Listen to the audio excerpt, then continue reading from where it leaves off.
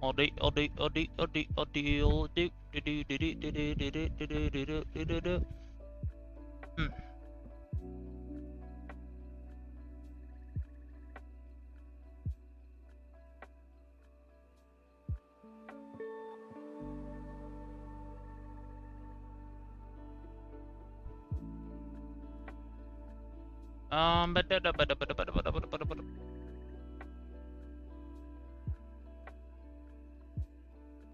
Just read. When's this dumbass live?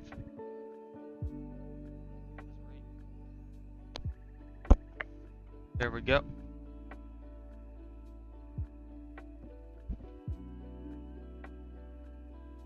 Test.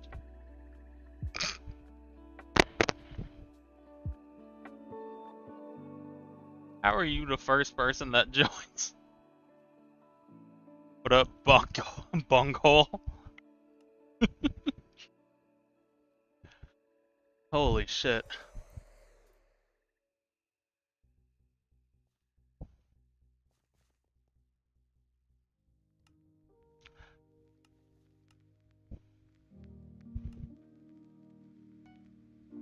Do.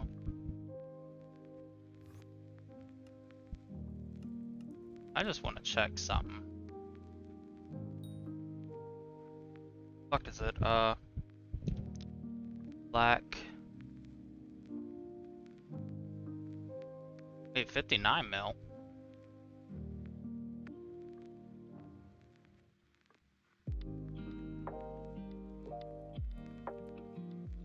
Oh.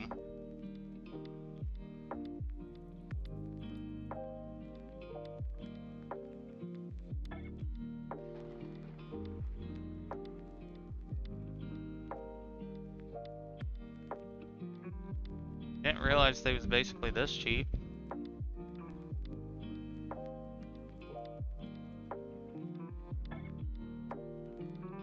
Do.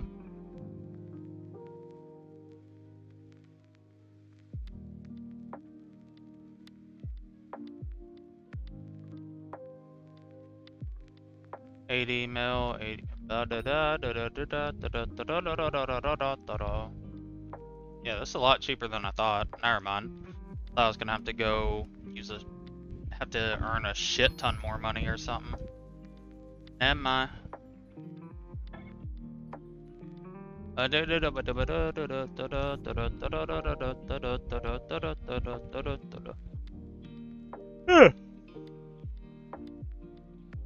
just woke up like 30 minutes ago, so what up, mobbed?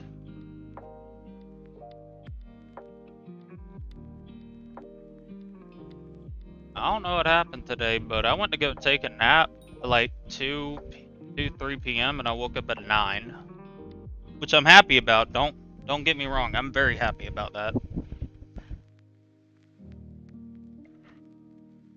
Just weird.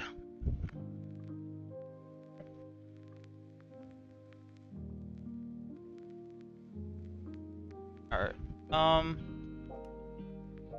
Powder am I at?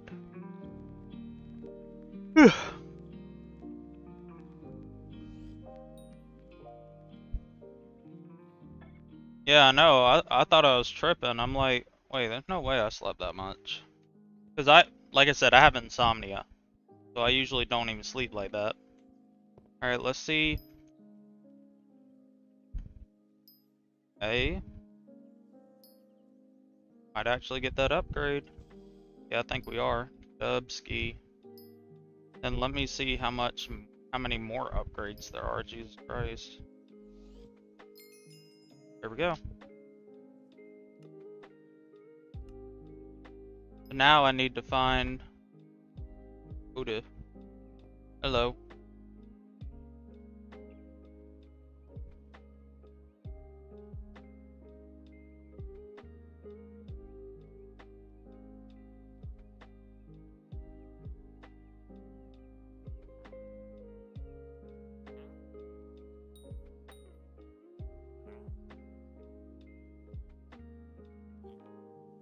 That's works for you. I ain't got some stupid ass wishing compasses. I made profit. You did, bud. You did for sure. 13. You know what? Give me your shell mitts. No, you got some in a chest. Got some in a chest. I'm robbing. I know you got some in a chest. I know he got. See, I knew it. I knew it. You. See, I knew it. See what I mean? Whenever I'm getting shit, I'm asking for shit because I know they fucking have it. I knows y'all got it. Alright,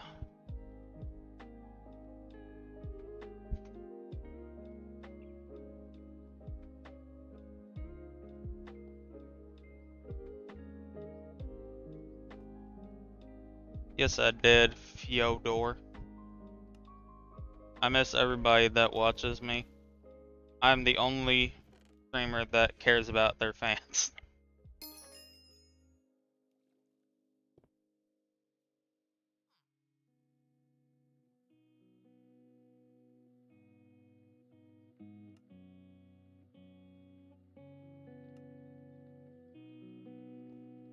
I mean, I'm not gonna shit talk you on that because who the fuck would like who likes dungeons?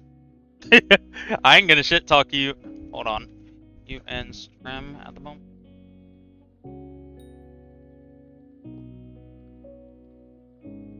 Okay, I'm not typing. When can we donate? What? You don't have to, but there is a donate button in the description. I need to sell this shit.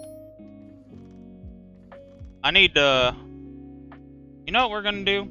We're gonna do this. Soupy. No, not Skyblock stream. I don't care about Skyblock streams. Day 20?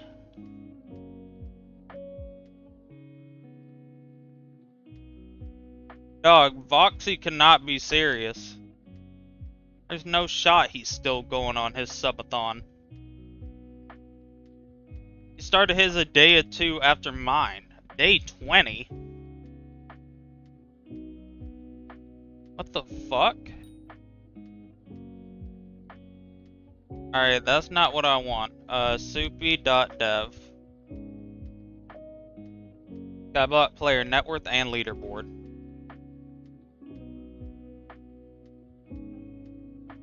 Net worth, catacombs.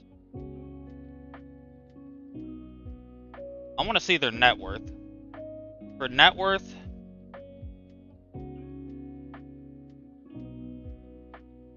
thing is number 92.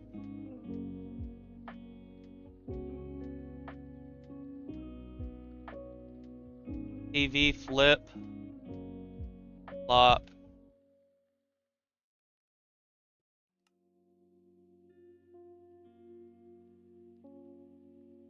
Funny, he got what? Standing, cool. I'm looking for people with top net worth. Not Catafit. Okay, cool. Why does he have a 34 bill bank balance?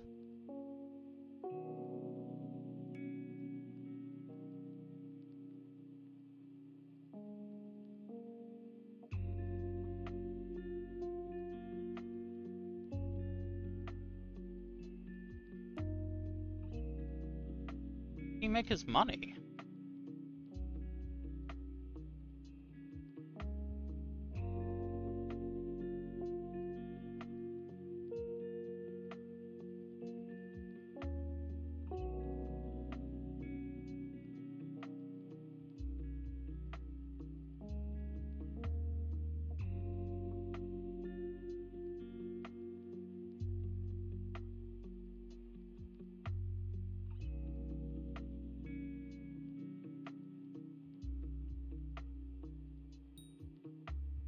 I'm gonna ask my guild, and everybody's just gonna keep tagging each other. I said, anybody know anybody that has a despicable profile? And everybody in my guild's just gonna start attacking each other. I know it. Do.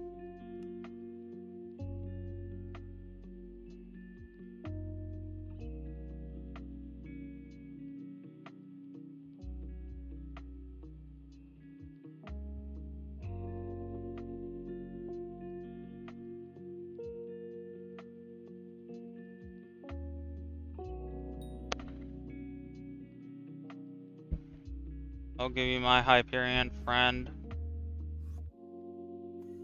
Yeah, and we're both gonna get beamed.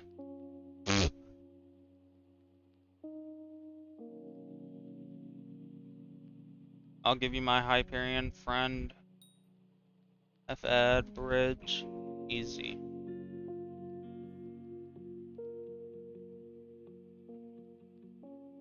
Da da da da. Oh, I need to do experiment table. Hold on. Forgot. I gotta do my daily bullshit. Oh, PV him.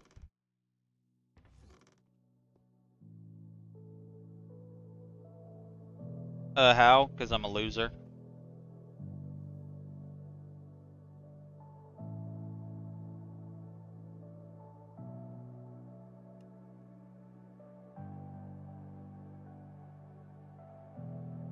Alright, off rip. What? Shout out to him get Alchemy 50, but why is he Tara 9? Why? Yeah, 26. I banned all those people that said Dobler mod. I hope you know that. Flash. Dang. He ain't done shit since 2019.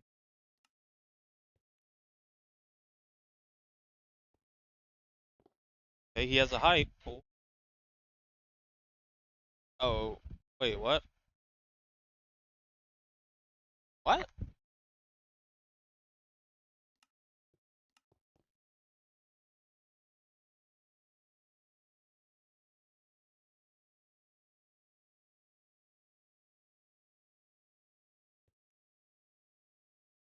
Oh, never mind. Those are my friend. Well, you gotta tell me their usernames. Do do do.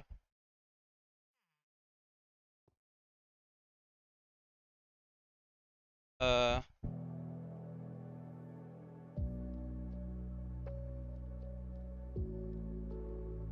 good shit. That boy don't want to die at all. Good tally bag.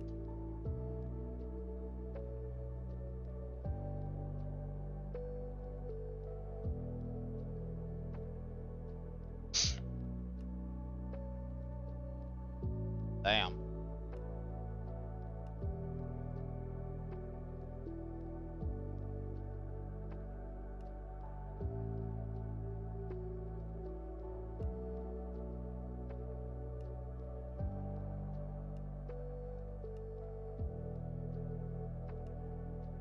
That's that's disgusting. Bro thinks he's funny. Kind of funny. Dang. I have not. I'll go check that out afterward. Got 7K. That's good. No rift. Just custom profile. Disgusting.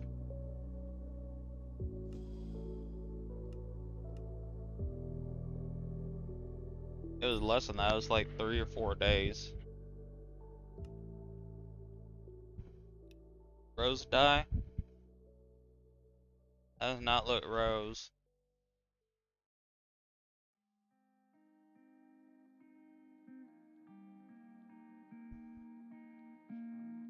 You didn't have to, man.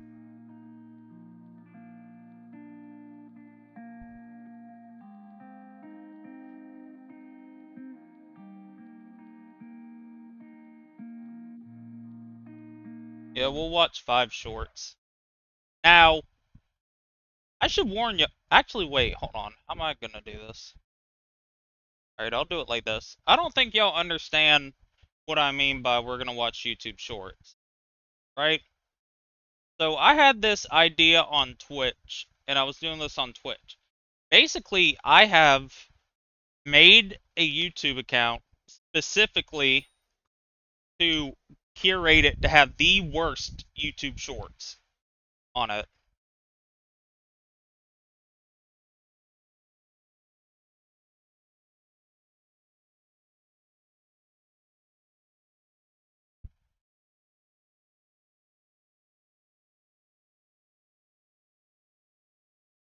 Give me a second, I gotta log in.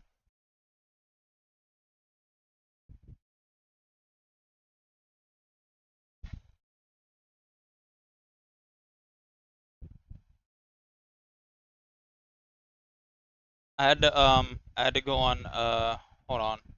Y'all can still hear me, right? I'm still live. What's wrong with shorts? None. These are terrible. You'll see. The window capture.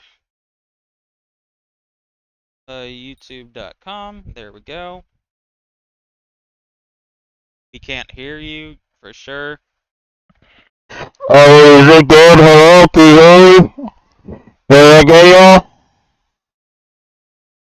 Hello? Hello, can you hear me, y'all? Hello?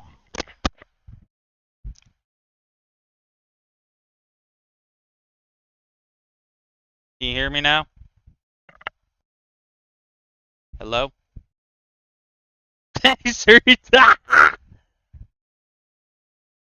Alright, so as you can see,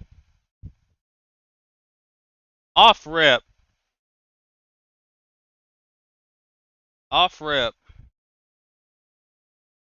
like, you can see how terrible this is, right?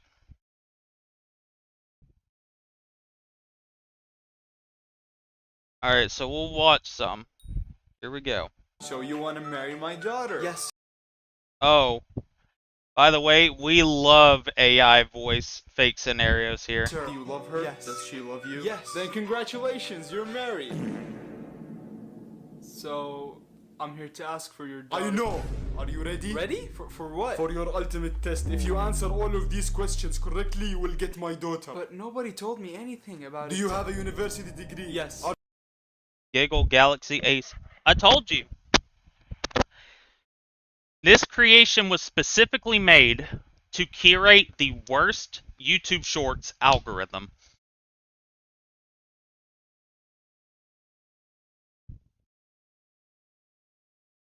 I don't look at this account unless somebody donates, trust me.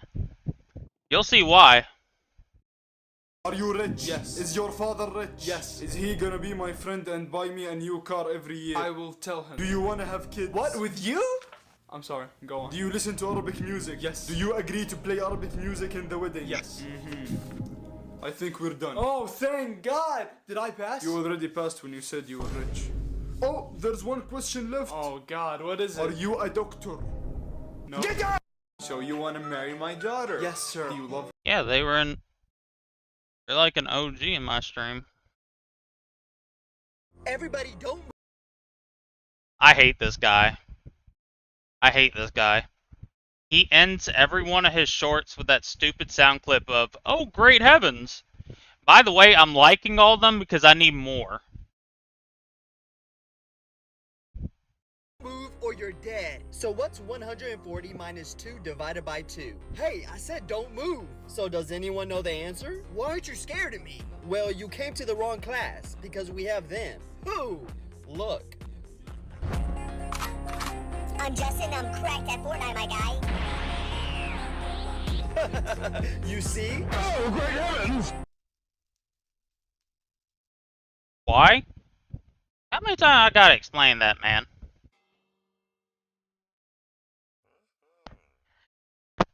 Why?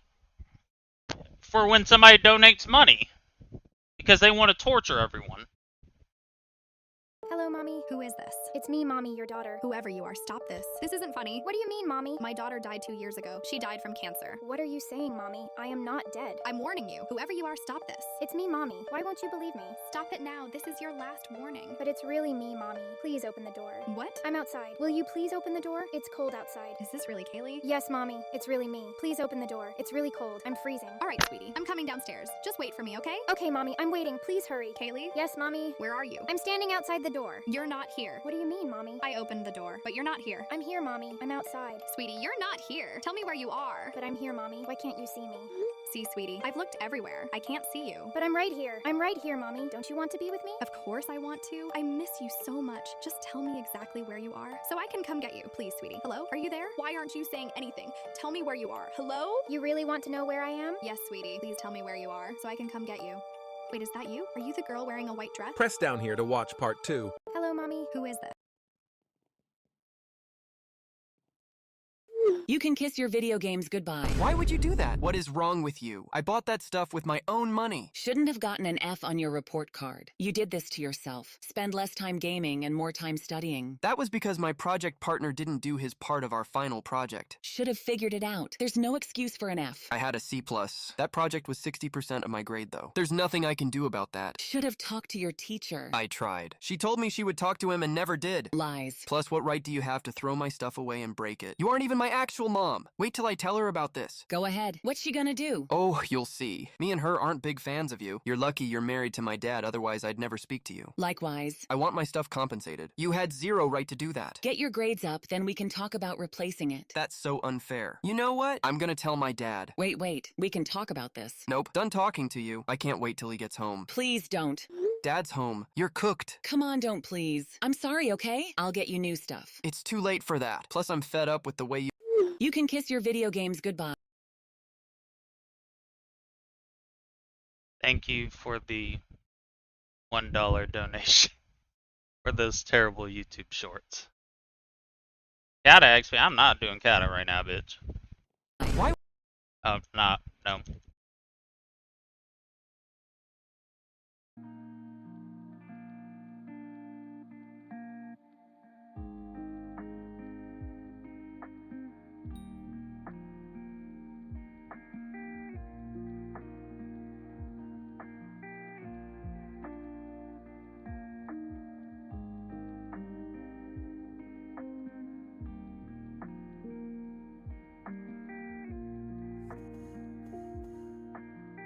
Hard work, determination, and hella contra. But no, dog, y'all gotta realize, this is my 3rd time getting hot on 7. I've done it twice before.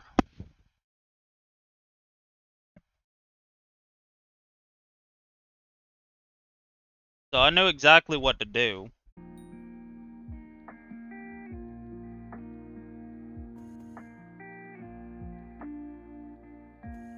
Yeah, I did Dwarven Mind Commissions till Hotum 6, and then Hotum 7.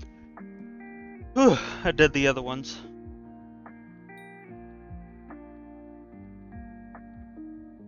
No, I'm not. Very disappointed. Getting good shit.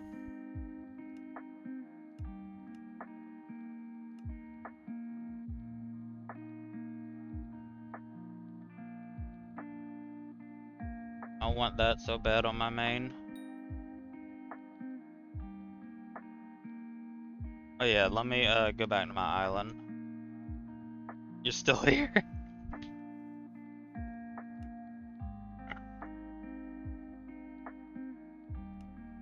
That's of course. That's why they showed up.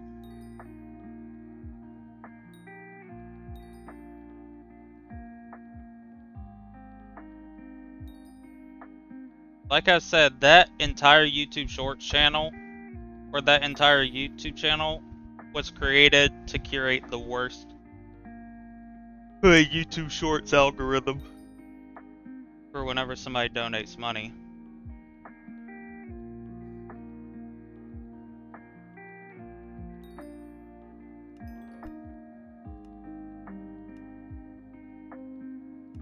I quit caring about that chocolate update.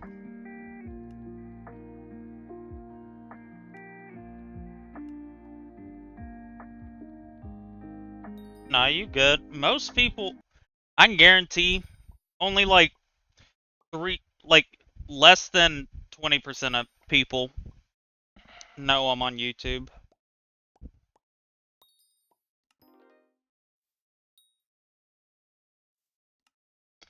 Like, I can almost guarantee that every time I go on my main account, people keep,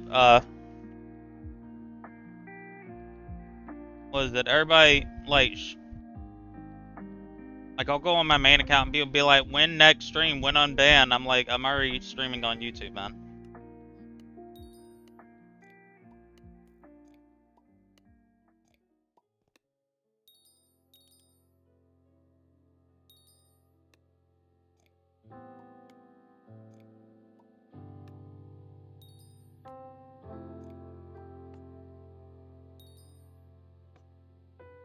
Yeah, and see, most people aren't in my Discord.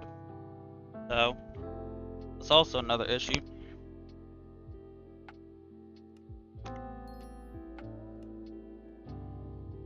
So.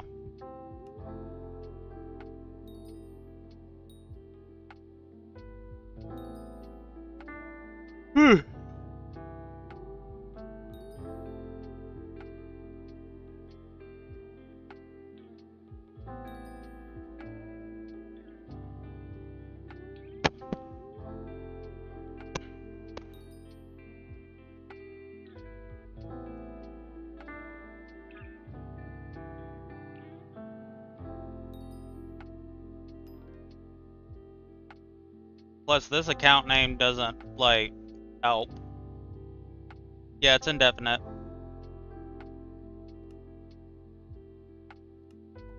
Yeah, it's indefinite, so I can reapply in October, but who even knows if that'll get accepted. But if it does, I mean, shit, I'll be growing my YouTube channel at that point, so I'll be able to just duo stream after that. Phew.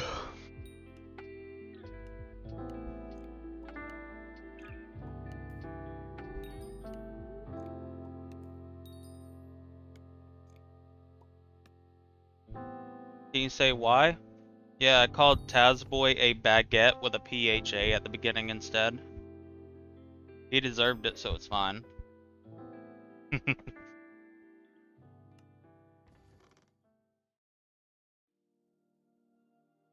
no, I need to sell that.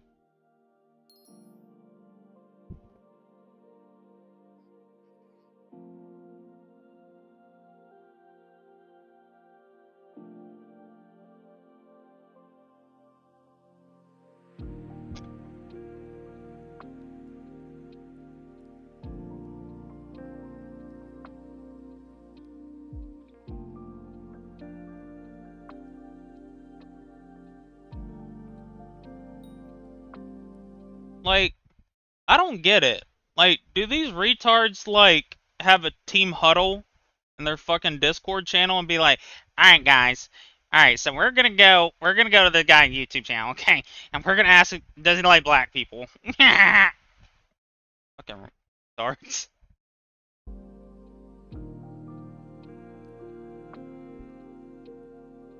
Like, what are we doing here?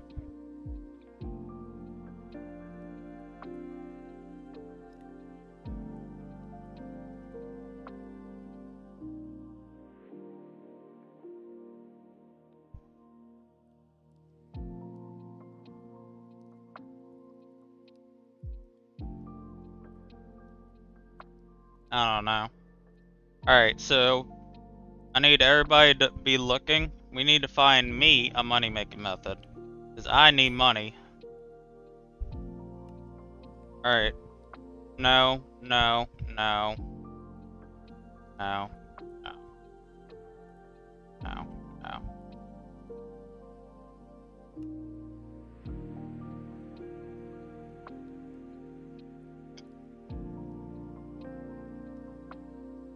Hub 1 beggar.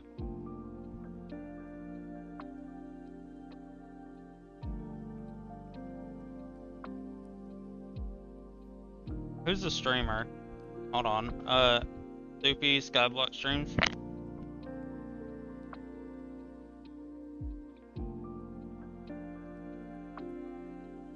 I know what I'm gonna do.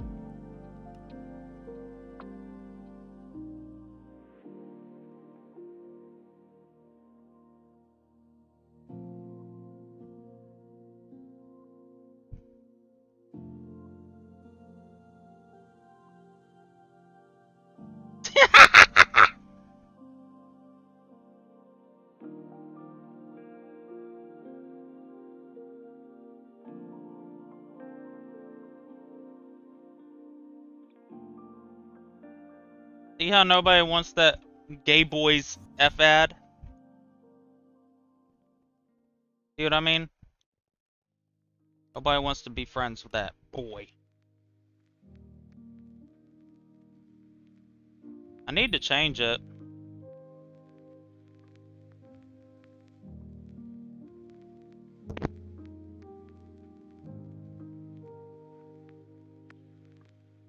Alright, that didn't work. I tried.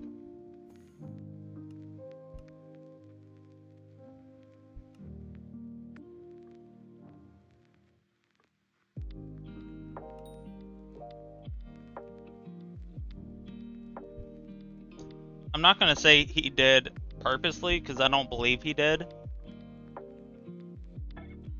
I got myself banned. But what I said in chat was what got me banned. I didn't think it'd get me banned, but oh well. You know what I mean? It's like, it is what it is.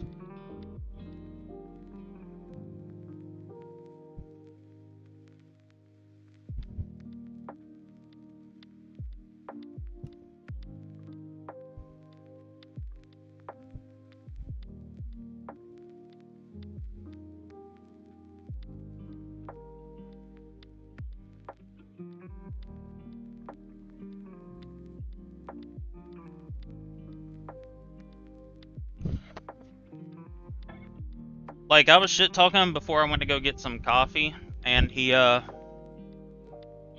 called him, PH8/get. Obviously, you know what that is. And after that, it was over.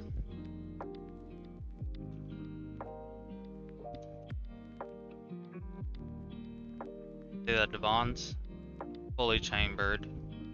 I need to put Jade Rolls on it, but first I'm gonna save up for a Magic Find set, and then I'm gonna start Skatha mining, seeing if I can get anything.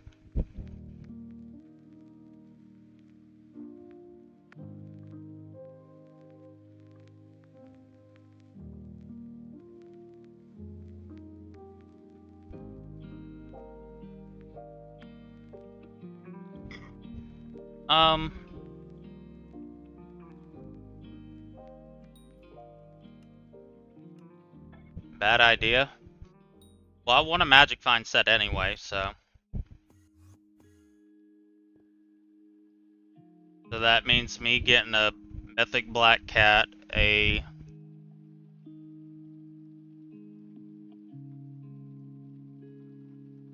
good mining guide. I don't know if Implodent has one, but Implodent probably has a really good one.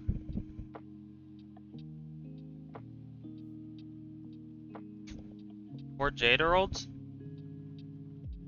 I'm not gonna be fucking going for Jade Emeralds yet. Because that adds what? Like, let's be for real. Reforge, Jade Emerald. Okay, never mind. Yes, I will be doing that.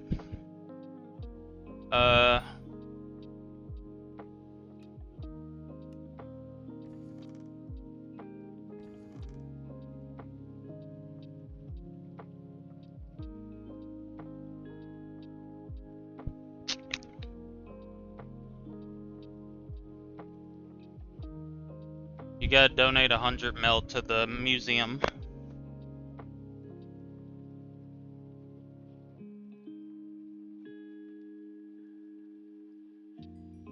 Oh, it's double powder. Good, good, good, good, good, good, good, good, good, good, good, good.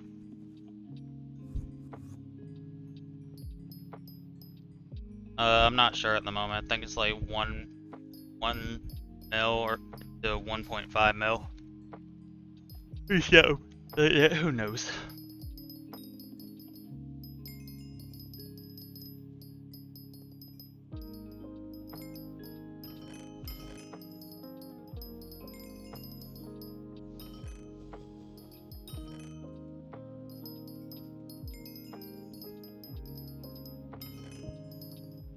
Damn, that's a lot of gemstone.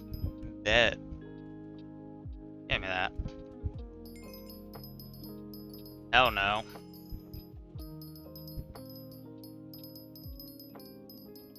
I bought the Devons and then... Like, here's the thing. Most people that gave me money, they gave me shit they didn't want. Like, that's what I... Like, literally, I was gonna make it to where this profile would get no contra, but then I realized nons beg for the most shit out of everybody. So it wouldn't be a non-playthrough if I didn't fucking do that.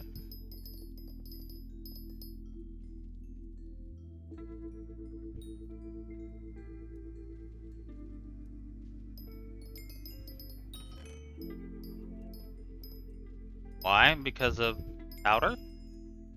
You get 20% more gemstone powder.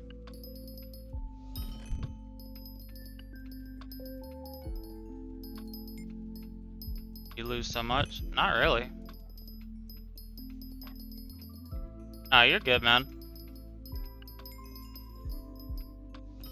And also, I do have one as well, so...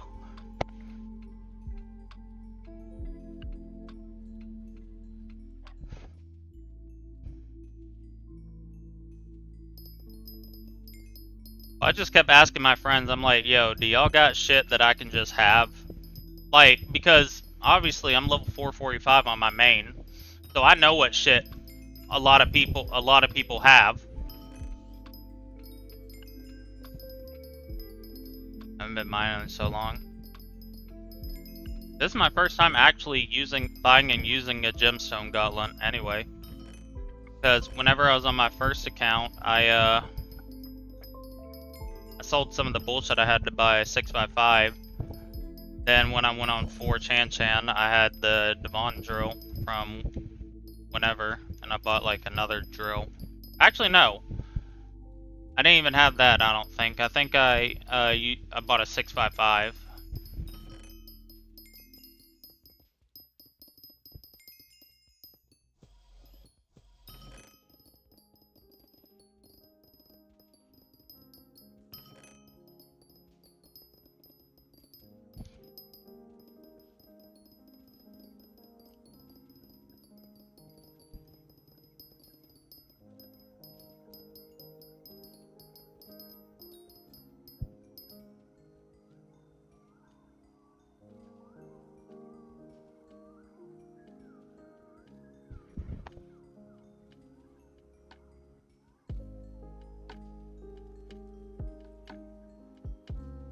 So yeah, yeah. I don't know, and I don't give a shit about my main.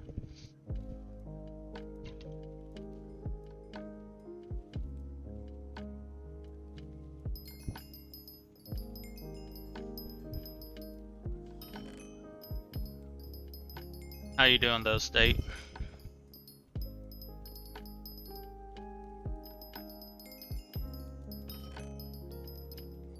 The only time I go on my main profile is I'll do it like once a day.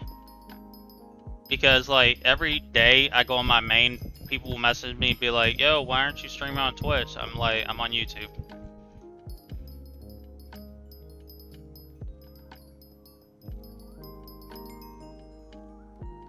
No, I'm not. Or, I'm not even max. Like, there's 11 more levels I can get. It's just the fact that those 11 levels are, like, Garden and Bestiary.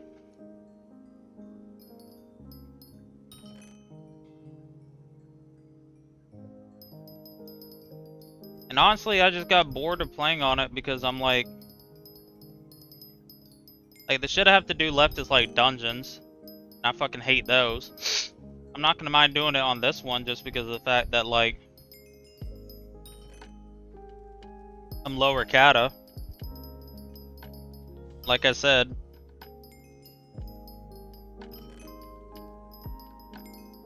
I just don't, you know, care for it, to be honest. At the moment, that is. Like, obviously, when the primal update comes out, I'm gonna go back on main and play on main. Like, obviously.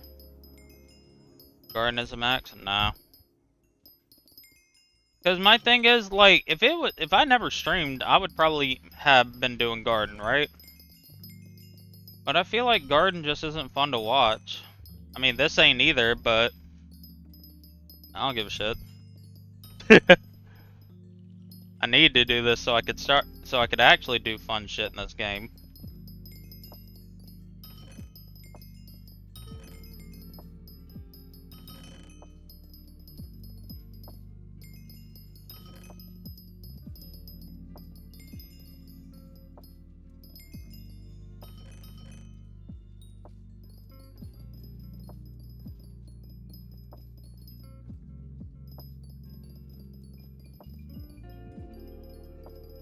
I am playing on a TV, 60-inch TV.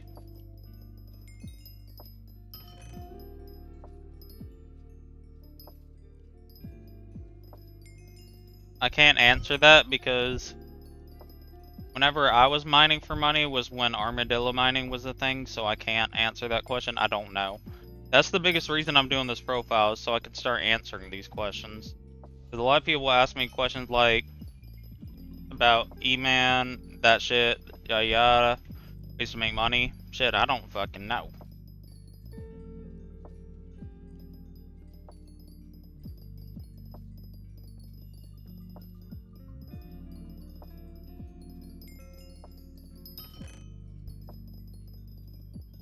What I'm probably gonna do though is that I'm gonna try to get to I'm gonna max the mining fortune for gemstone and mithril. Now I'm gonna go start doing gold mining.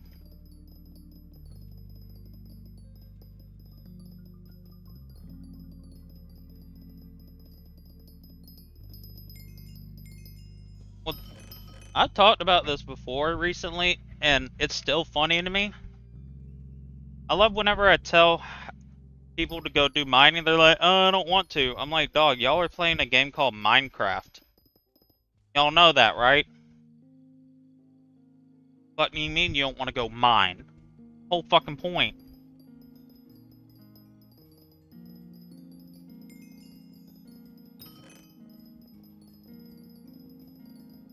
No, you don't.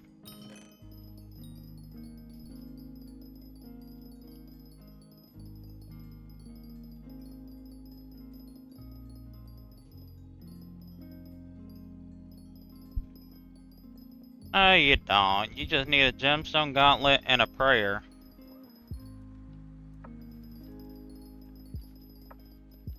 See, you don't even understand why I'm doing gold, Josiah.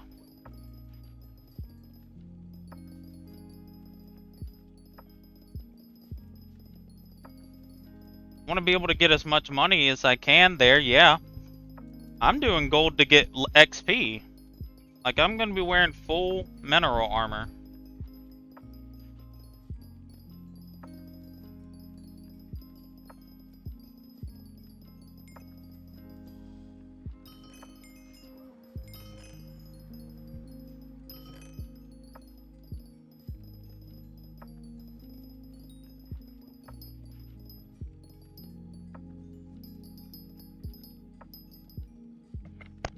Oh, you're in the same lobby as me, mobbed.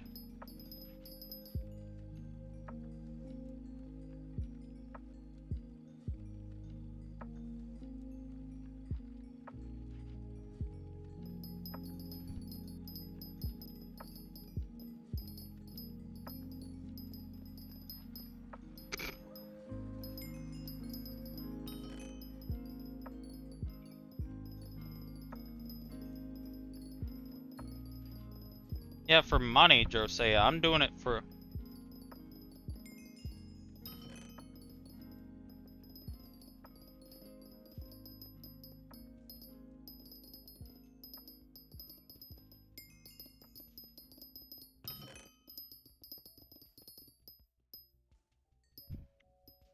What's my main IGN? 4chan. The number 4. Play the website 4chan and then just add another chan at the end. By the way, I want everybody to know. I shouldn't have to say this, but I'll say it. I did not make that name because I use 4chan. Made that name because my name's Chandler.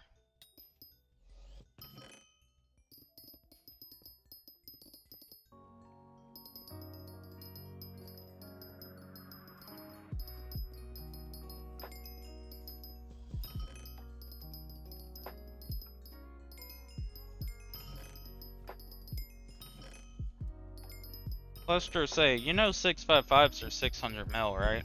You know that, right?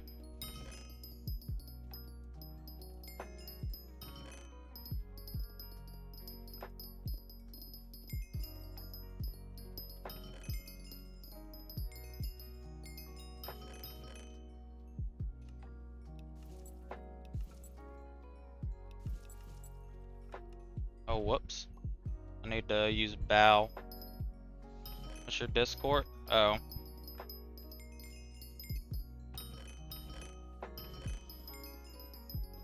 Trying to buy you nitro. That's what's happening.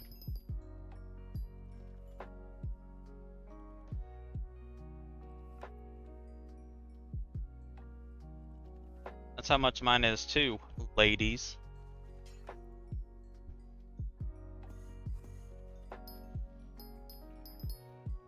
$700mm. Yeah, that's the thing. That was when it was funny. Like, I think peak 4chan was whenever they... whenever the iPhone 8 came out, and they made fake, like, advertisements saying that the iPhone 8 was special because you can microwave it and charge your phone.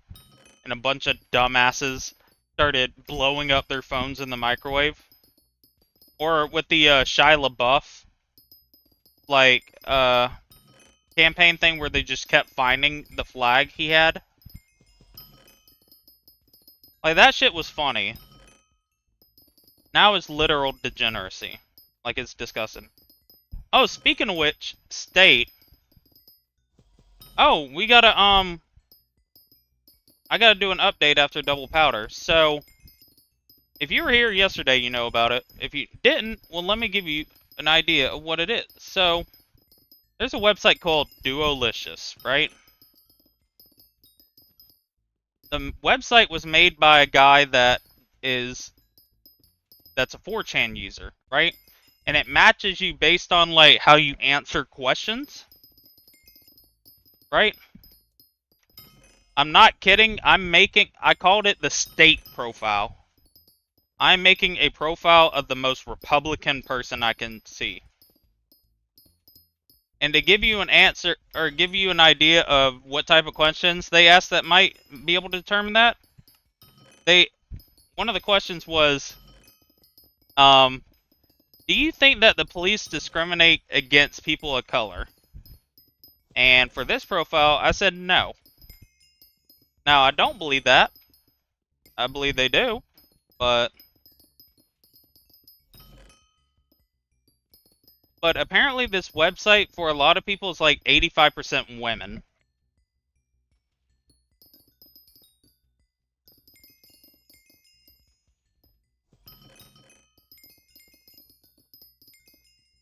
But it's not, but they're women that use 4chan.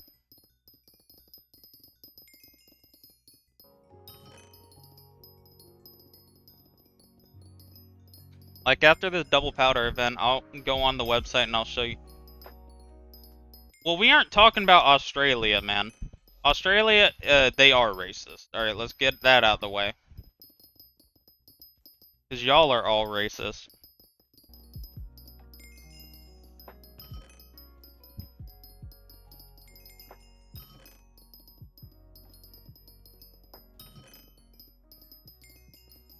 And depends on the cop. Yeah, but the fact that there's so many of those type of cops is, like, kind of crazy. Oh, I know. Like I said, do I think every single police officer is inherently racist? No. but there are a shit ton of racist cops. It's the same thing as, like, I don't think every Trump supporter is a, like, white supremacist. There sure are a lot of white supremacist, Trump supporters.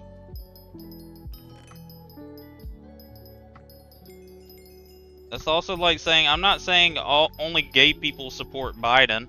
But there are a lot of gay people that support Biden. My equipment light, don't worry about it. Lol.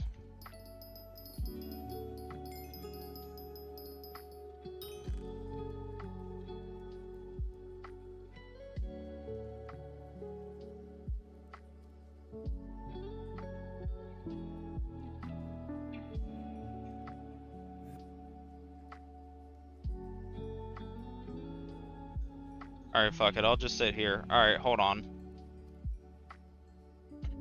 Delicious. No, not sign. Okay, wait, there we go. So yeah, this is my Southern Pride account. What we'll call it. My Southern Pride, baby. You get Catafetti in bed. I've played all of the game on the 4chan account in bed. I don't understand why people are. No, I don't have a desk.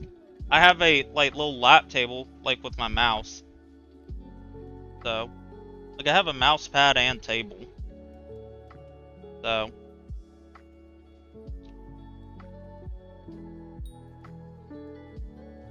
what do I do outside? Apply for jobs, take care of my grandma. What do I do with my life? Try not to think about it.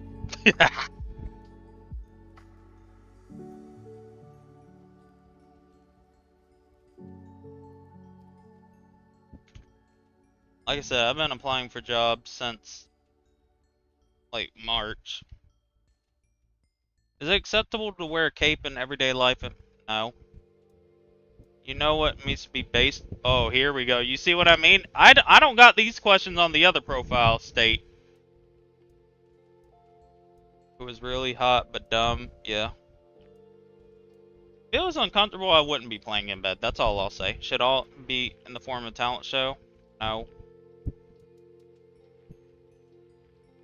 Yeah. You think it's okay to tell a small lie? Yeah. You own any sex toys? No. Work? Yep. Nope. Wrong to hunt for food? Nope.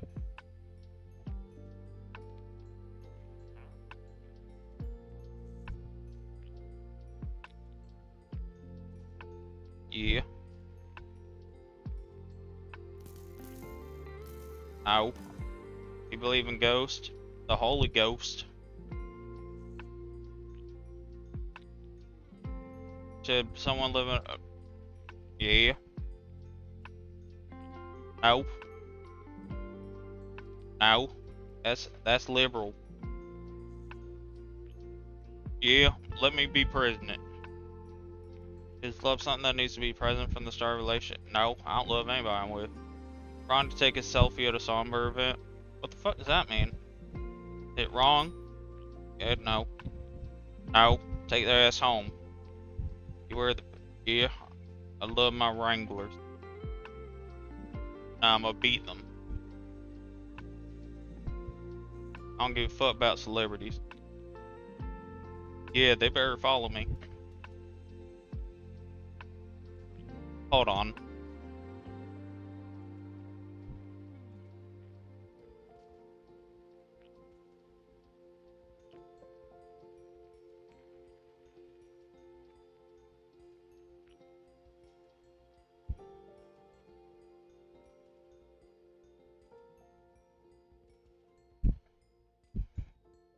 Sorry, I just had to...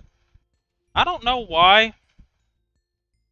Like, I got a thing that said he wants to... Like, he wants to chat with me. It's not... So, on this profile, funny enough, I put it to where I will fuck... Like, I'm interested in everyone. Because I want to see how many, like... fucked up people in the LGBTQ there are as well. I don't know, Donald J. Trump. But he, like, I don't know what the fuck. Like, why does he want to chat with me? I don't want to chat with him. Pretty boring, cold hearts. My conversations usually. My straight. No, I'm diet gay.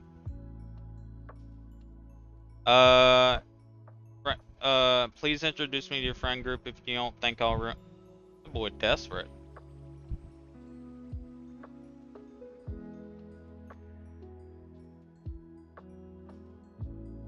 Ash, next question.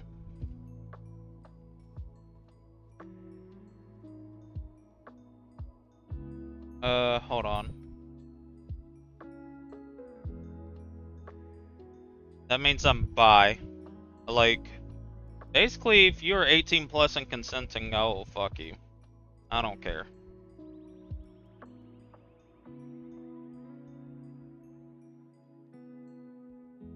Hell no.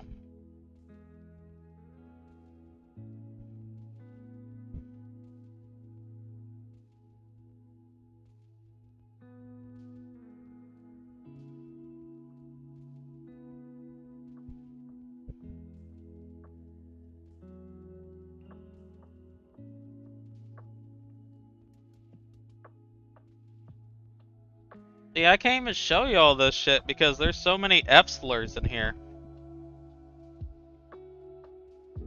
Sarah. I love fat bitches. I want to be what I love.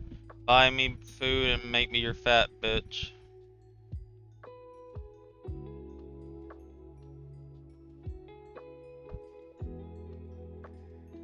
Eli, man.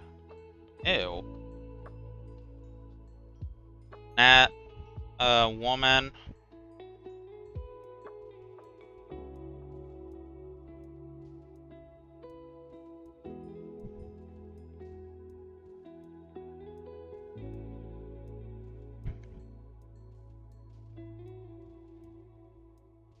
So weird seeing these women on here. Okay, man.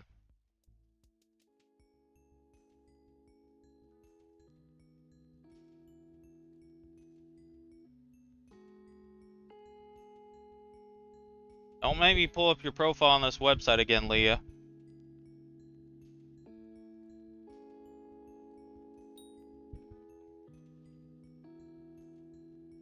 Trying to find more.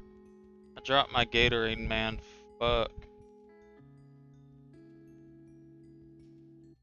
What?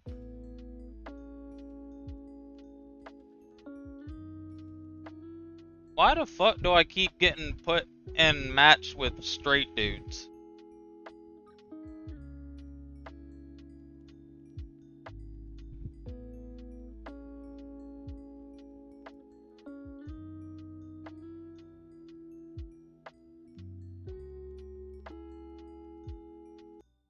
Don't tell me, Leah. You won? Leah, yay!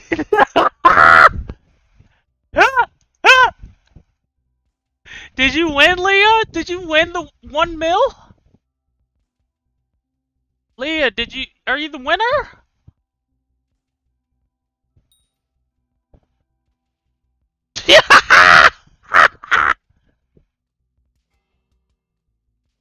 For sure I did. Vault? I am not looking at that.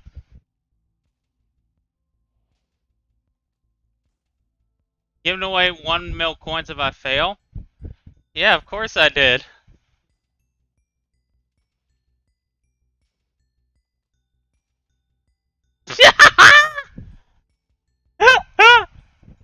I was the only one. Can you carry me?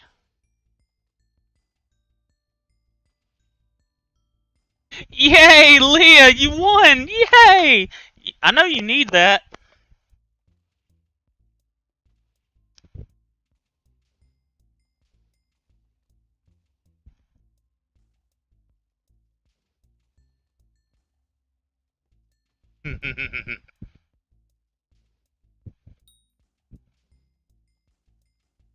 Alright, I'm gonna need 50 mil and I'm not gonna type your Discord.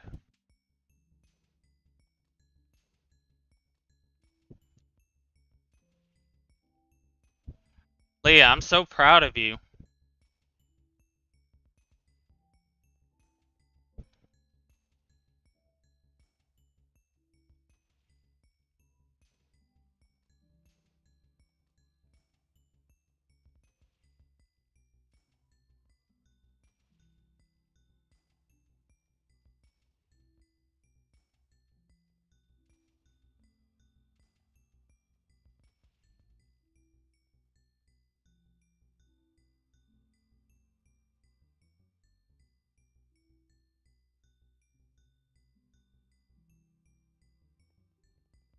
Did you find me? How did you find me?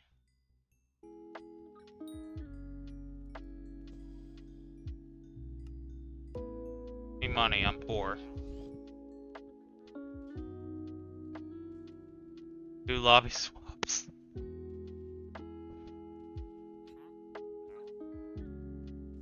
Actually, you don't deserve that. You getting an ascension rope.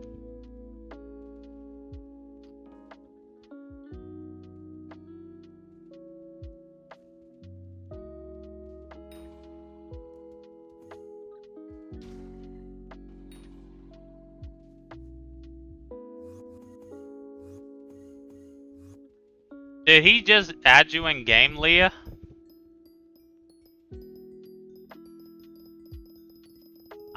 I'm surprised you weren't there when I did it live, Leah. I thought you were.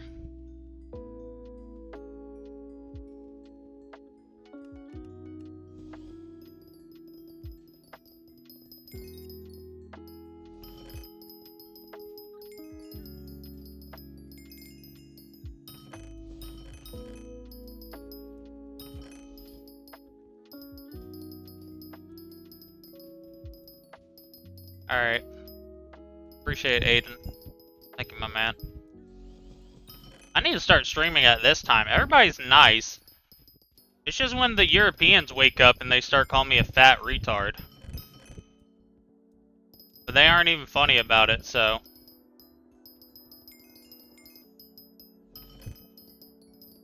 I used to roast them when they did that, but now I just put them in schizo chat.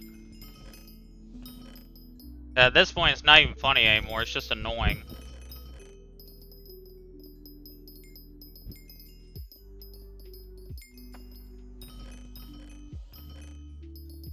Like I said, they call me fat, I'm like, what? Am I supposed to be like, wait, what? No. That can't be true.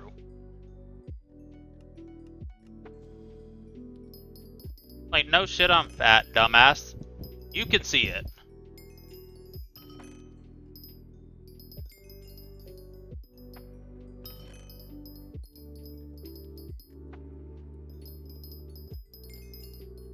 Well, they call me fat and I call them 5'2".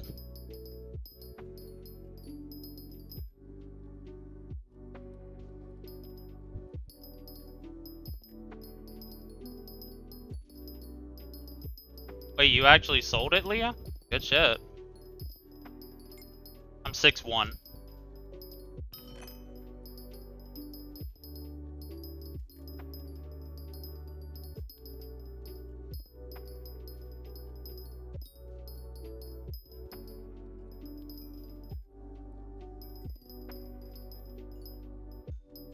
Then don't call me pretty, motherfucker. Leave me the fuck alone. There's a kid that pulled that the other day. He came in calling me fat and I started shit talking him. He's like, you really are gonna shit talk somebody that's way younger than you? I'm like, bitch, I don't give a fuck if you're a minor. Bitch, I'm major. I don't give a fuck if you 10 years old. I will shit talk you. I didn't get shit talked by adults the entirety of my childhood playing Call of Duty for me not to be able to do the same shit. That is my right.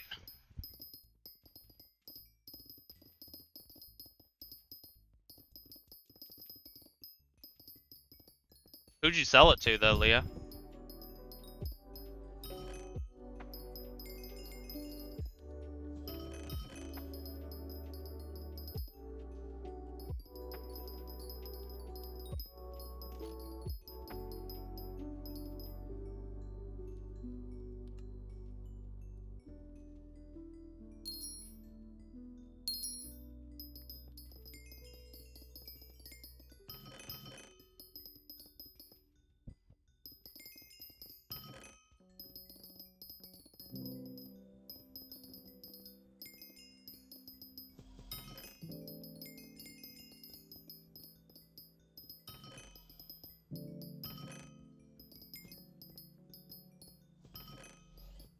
Like I said, I might be old, but I've always been on the thing of, if you gonna talk shit like an adult, I'm gonna treat you like an adult. You can't try to shit talk me and then pull the I'm a child card. No. It's not how that works. A lot of kids nowadays are way too comfortable talking shit online with no repercussions. What up, Dave? Wait, are you from Twitch, by the way, Spam Dave?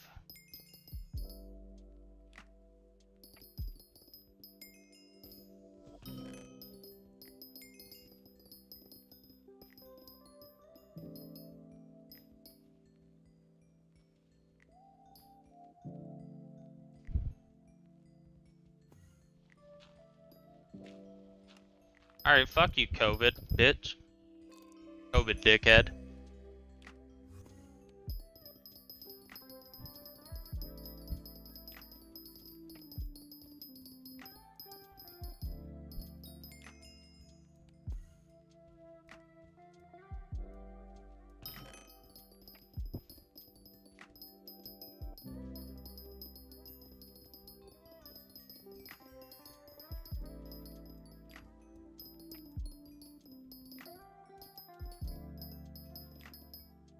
I've only had COVID once and it wasn't that bad.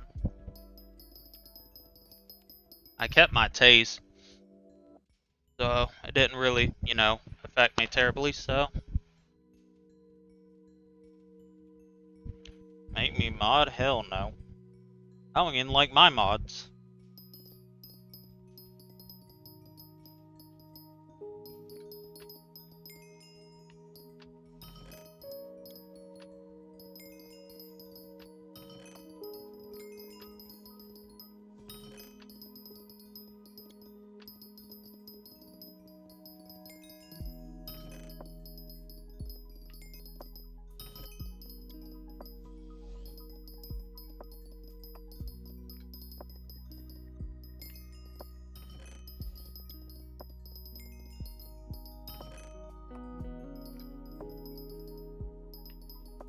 For sure. Yeah, man. A lot of people died, but yeah, it was just BS, man.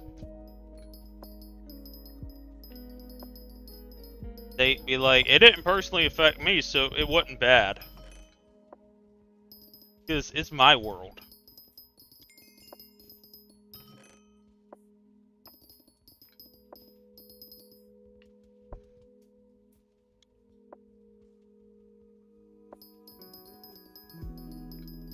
Yeah, literally, it was all, they did it, they spread it to the entire world just so Donald Trump would lose.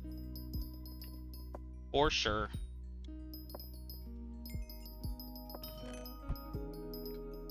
He said the doctor said, that boy talking about Dr. Phil, if you don't shut your stupid ass up.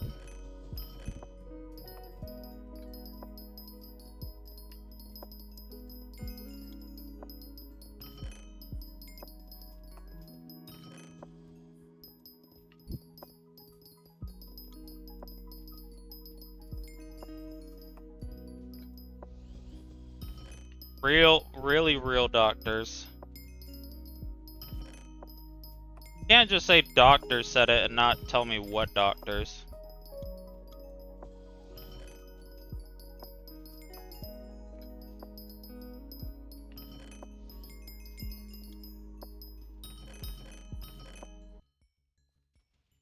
Dave, are you dumb?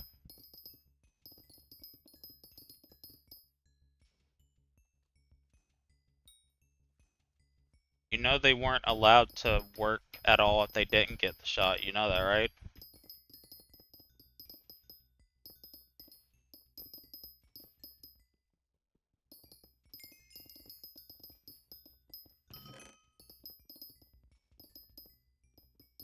Like, that was a requirement. That's why a bunch of people got fired. Like, a bunch of nurses and shit got fired because they didn't get the vaccine. Every doctor got the vaccine.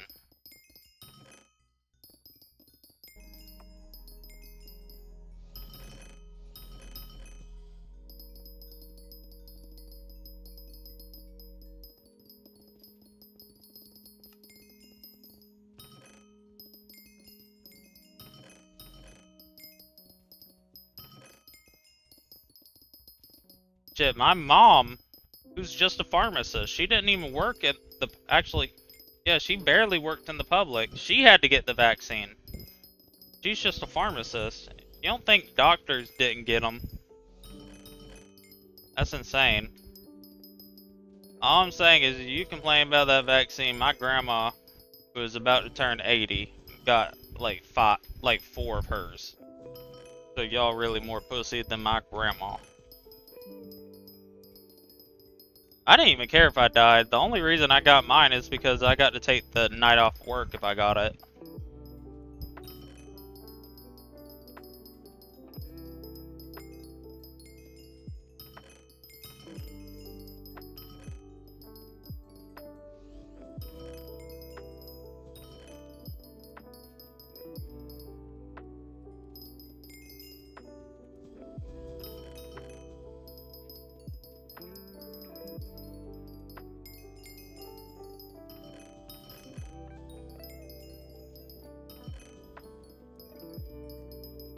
Speaking of Dr. Mike, that boy, I remember when all that COVID shit was first happening, and he went to Miami during the height of the pandemic at on a yacht party. Everybody shit talking him so bad. They're like, "Dog, you're a literal doctor. Why the fuck are you doing this?" I will say, I do think. I will say, I do think that a lot more fear happened with it, but, I mean, it still wasn't good. Like, it's still a killer right now. Just because we don't report on it doesn't mean people ain't getting murked about it.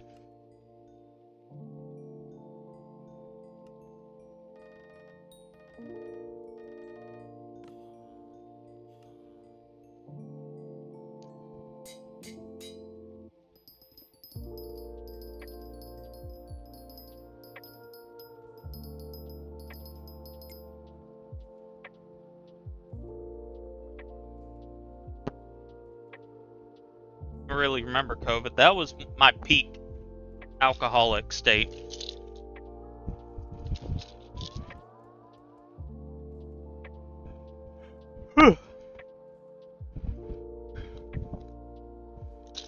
That's when I started drinking at work.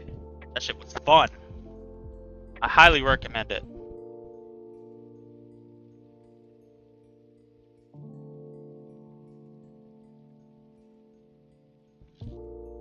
How'd I get fat? Well, first things first, throughout high school I was fat. I weighed a little bit more than I do now, but I was fat throughout high school. Now,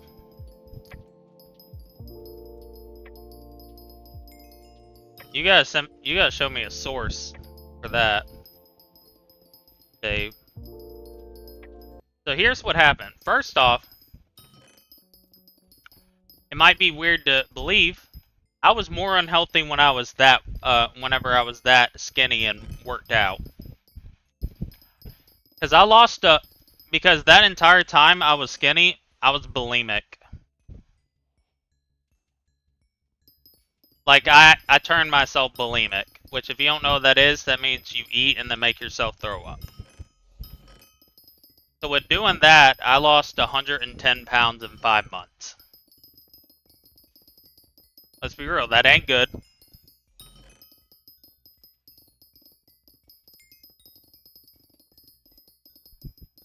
I think the worst part about that too, like, no lie, is the fact even whenever I was 180 pounds, that was my smallest, I still saw myself in the mirror as, like, nearly 300 pounds. I've never gone over 300, thank the Lord. I don't plan on it either. But, basically what happened is, when COVID happened,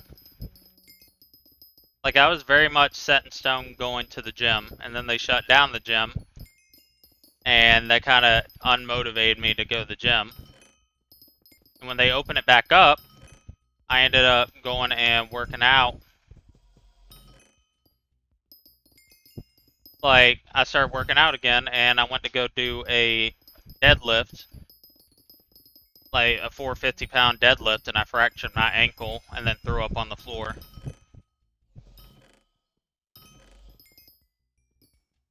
So I haven't gone to the gym since then.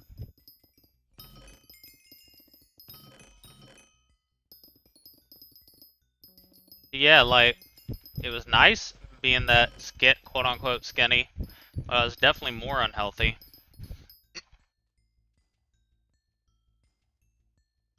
Like, even now, I still calorie count, but, like, I might.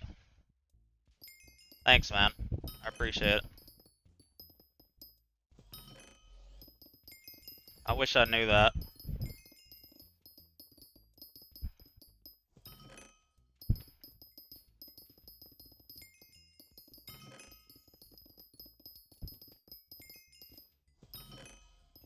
I know you didn't mean that to be mean, but it's like, yeah, no shit, I know it isn't healthy. I'm thanking you for letting me know I'm unhealthy. I didn't know that.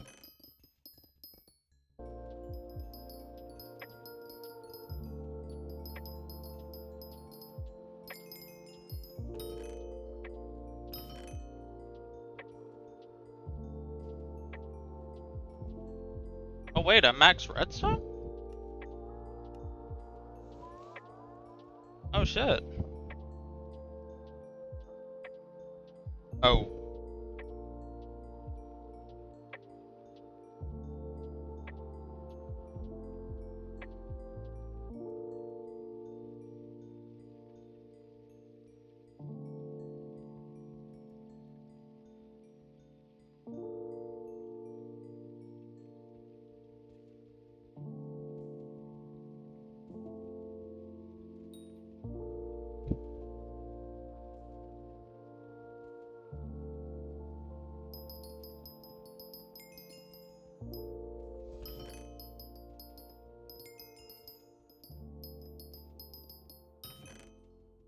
Like, trust me, everybody's been letting me know I'm unhealthy. I've taken notice. That's why I've gone back to being bulimic.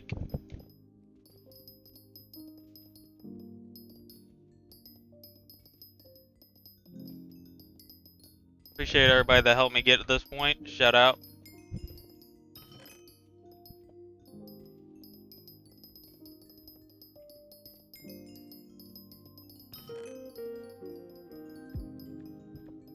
We gonna starve myself, boys. Don't worry, we gonna lose that weight.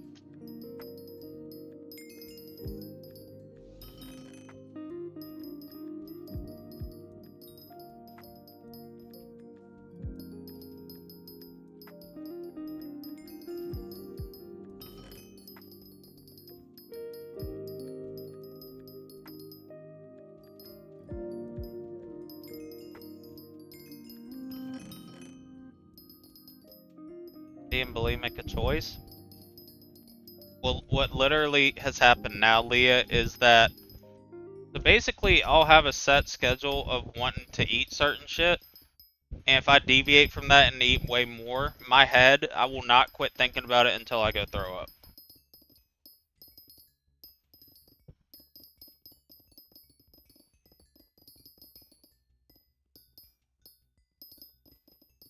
I don't use texture pack? That's gay.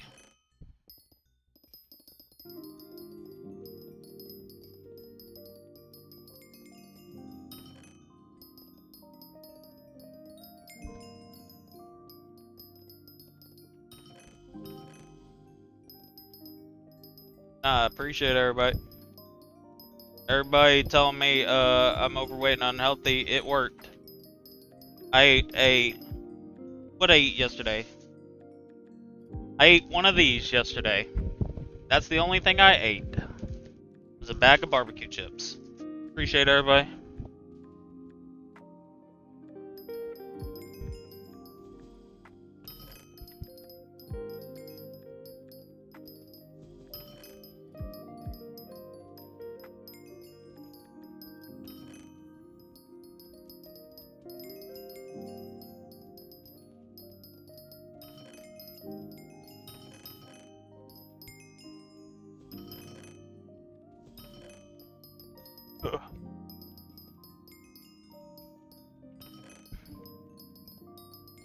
Hello, Cole. How are you doing?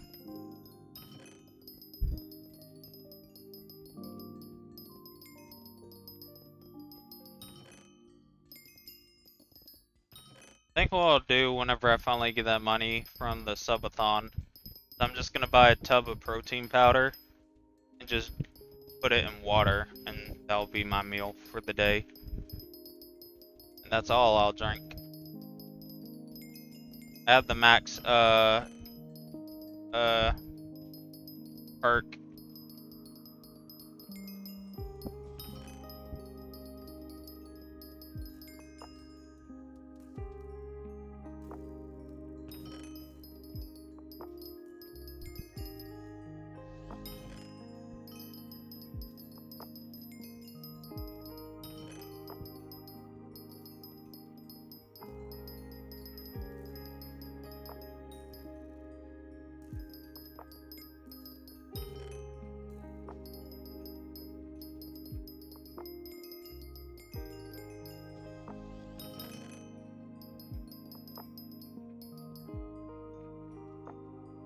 Ooh, pretty.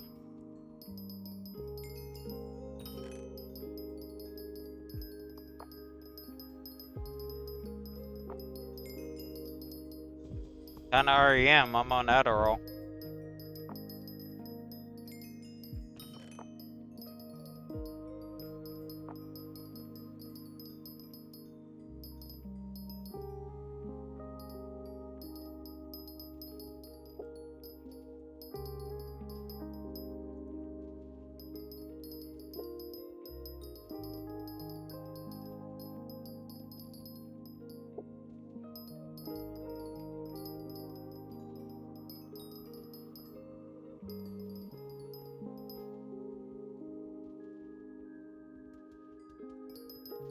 I'll just do what I did last time too. We'll add that on top of make myself throw up. I'll go to the Aldi. I'll go get their sugar-free mints. Those make me shit myself, basically. Do that. Don't worry, we'll be down 110 pounds in 5 months again. Fuck it, why not?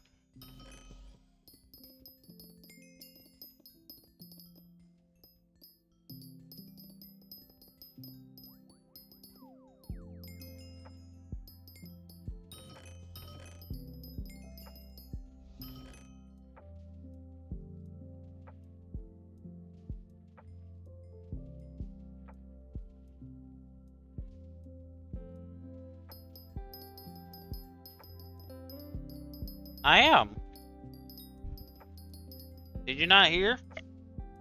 I only ate this for a meal yesterday. I'm taking care of myself.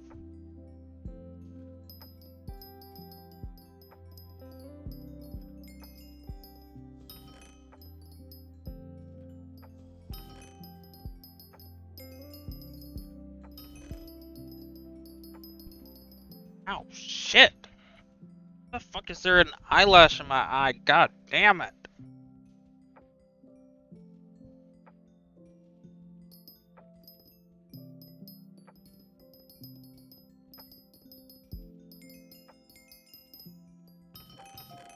When did I eat it at?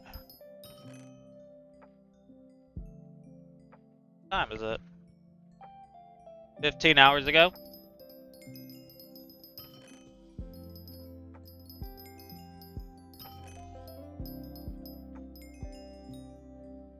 I'm gonna be honest, big dog, this pack of chips has 150 calories.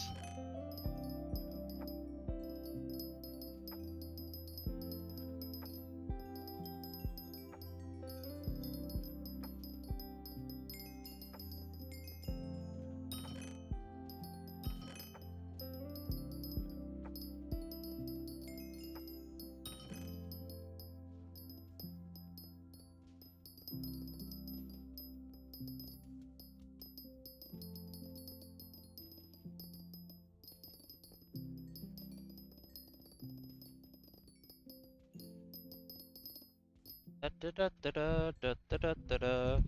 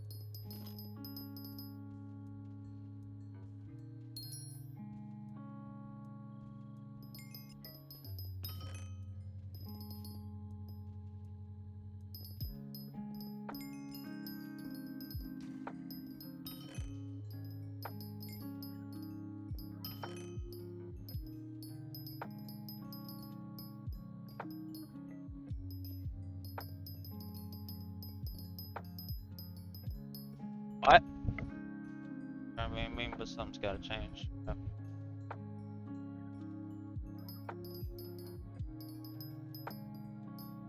Okay. Easier said than better. Easier said than done.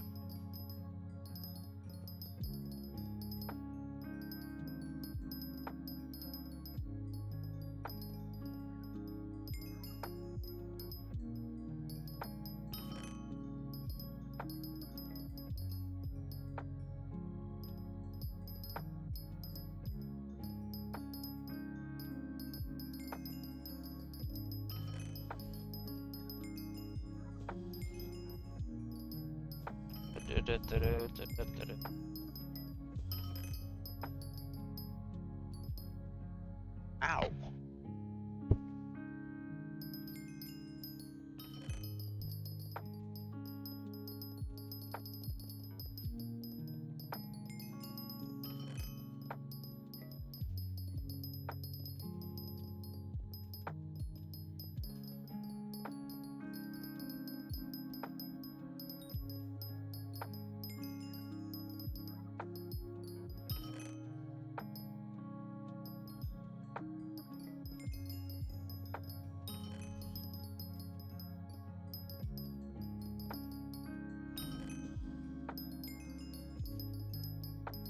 I do not.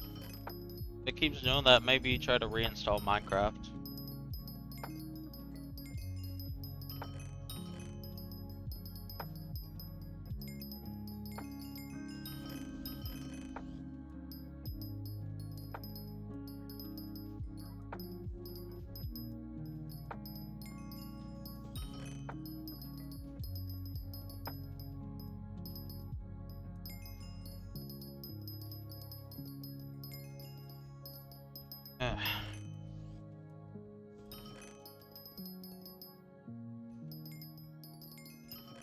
Mine, why are we not getting double powders, mine?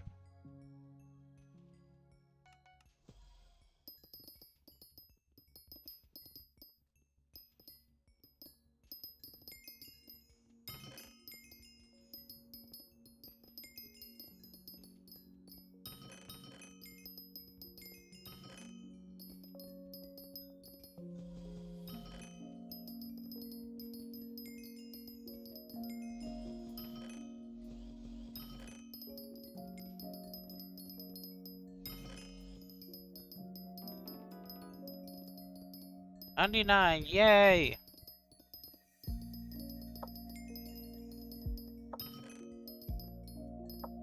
Oh, my bad. Did I depress the chat? Lol.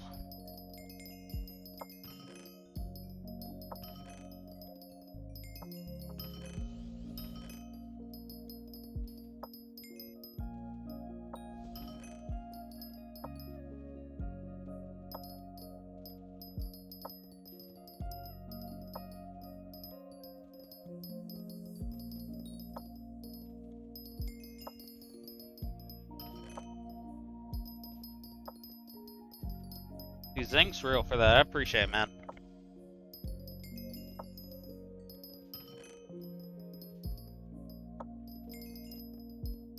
See, that's why. That's why I've lost 6 pounds in 3 days.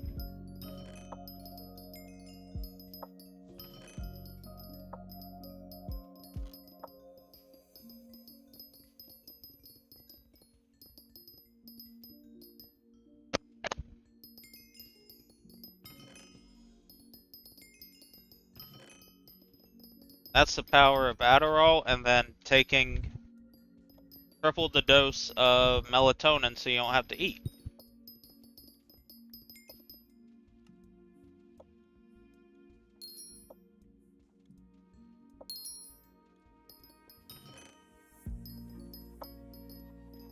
What?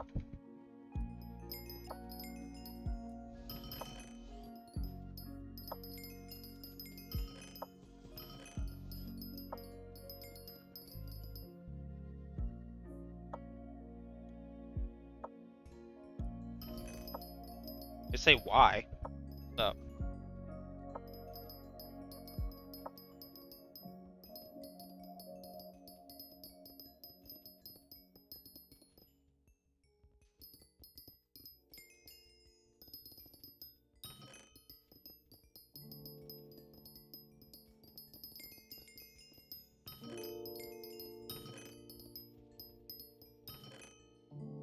Hold on, I need to take my shirt off.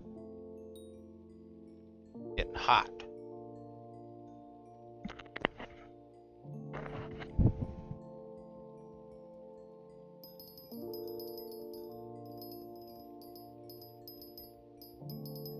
Why'd you say why I just got here, Zinks? What's up?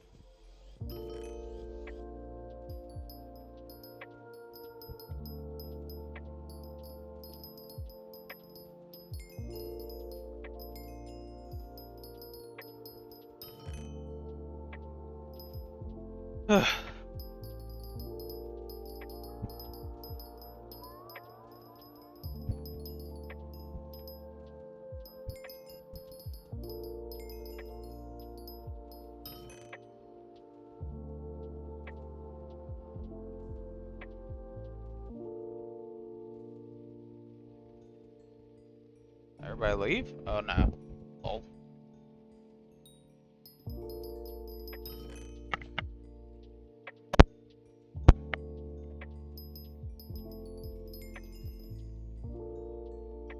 Okay, cool.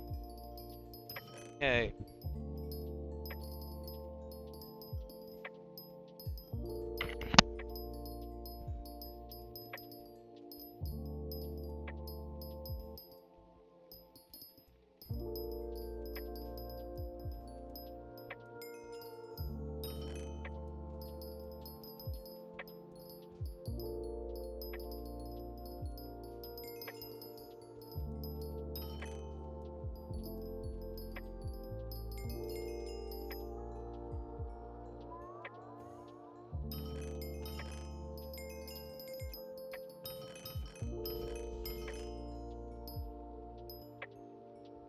Damn! I don't think I've ever gotten that high off of a single thing before. What the fuck? It goes that high?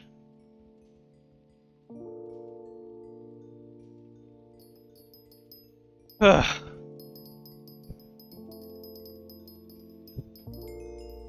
is everybody quiet? Did I depress everyone? My fault.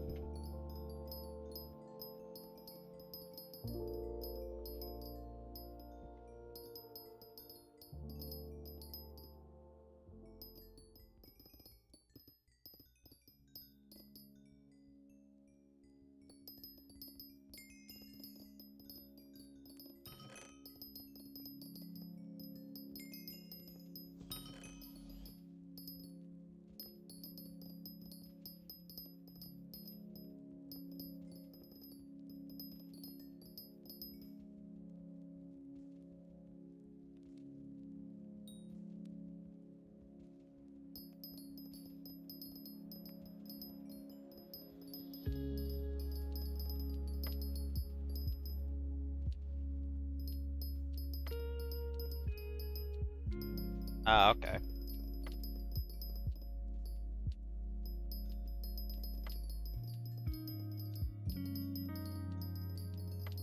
Well, you know it does hurt you. The reason why I became bulimic in the first place. Oh.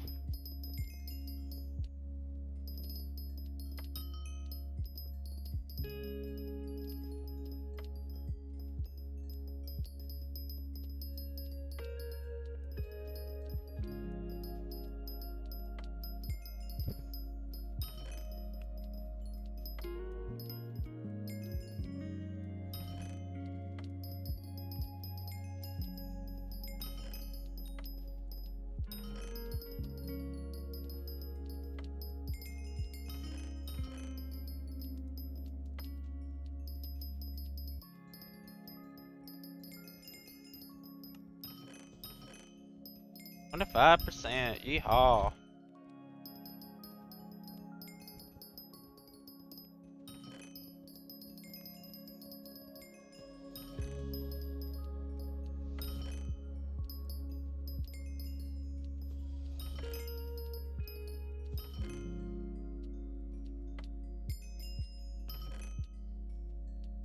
What did I just get?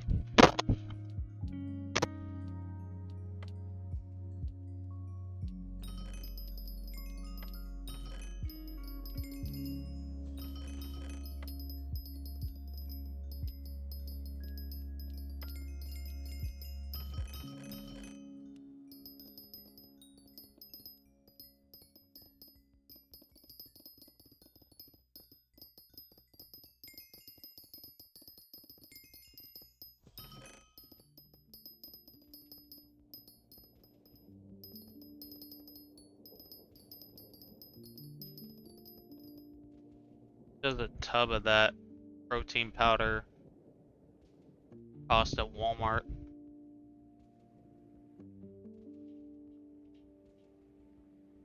Just buy a tub of that and put it in some water. That'll be my meals for now on.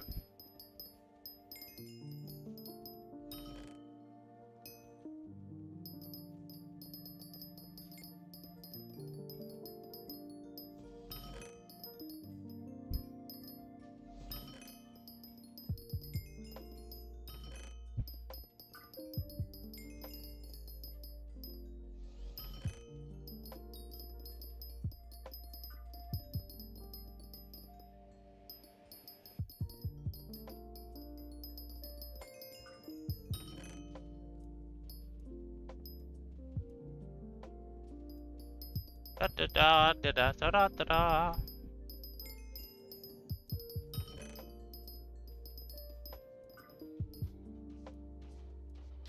Bro, you good?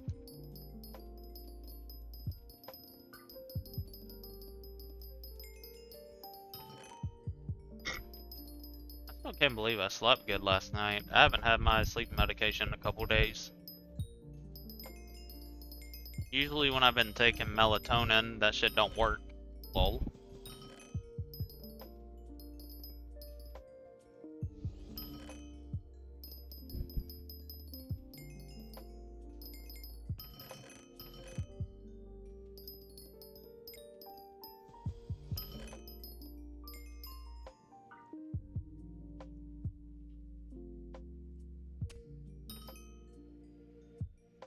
Wait, did... Oh!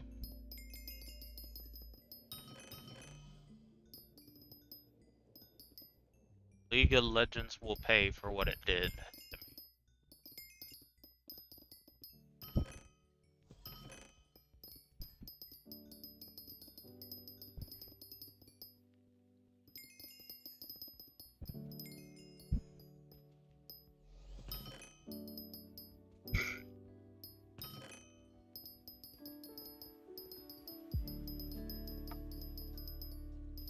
Good set armor to upgrade since I have Sorrow right now. After that, it's just Devon, I would say.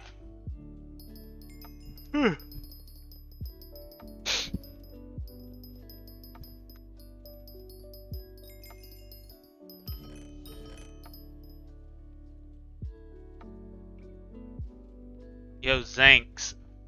You here still?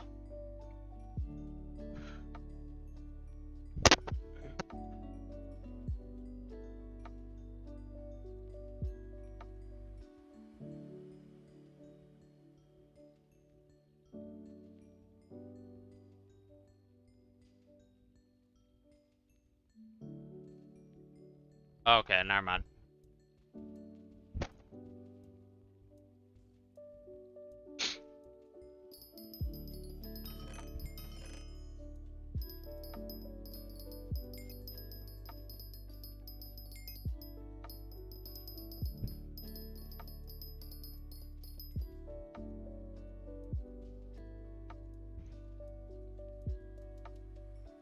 Hold on.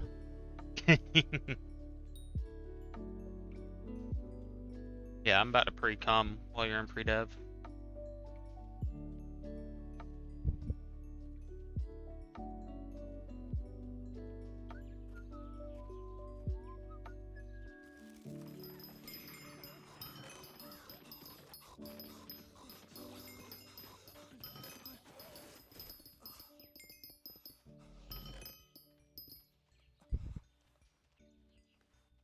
Hey, Mr. Poacher.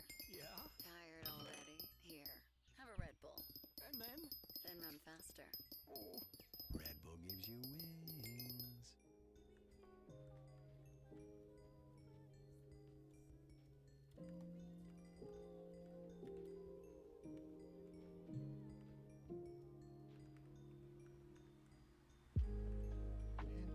Handle.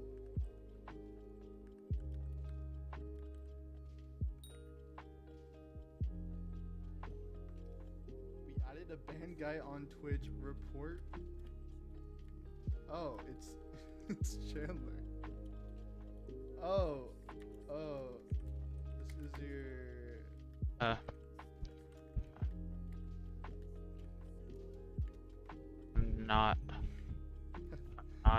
your Yeah. first.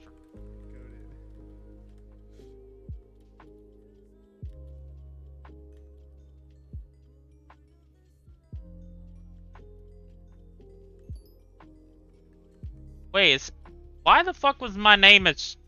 What is this? It's Chat GPT our response. What the flip?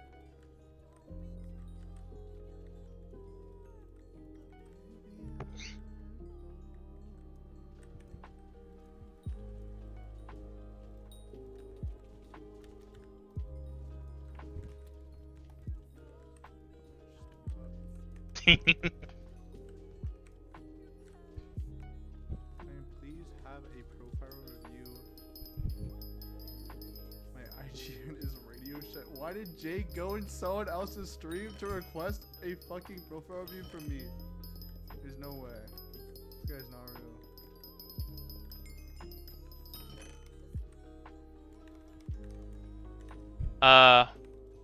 What the fuck was I gonna say? Oh yeah, Zanks. Remember, were you there when we watched, the last time we watched a bit of Gruffin's videos on YouTube?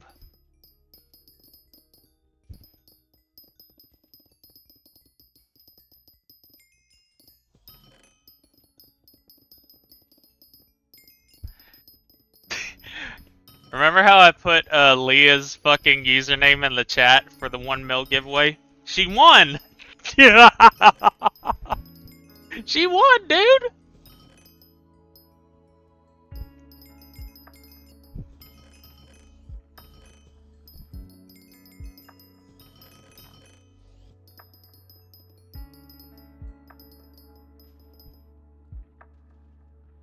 Yeah.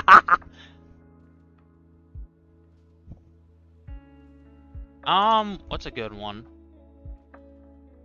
Toggles. What do I have? I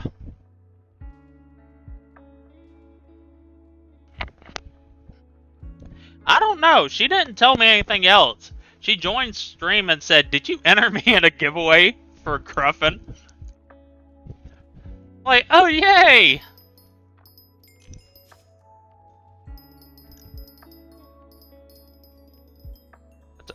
She's still here. I'm like, I know you needed that, so I put your name down.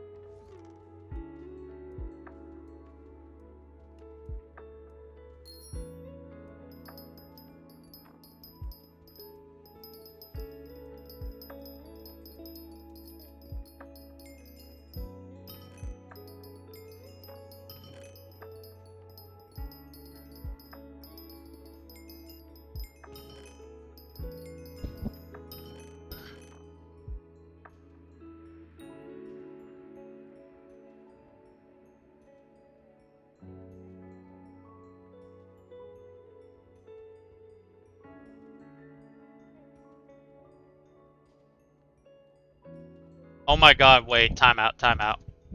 Say less.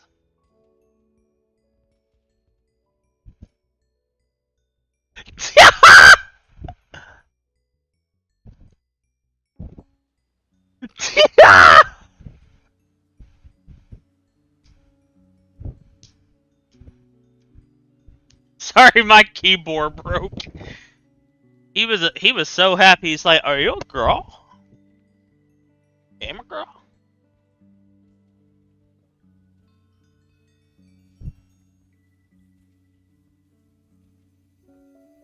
Yeah, you ain't shit, Leah. What do you mean my keyboard broke? Yeah. I'll be honest, I completely forgot I did that.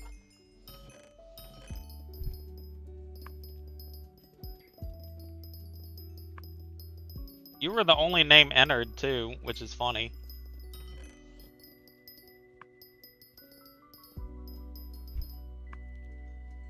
What was my comment? Show talk chicken. What? Imagine. Why do I hear this gay boy? I put IGN VYWH. I'm early game and really need the 1 mil. Thank you. So, you know, just like with Zinx, I'm gonna hold over your head. Just like I tried to get Zinx MVP++. I'm gonna hold that over his head forever.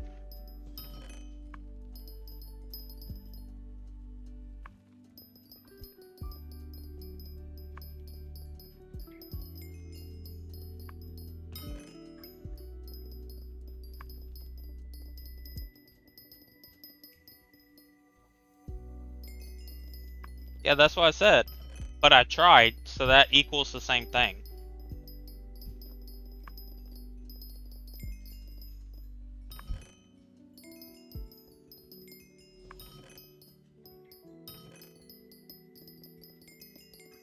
Do we even know the username of the person?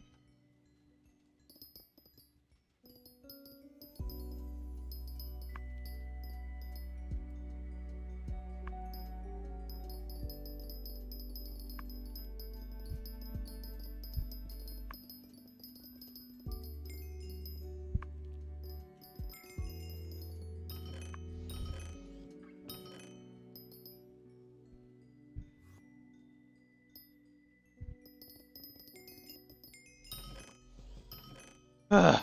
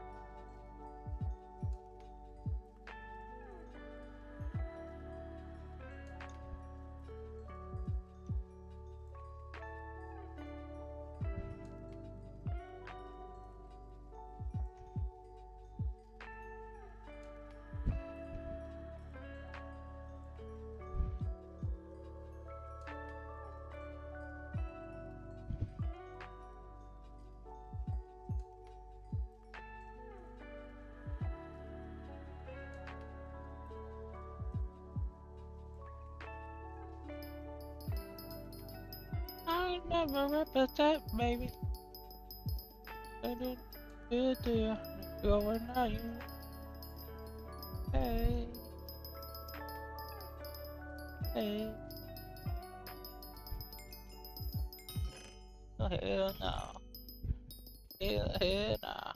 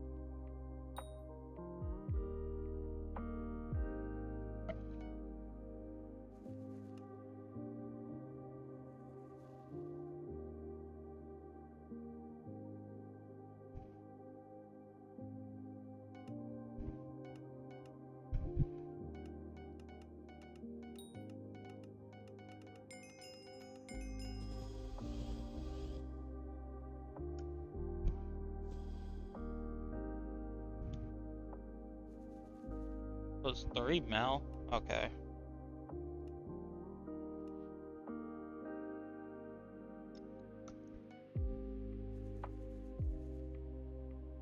Oh, what?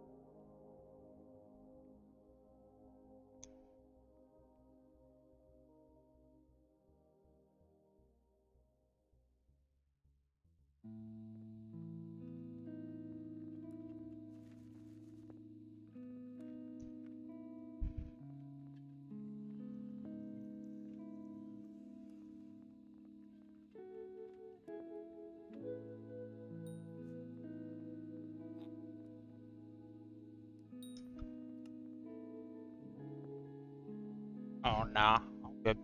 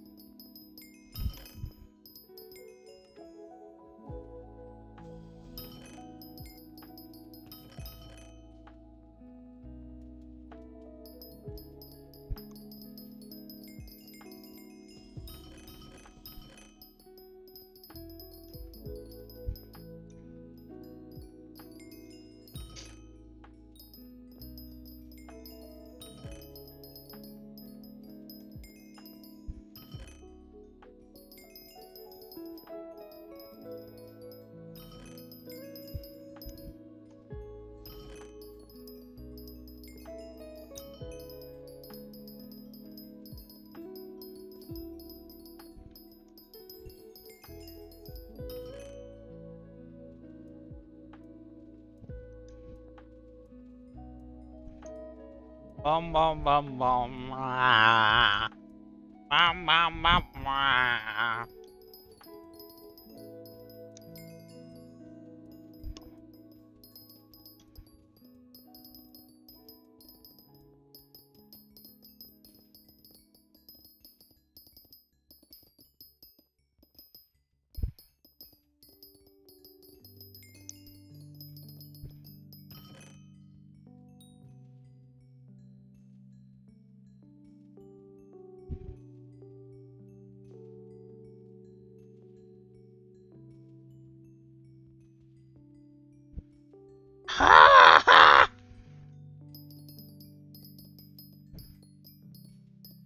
I think you're the reason I lost 6 pounds in 3 days.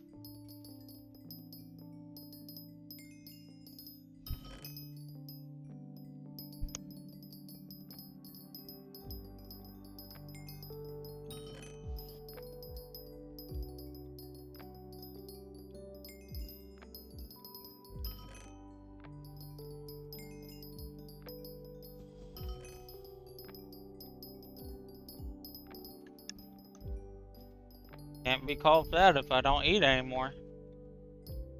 Ahaha. Frank, retard.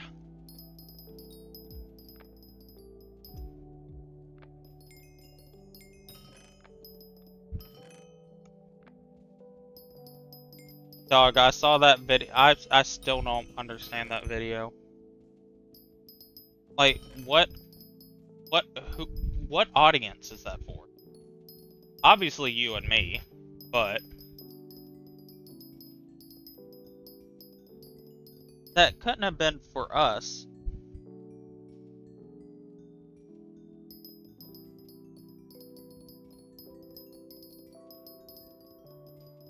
Ciao.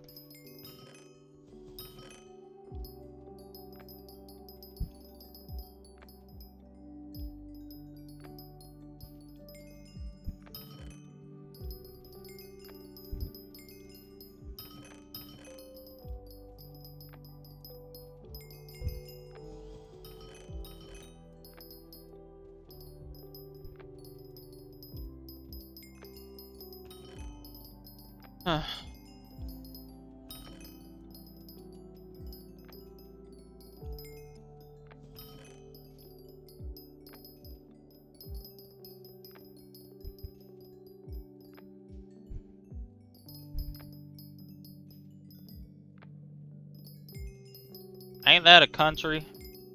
Country of chow? What are we having for dinner? Chow?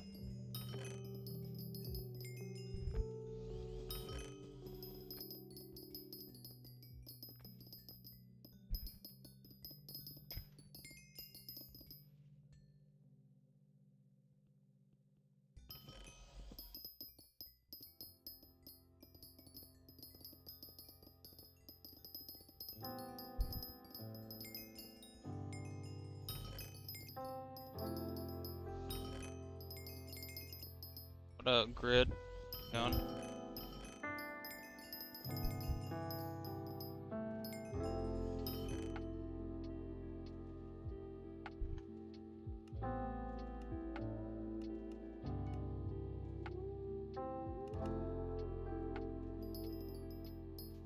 Girl, let's go to the club and pop our pussies.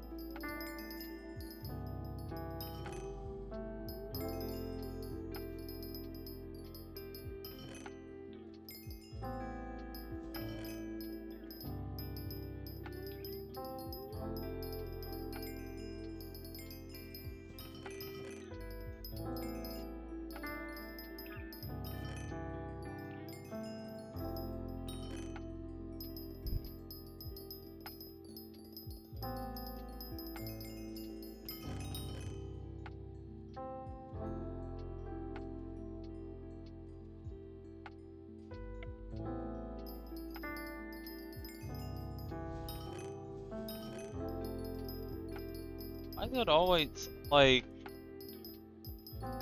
Why are we getting no double powder, man? I need a double powder, mate.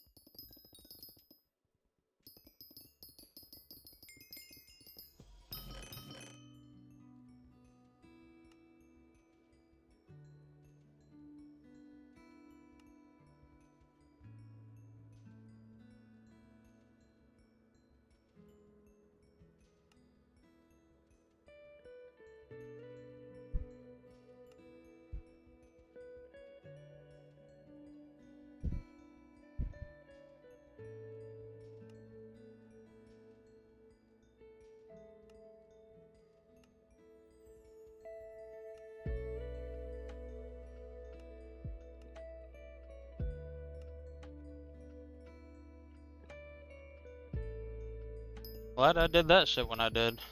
Christ.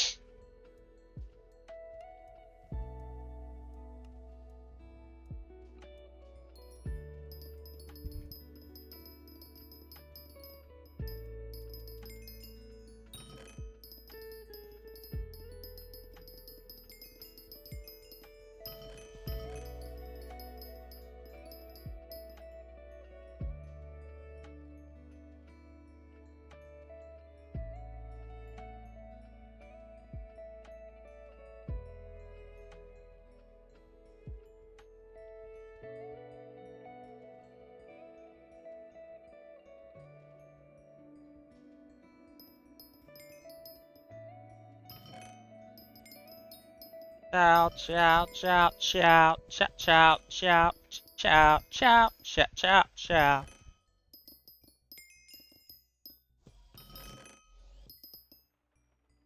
Allosaurus Rex.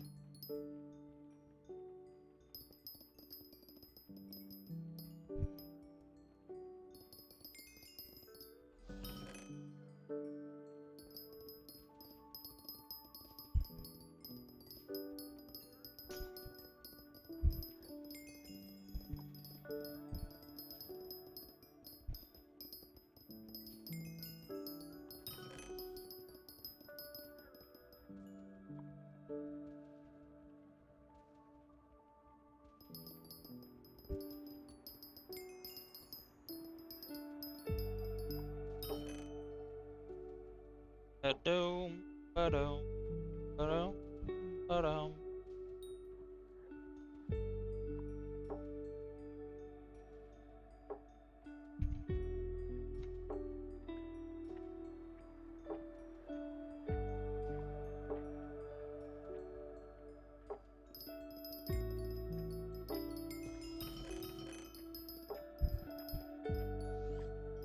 Huh.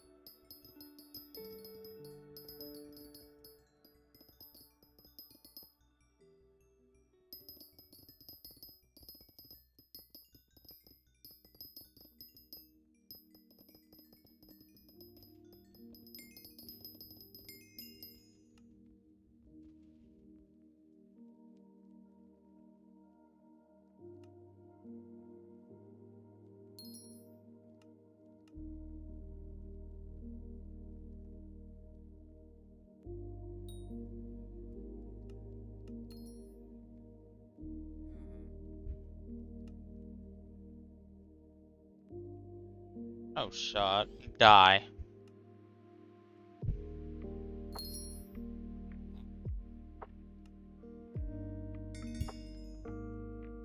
Damn, that much?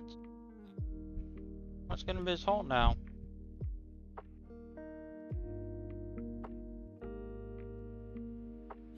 On it. Which is the next one? Nah, I'm good.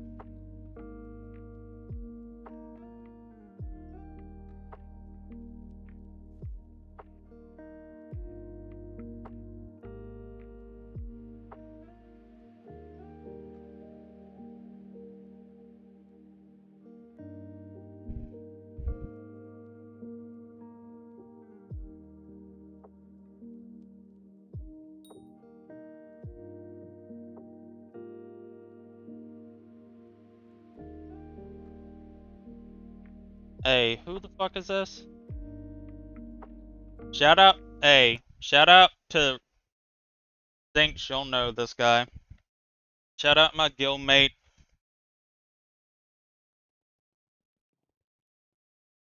Roxeter.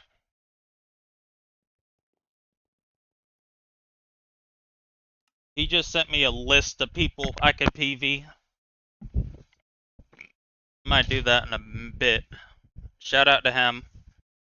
Thanks. You wanna know who he put number one? He put first on the list?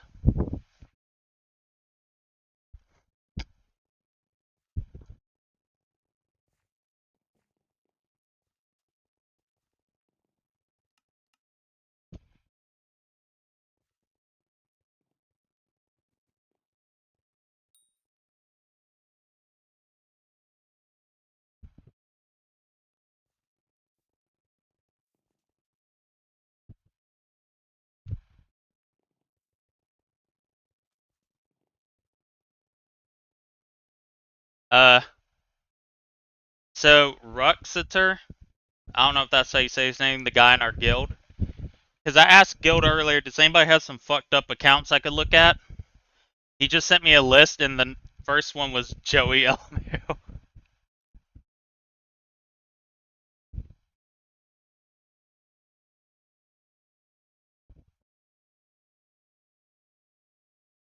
So dungeon set. Alright, his dungeon set. That's goated. What can I say? He said look at his warden helmet. Where the fuck is that?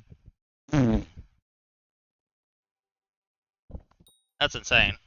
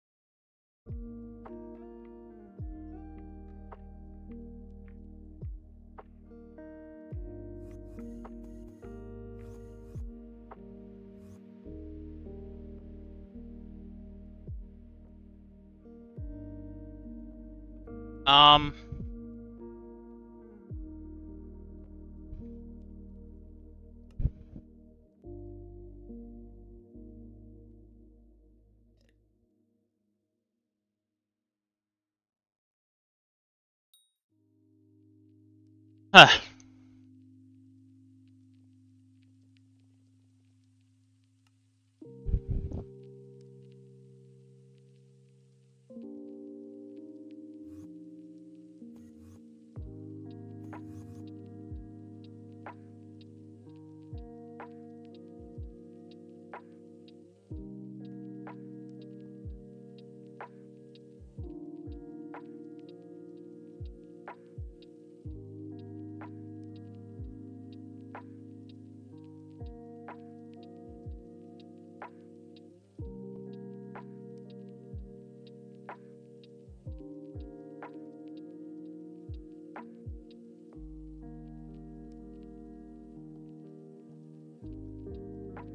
I think my boy delete. No shot, it's double powder. Motherfucker. Of course, when I'm yapping, it's when there's a double powder. Okay, buddy. My boy Deleter about to go to my island. This is the reason why I don't let people borrow money. I gave him like 200 mil or something like months back. He said he'd pay me back. I completely forgot about it.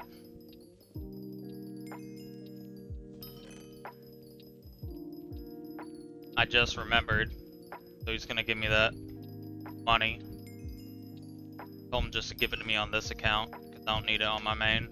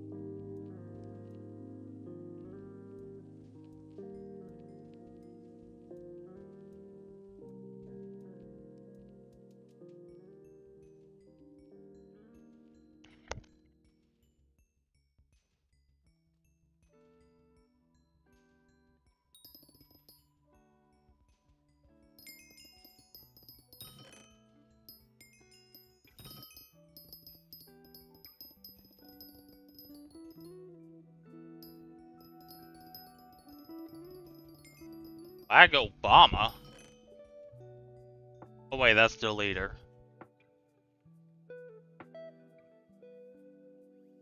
Fuck is he? Dog, can you not fucking move that slow?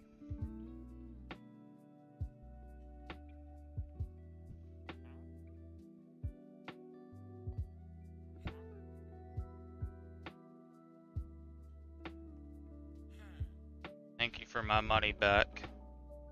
Thank you.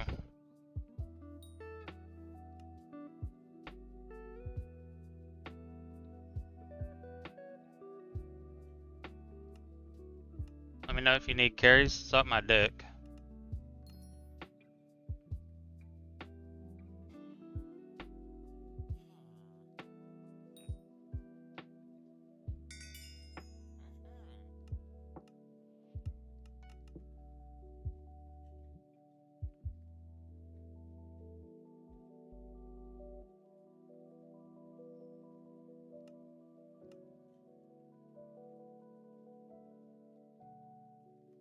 Oh wait, now I need to go. Oh shit, it's still double powder. Fuck. Damn it. Mother flip, dude.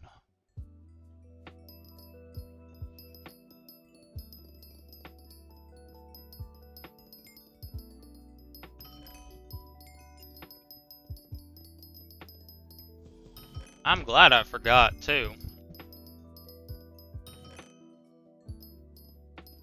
Cause I was just thinking earlier, I'm like, who the fuck owes me money?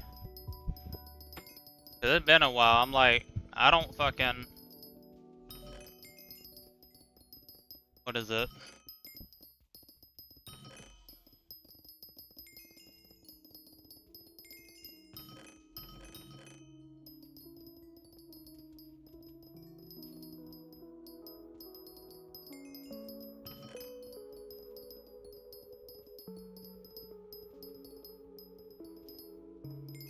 I've loaned people so much money, and I just forget it.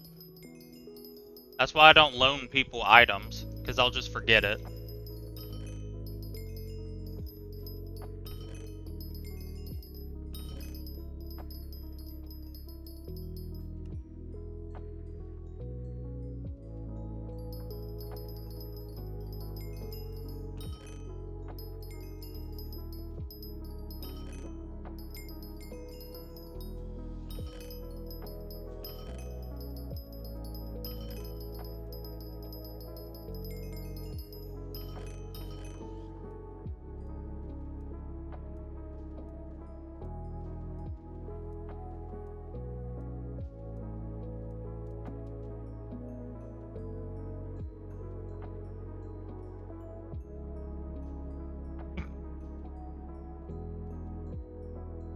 He's hacking. He put symbols in chat. He ain't Egyptian.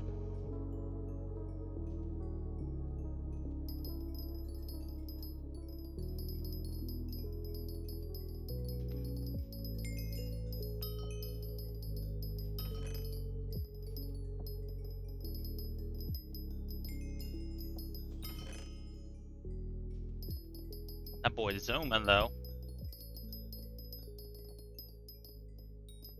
Alright, what could I use those coins I just got for? I could buy my magic find set up and go do skate the mine. See if I can get a skate the pet or something. When I saw that tweet, I thought it was a fake account. I can't lie, Zinx. That was the funniest. I have never agreed with Andrew Tate on anything in my life. Except then.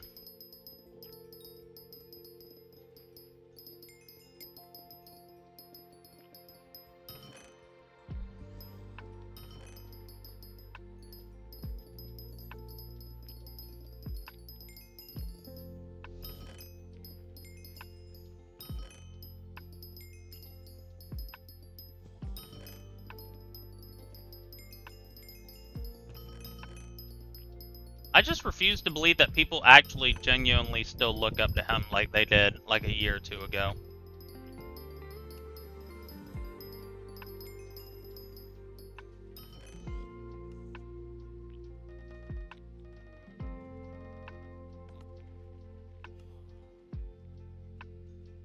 I just can't believe it.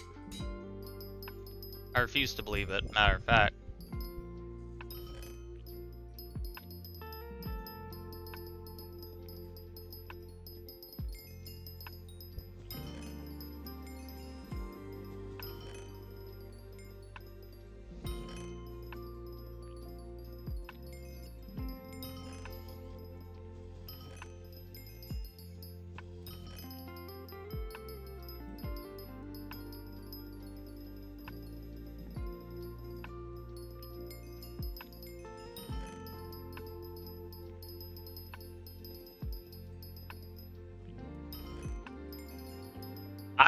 I legitimately believe that he is just trying to run Elon's pockets. That's all these people do. Elon paid 44 bill just to be maintenance for these dumbass people. Anytime they have issues with the site, they're like, Elon, I need help, Elon. What I love about Elon is what they're doing is now they are, step by step, Elon is realizing that Twitter wasn't owned by woke liberals. They were owned by people trying to make money. And so slowly and slowly, he's gonna keep reversing changes he made, and basically we're gonna go back to the original Twitter. Like he just released they just released it today where if you your feed will now have shit from smaller creators now instead of just all paid fucking people with check marks.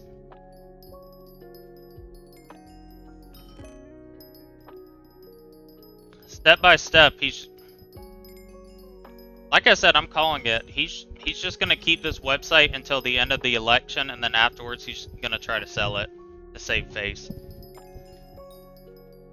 But the only reason I see him using it, or using his fucking, using the website is because he's trying to, literally anytime there's a video of a Tesla fucking up, that video gets immediately deleted.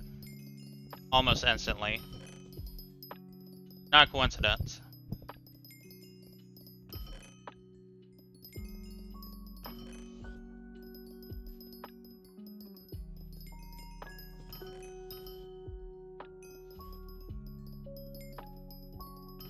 I also don't understand why Elon's appealing to that crowd anyway. Do you really think that crowd's gonna buy an electric car?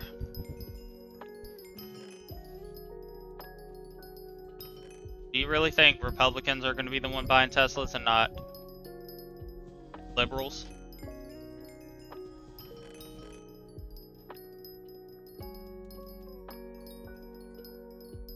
fact that every single fucking... By the way, every single Cybertruck that's ever been produced has been recalled. Just now. Tesla recalls so many goddamn vehicles. Like it's insane.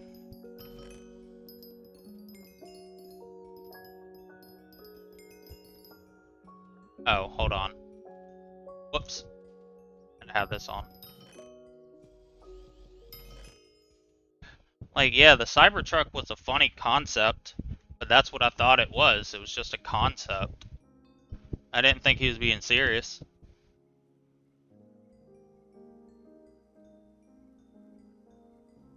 He's going to the hell with, he's going to Ford hell. Like the car. They're gonna make him drink gas for the rest of eternity.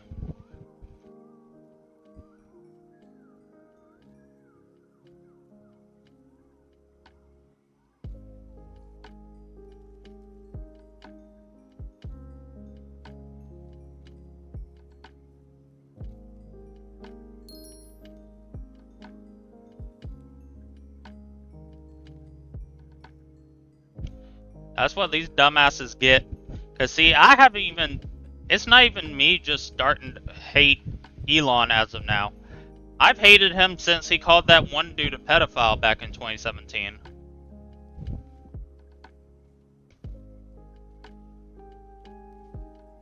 If you don't remember, back in 2017 when them kids in, hold on. Let me look.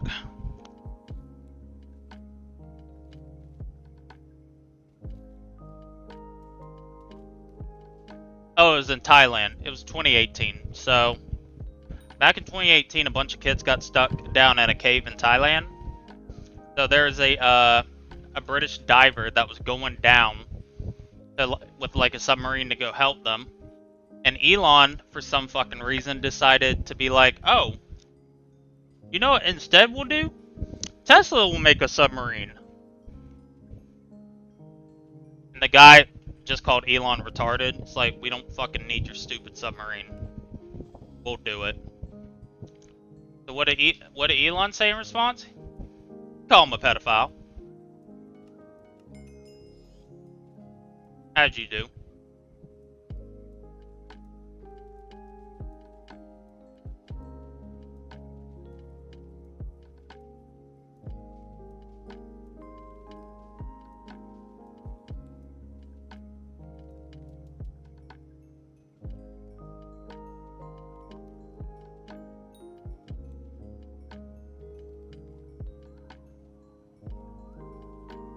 Which, it literally was a PR stunt.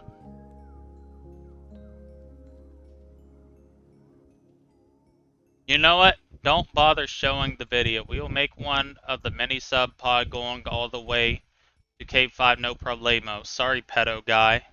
Really did ask for it. I didn't like him ever since he went on, like, I never liked him ever since he tried to be like, tried to make his persona. No, guys, you don't understand. I'm one of the good billionaires. I'm one of the good ones. Once he started doing all that bullshit, I'm like, get him out.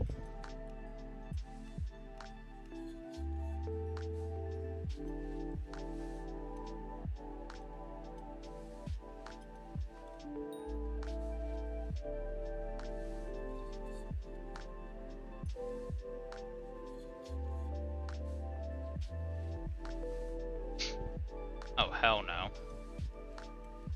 Wait, what?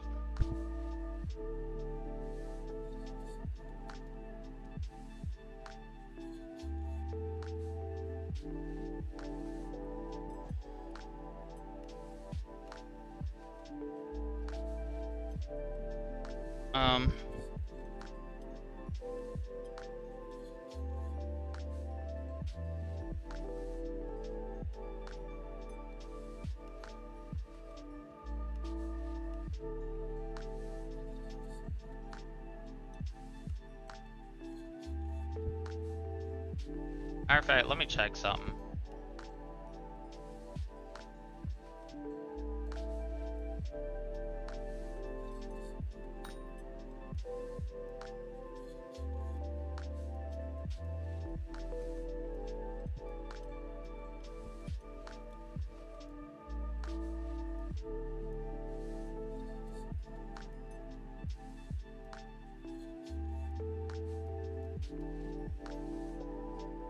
much is Minos Relic?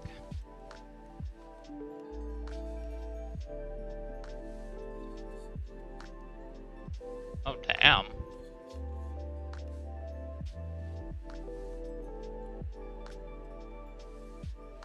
I'm gonna buy that then.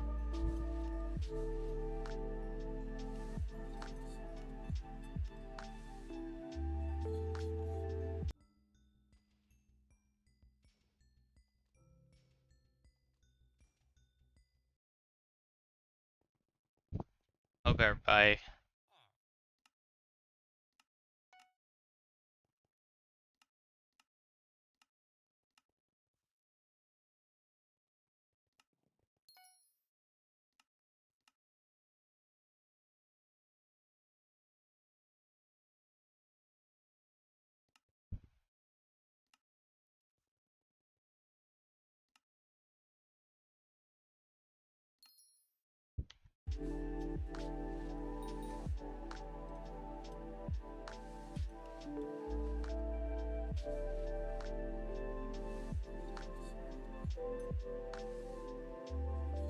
Hey, yeah, that bitch can stay in there. I don't care.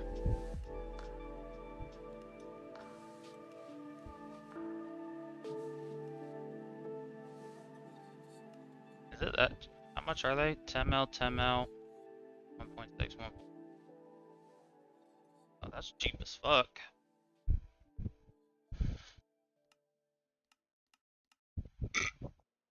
Um.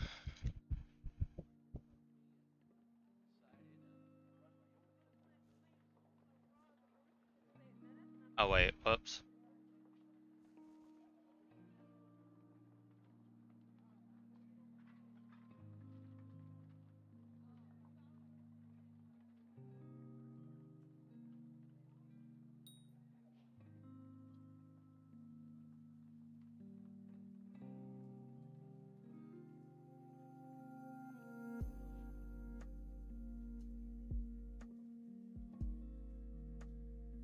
Wait, what?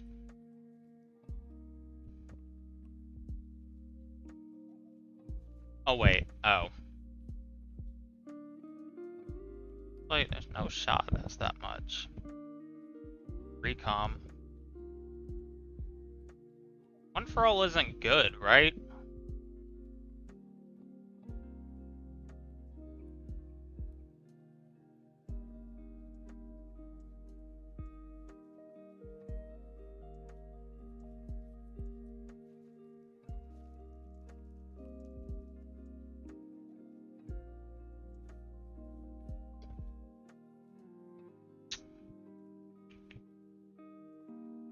That one ain't good.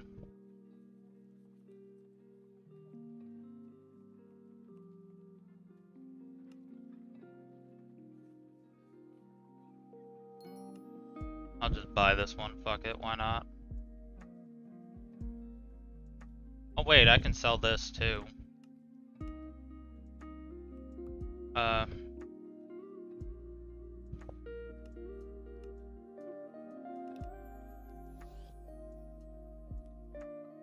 Damn. Oh wait, hold on.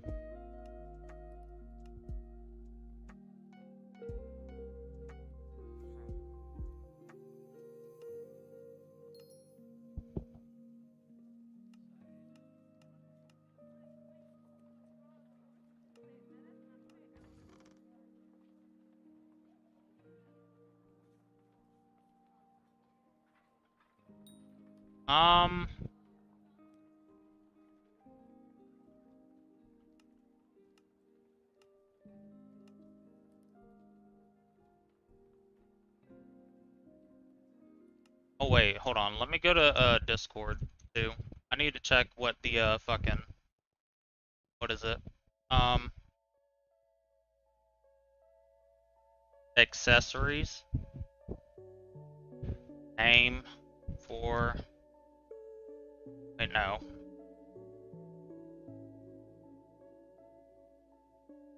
Yeah, he is a kid too. That's the biggest fucking child I've ever met. That's a child.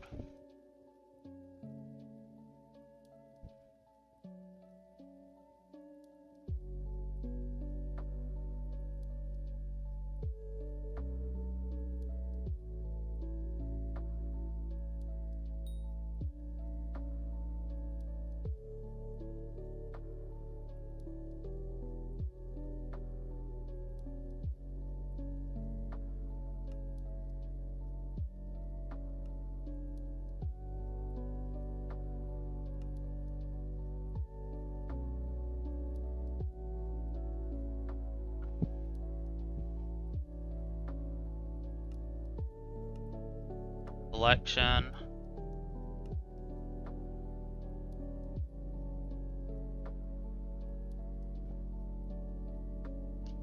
Yeah, but then you also gotta gift 100 subs too.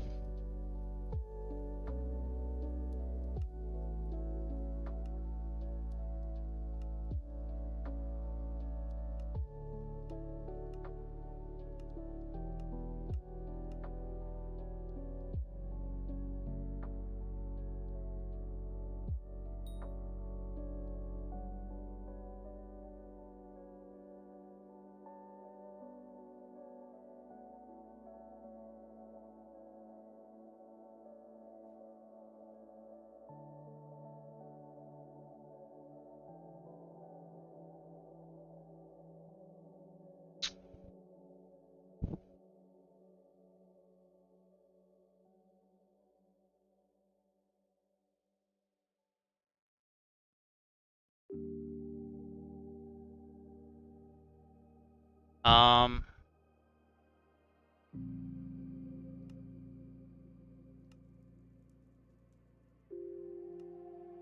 Oh no. Hold on. I don't think I've even tasted the coffee I made. That's sweet. Oh well.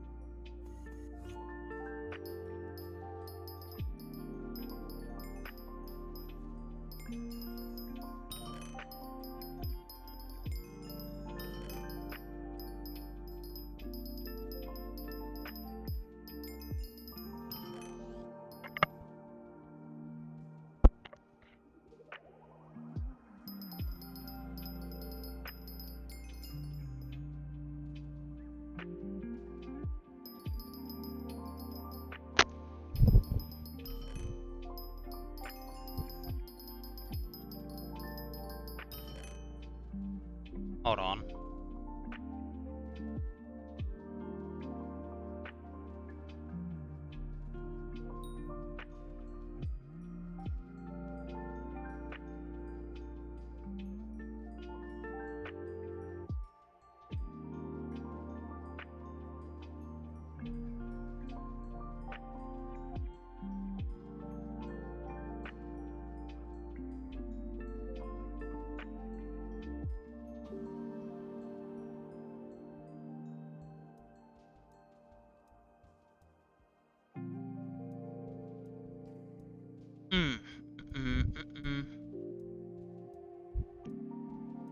Oh, damn it.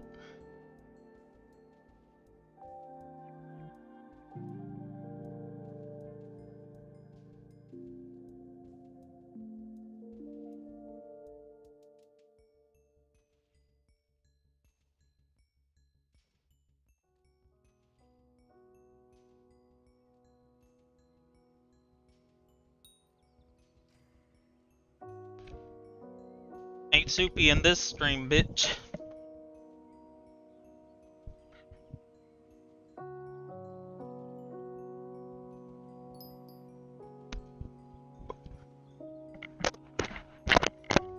Plus it's like 2,500.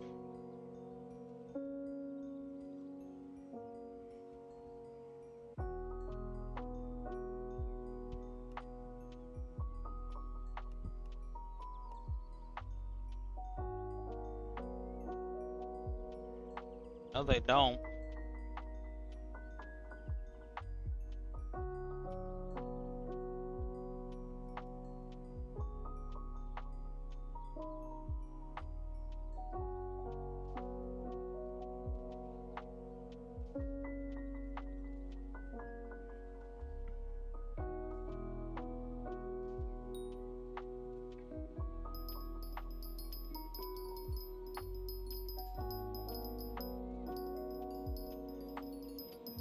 How do you check how close you are to Rock Pet?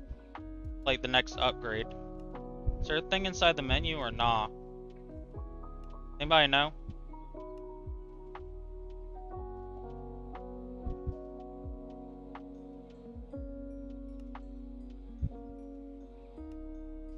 I know in here, like right here,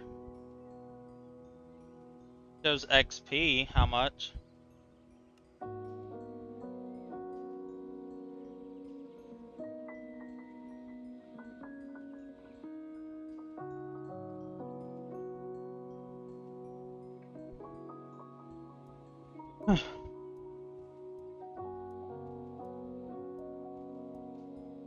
Oh, mining skill menu? Good, thank you.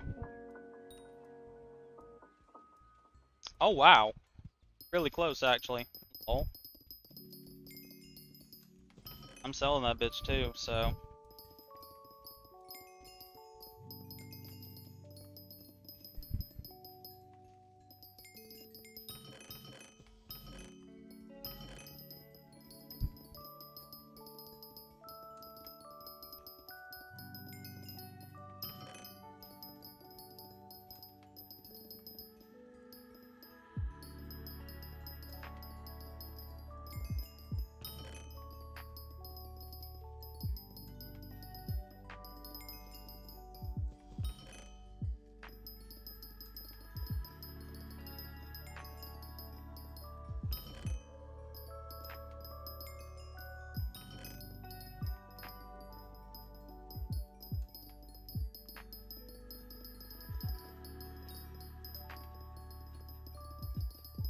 Appreciate it.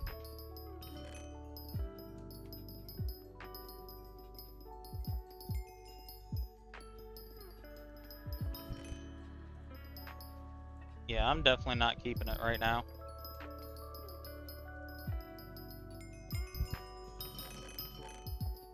No fucking point. Might as well sell it.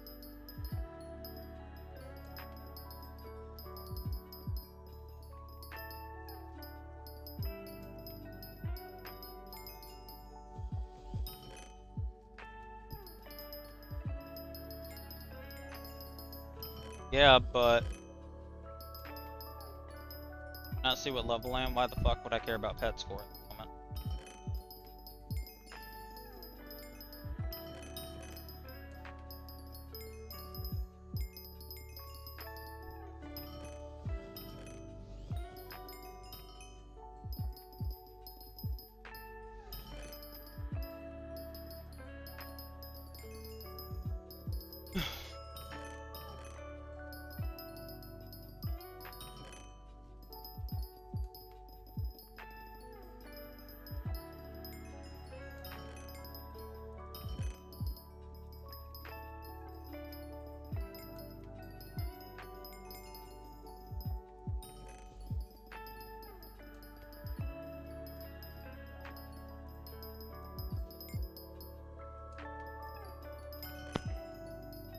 Oh, I gotta mine ores.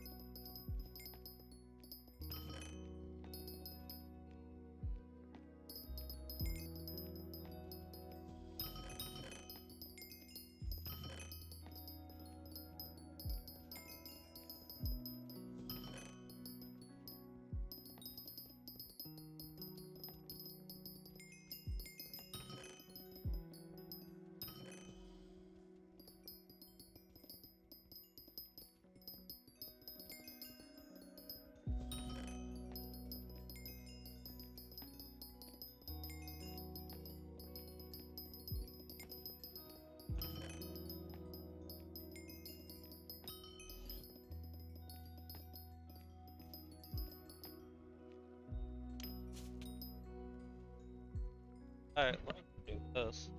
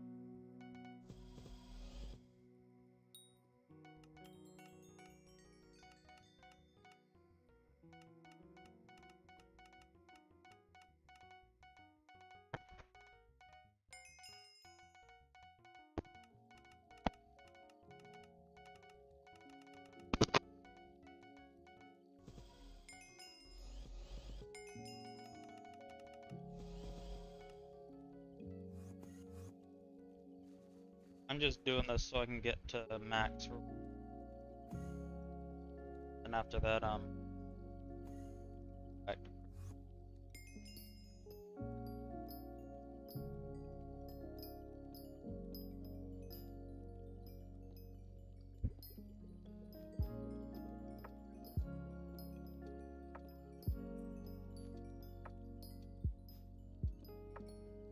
I do this. This is dumb. Should have just stayed. Yeah, but you gotta join me, Leah.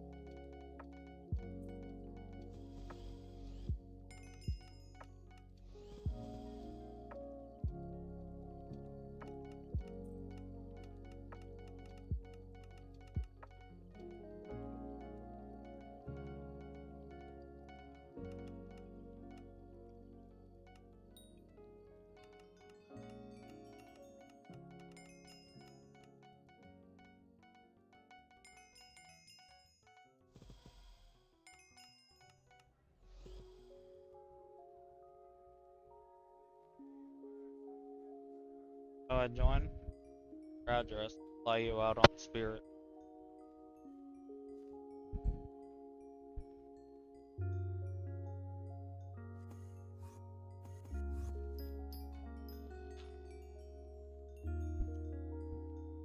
Speaking of that motherfucker. Speaking of Gruffin.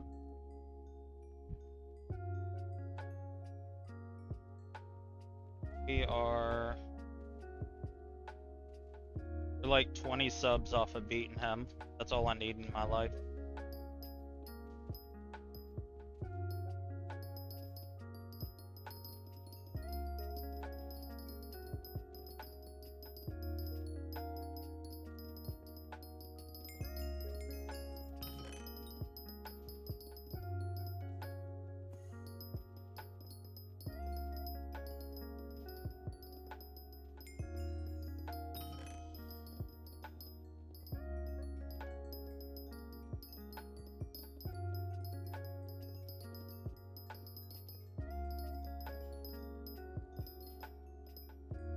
Hold on.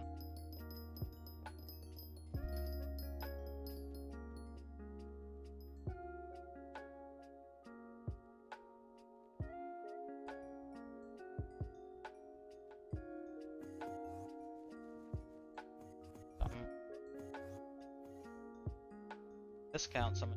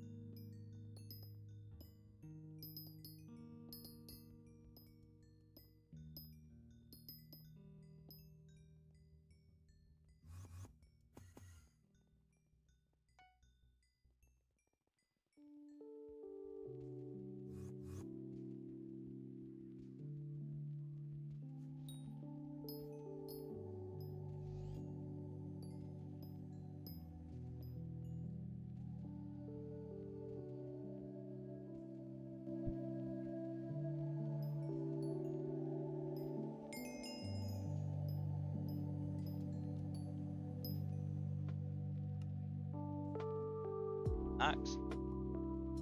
Like this.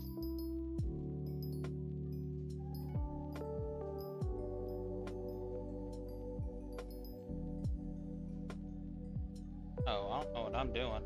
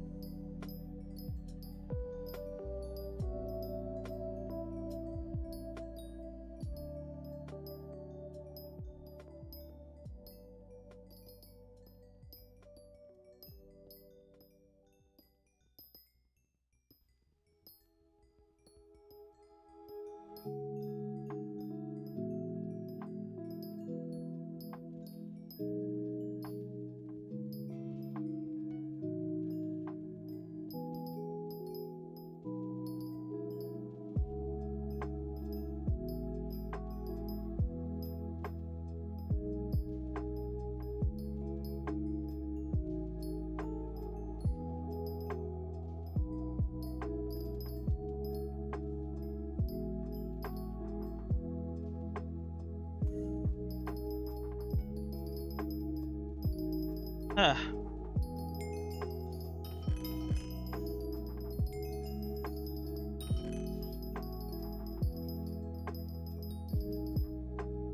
Oh, there we go.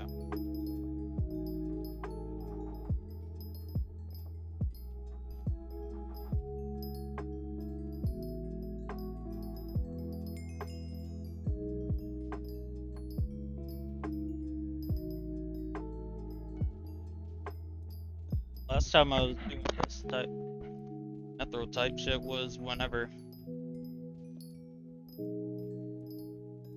fucking dumbass kid sent in his ban appeal. Lol.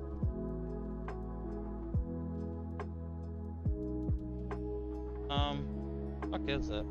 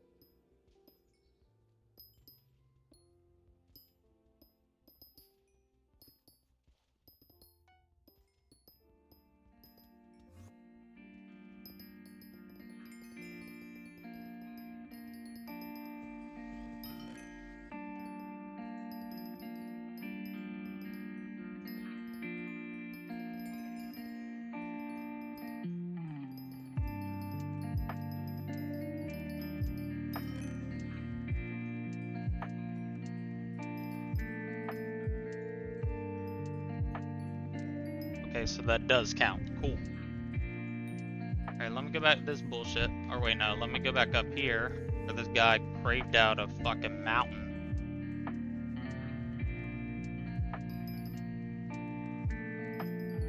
Not even this, but I'm gonna grab this anyway.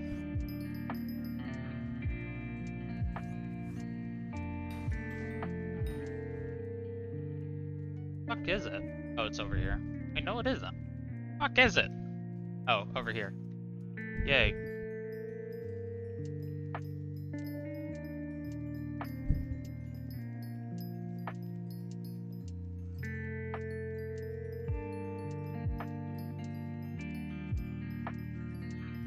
On the hot bar?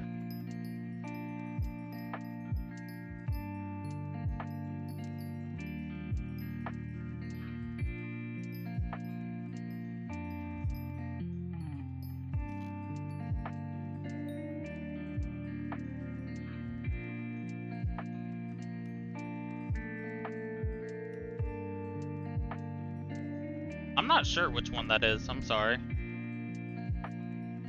I have so many fucking mods.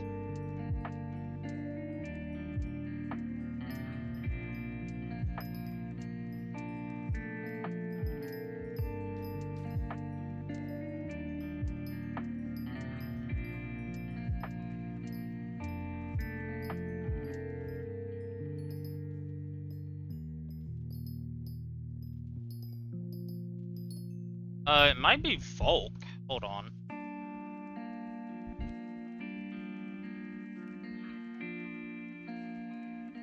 No. Hypixel?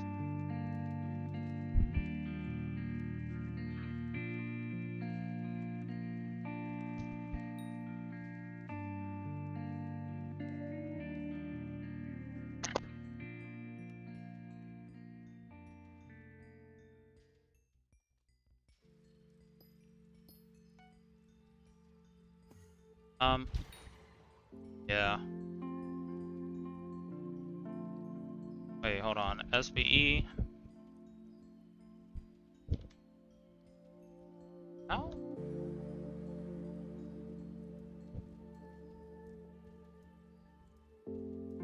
No?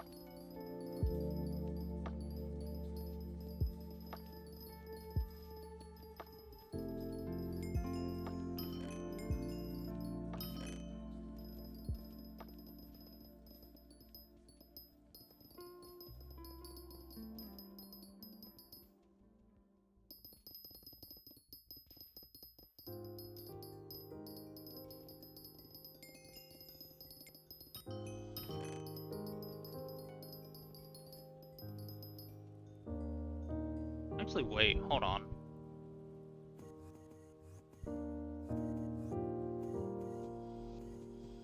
Not enough mana. Bitch.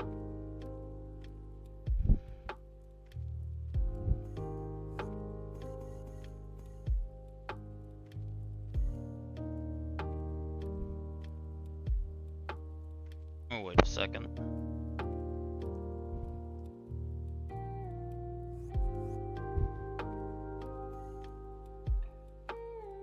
Can you not? I'm losing my mind? What?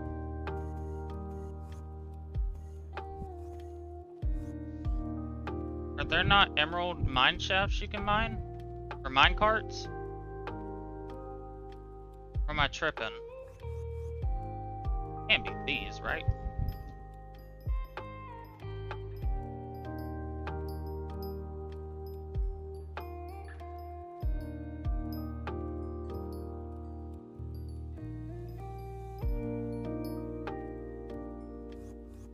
Confused, that's what I guess it is. Fuck.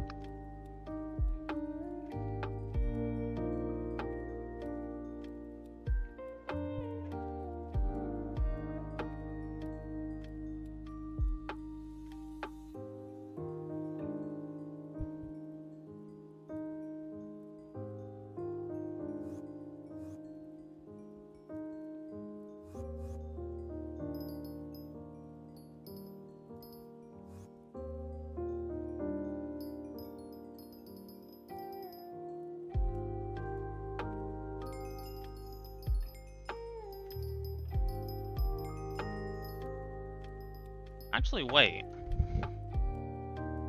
Might be dumb. Give me a second.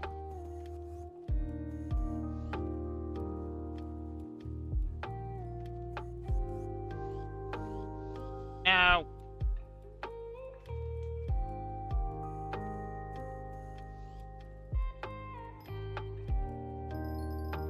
Ah, wait, does it count?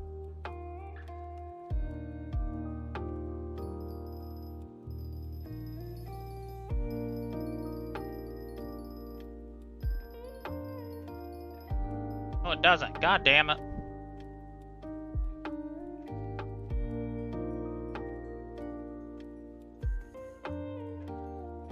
Really trying to pull a fast one, it ain't working.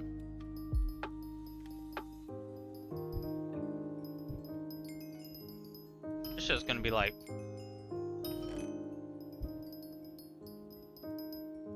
Oh, you know.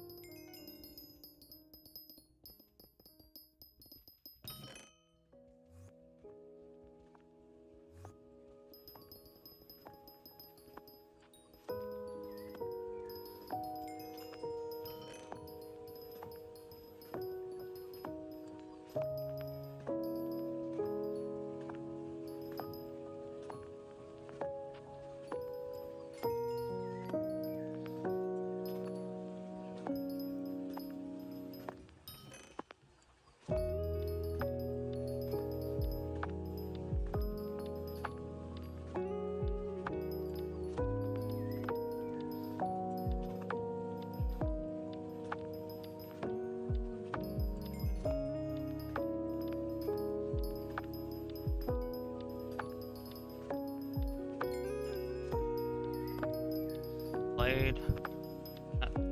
No, that isn't max, is it? No. Damn it.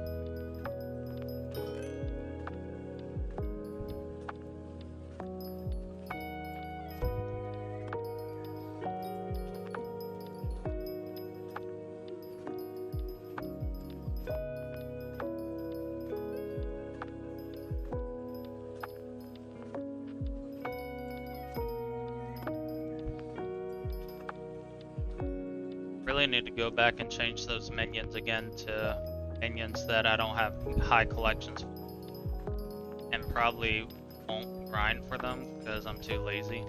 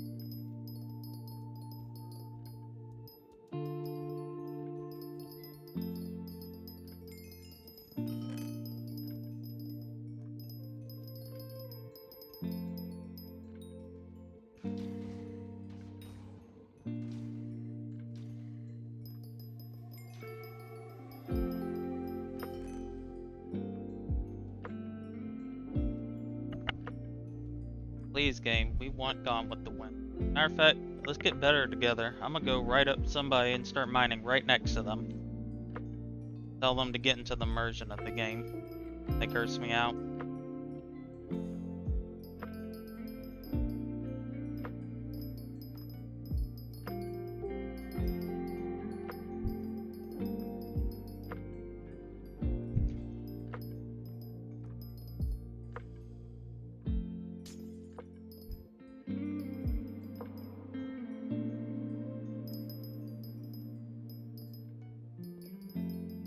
To read up on what's going on. Does anybody here know what's going on with the PlayStation?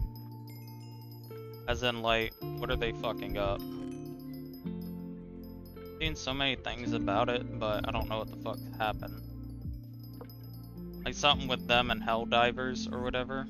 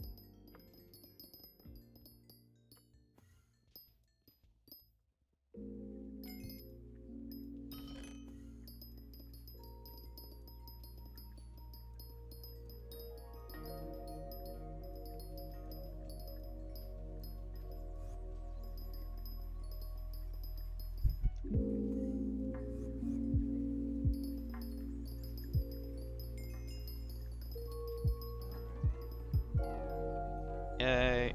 Oh, did it? Yay. Yo, my daily trade limit's 10 bill. Yo, who wants to drop 10 bill? Not all at once, y'all.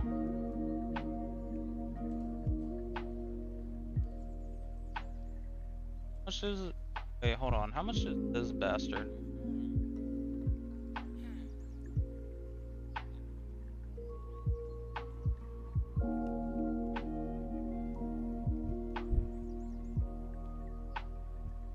Oh, L-Ben is... okay, cool.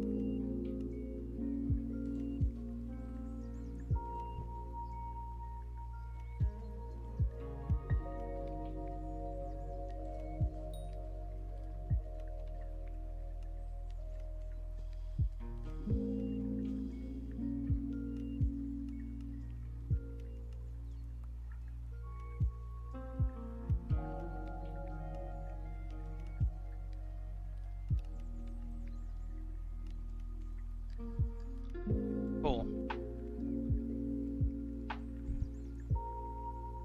Yay. Huh.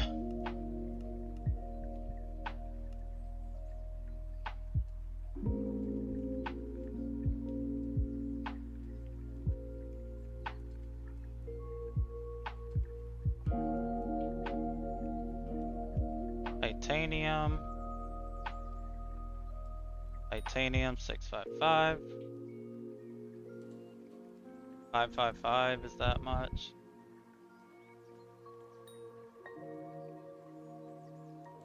Cheapest 655.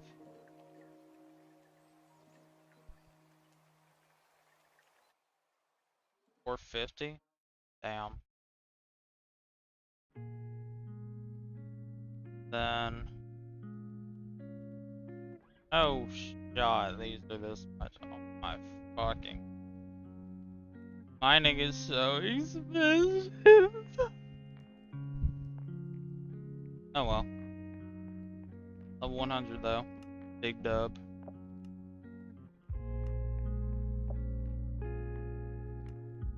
What else do I need left there? Oh, I need to check Discord again. I need to check which accessories.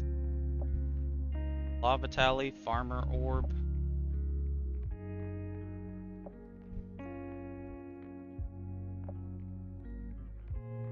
Fire Talisman.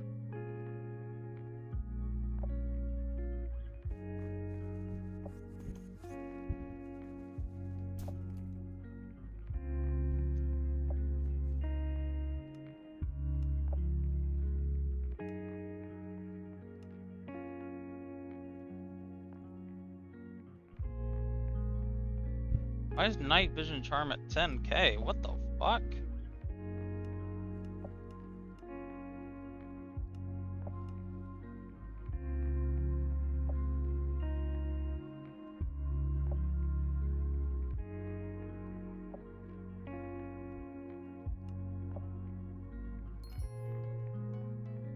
Alright, I'm too lazy.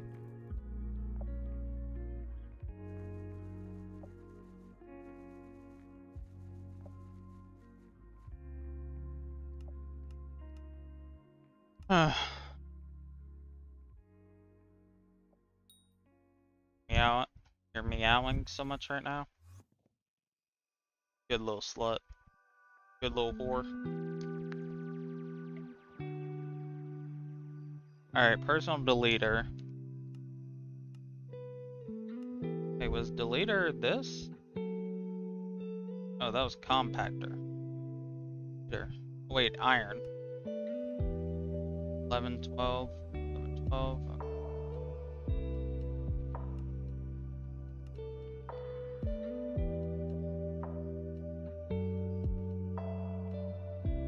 Banded iron.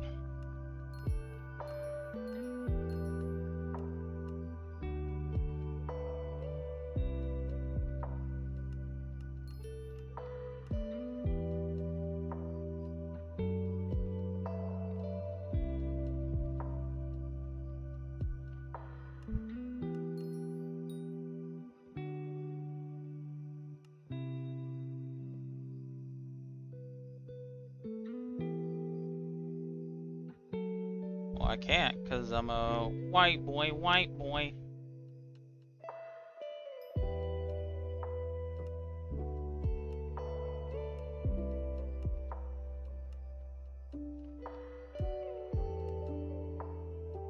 Thirty-two, 32.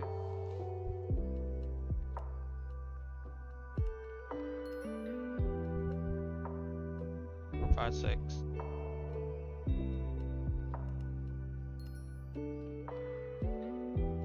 What, bitch?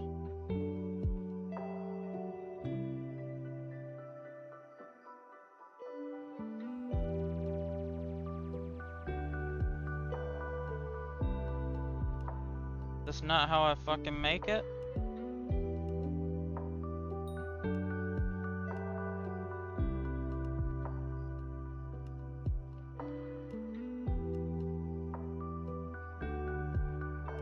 Do I not have that unlocked?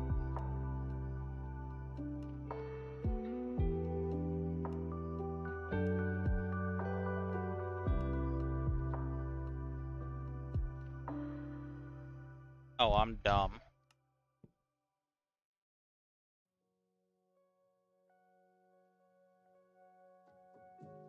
Yeah, there we go.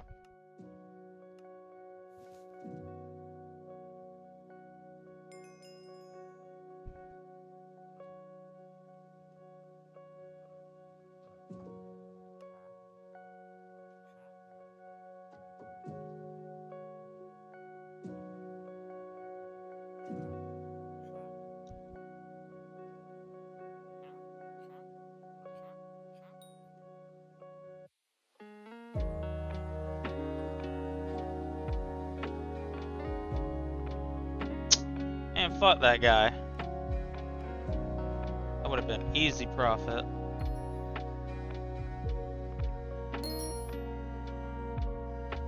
Nobody has that guy outbid me yet, or no?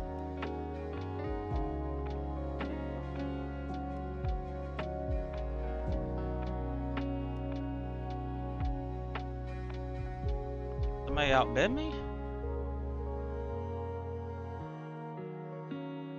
Placed a bid.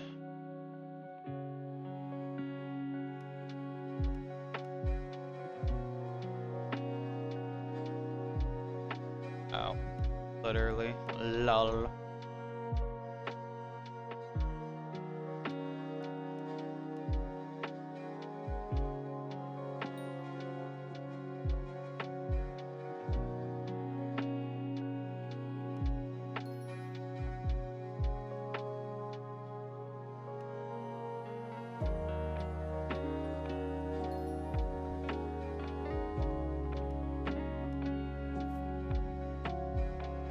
I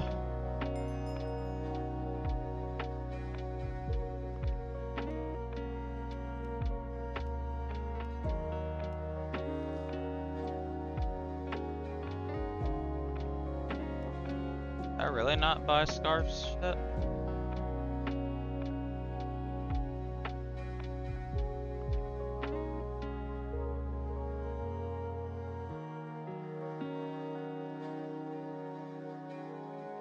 Thesis. Okay, yeah, I'll just buy this.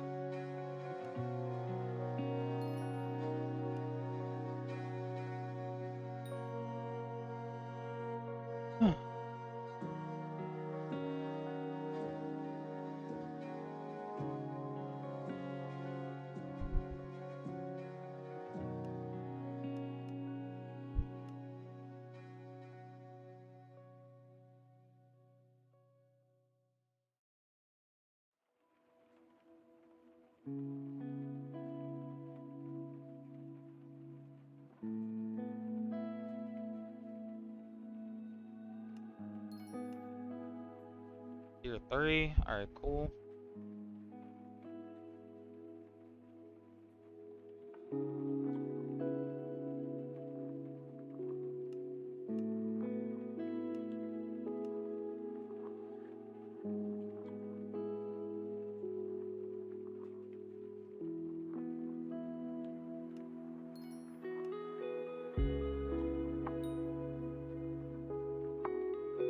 Plays outbid me, right?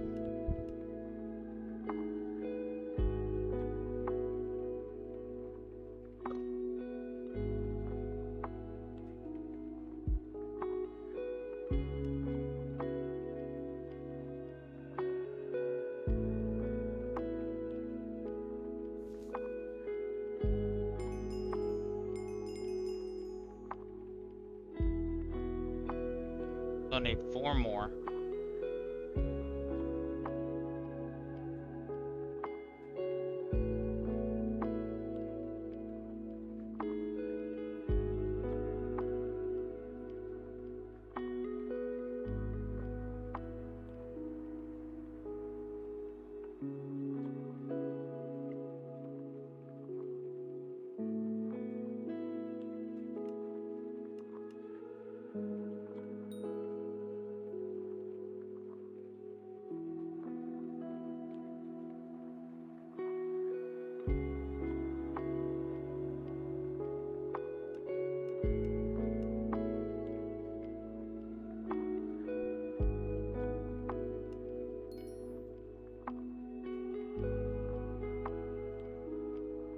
You have to have 10,000 mushroom collection. Fuck is that?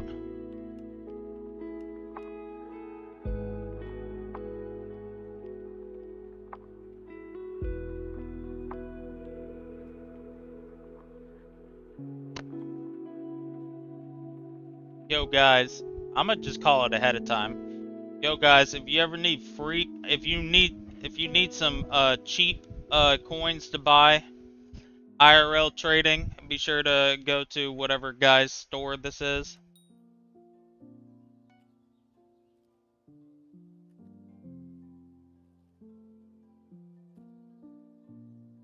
Okay, never mind. Thought bro would have a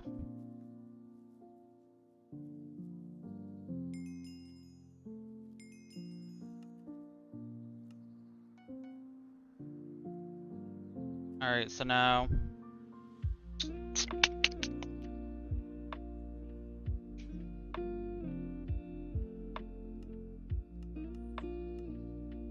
huh.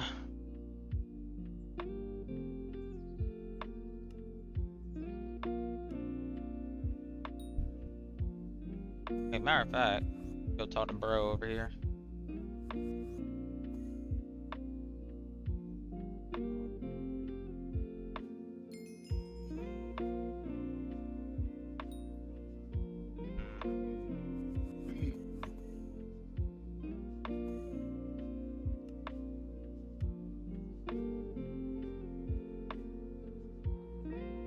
Not thinking.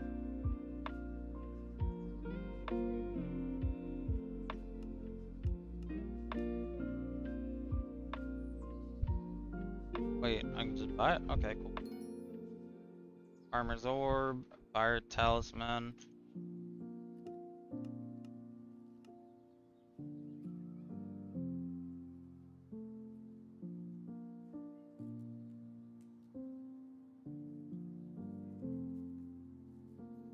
Ending soon.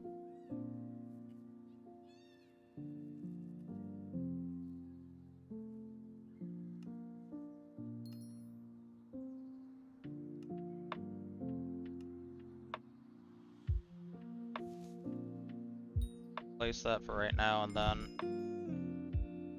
later on, whenever I decide to, I'll go back and get it. I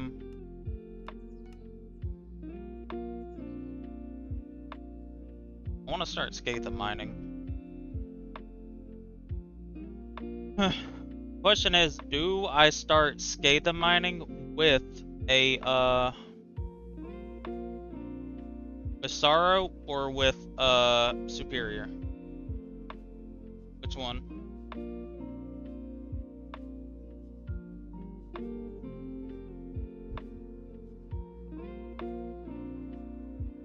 What setup? Dataless X. Mythic Black Cat.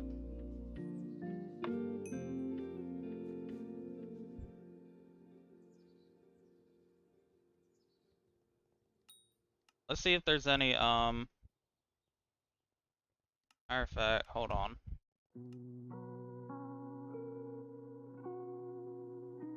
Sorrow.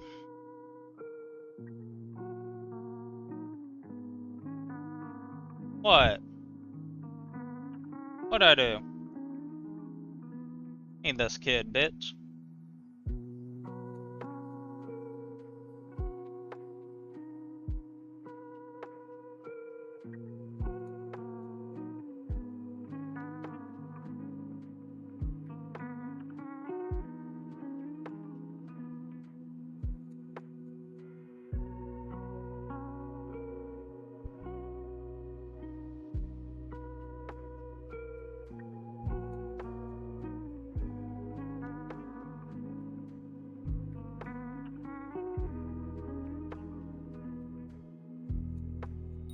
I mean, if not, I can just sell it.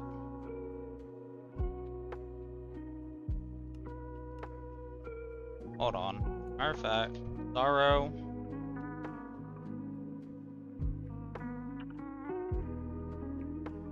How much do I need to make for a full set? 72.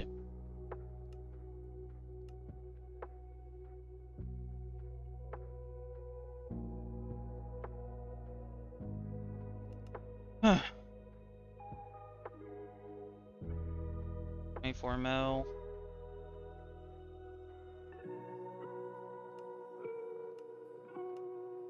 Fuck it, I'll just buy the ones on AH, I don't care.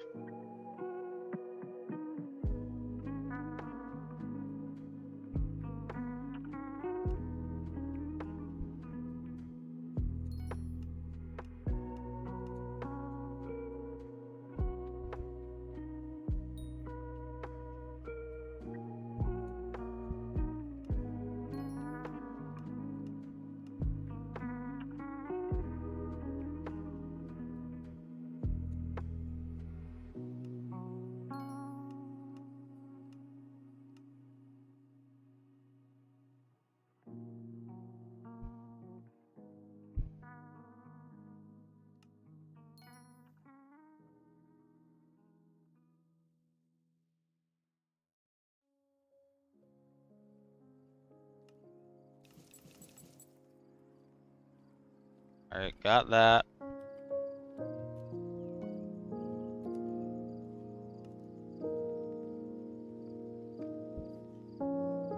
$176 magic find. Damn. Way too much.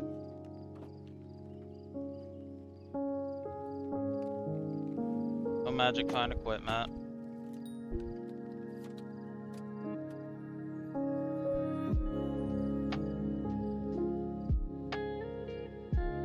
No, I'm just gonna have the black cat on the whole time.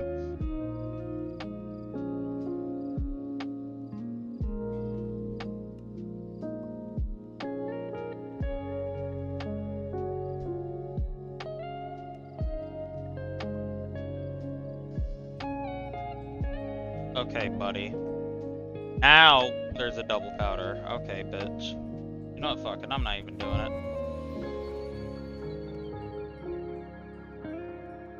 Ow? What?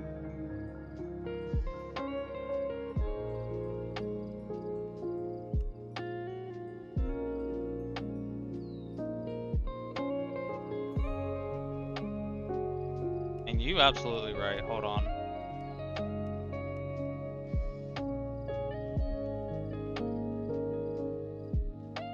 Fuck no. Fuck no. Shut the fuck up, Leah.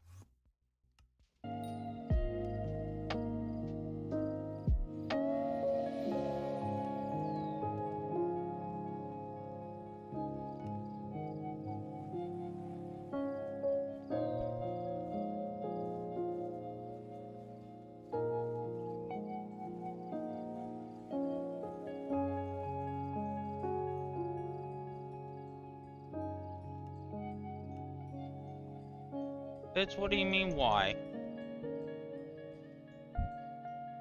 26 mil for 2 pet rolls? Not at the moment, bitch.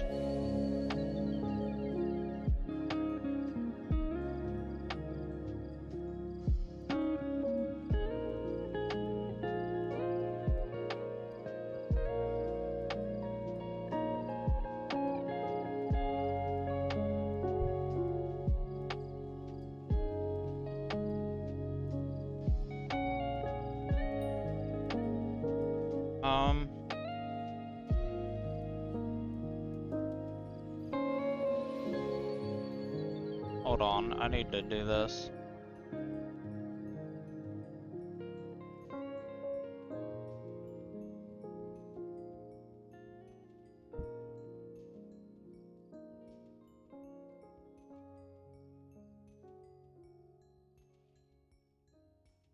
My rates are not turning on.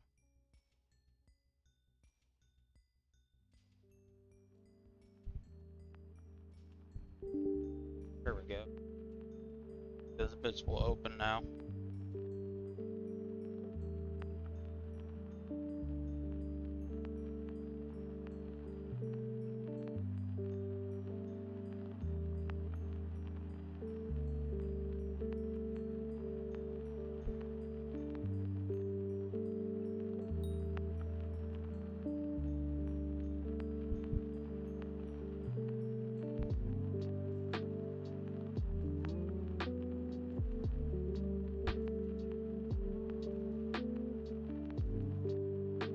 Alright, cool.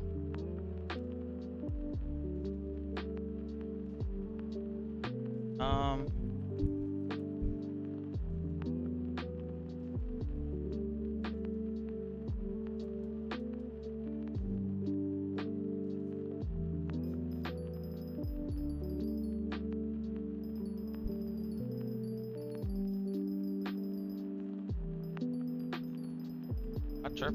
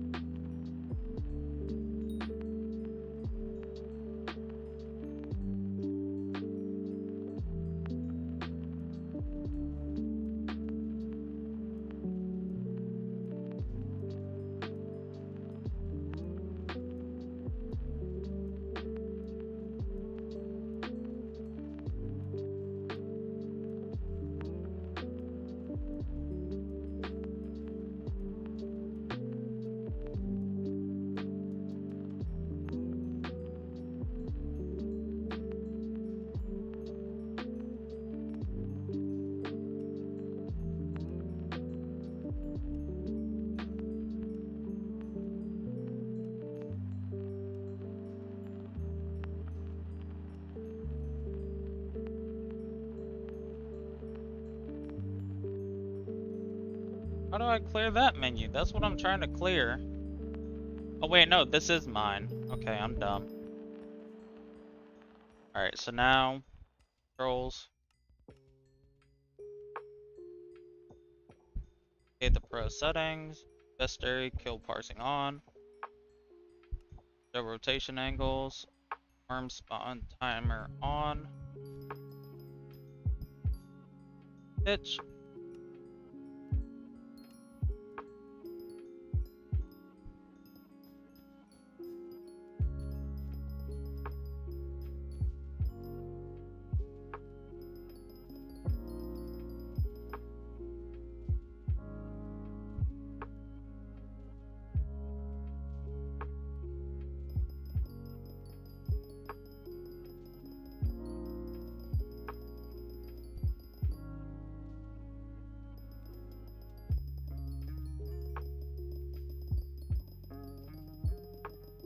Oh wait, hold on. You also do this. Don't want that on.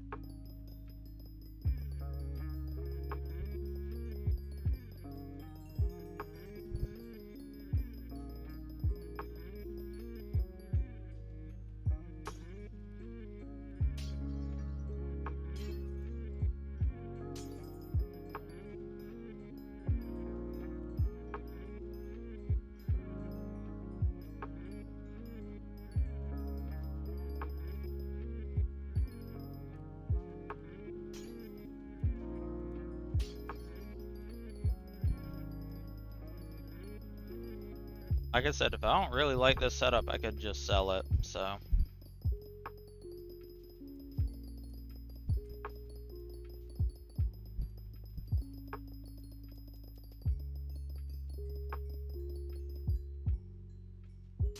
No.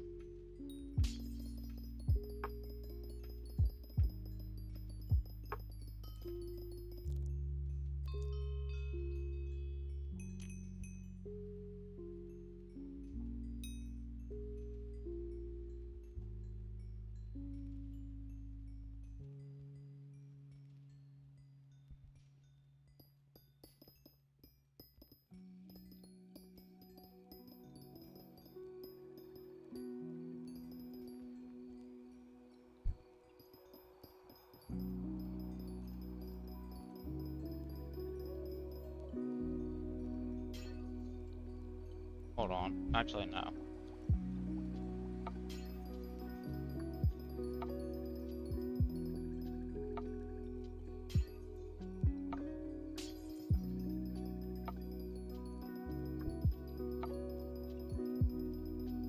He is.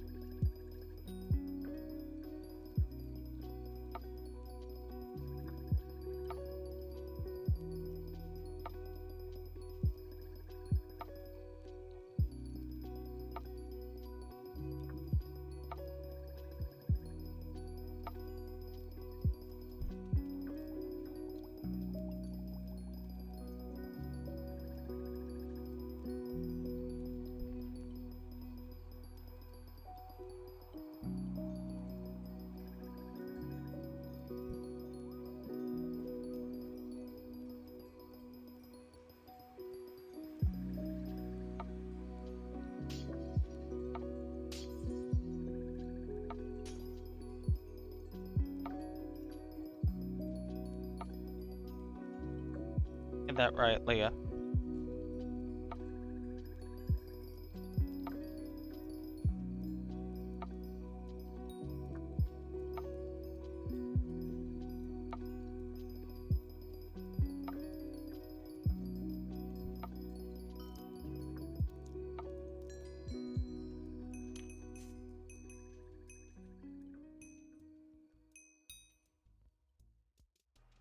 Dang, that was deserving of one right there.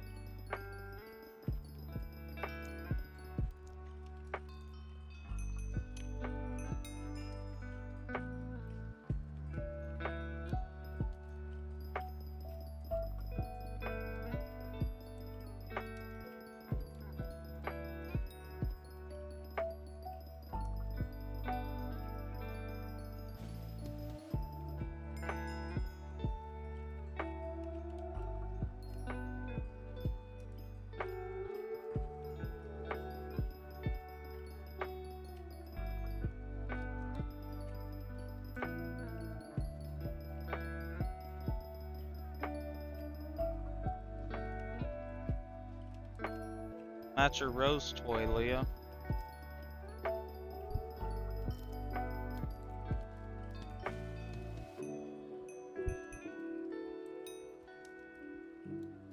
I hope this person knows I will pay like 500,000 just to beat them.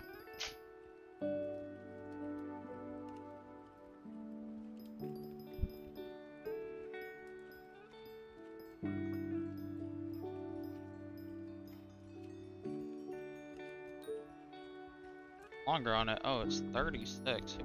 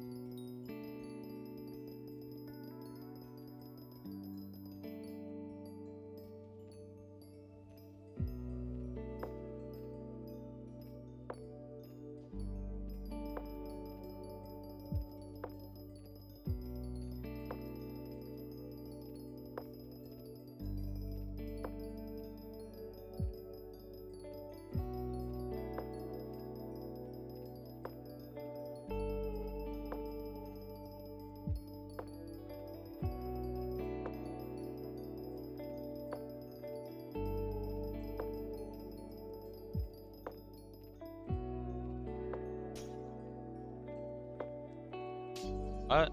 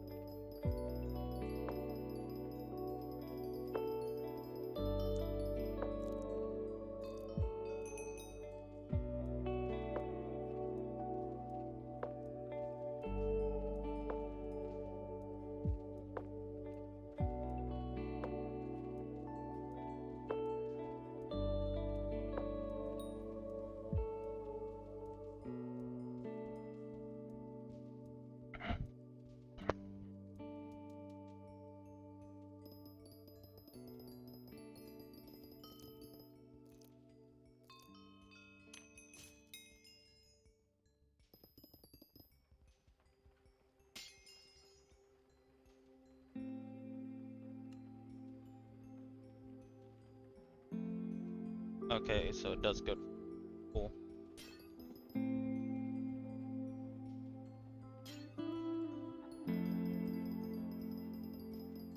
Also, what are you talking about, State? Whoever did that's going to hell.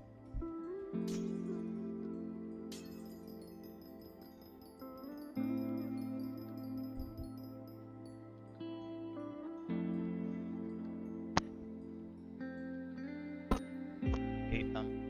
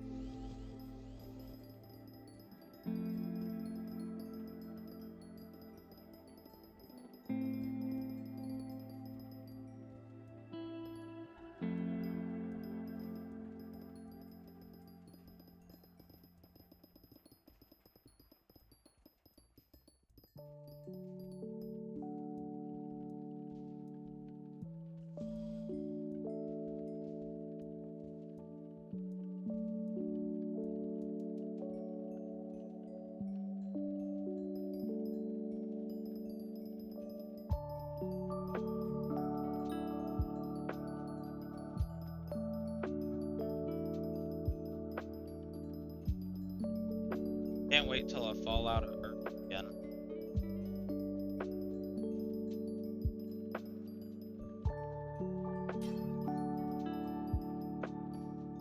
Hey, shut the fuck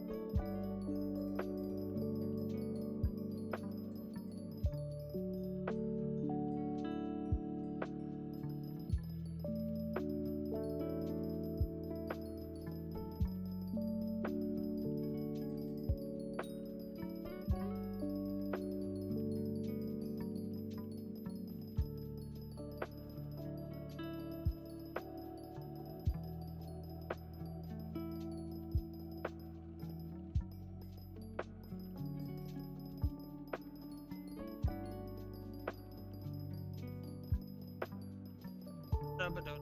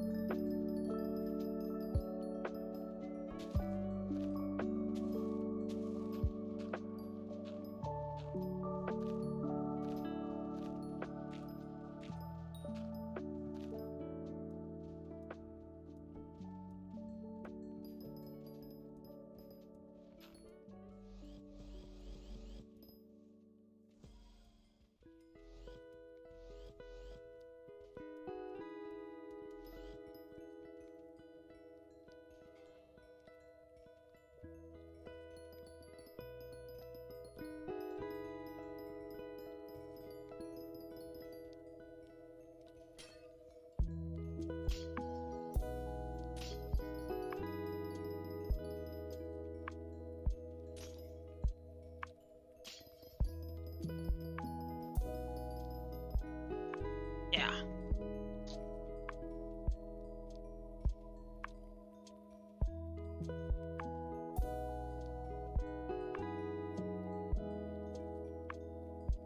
Have water. Third.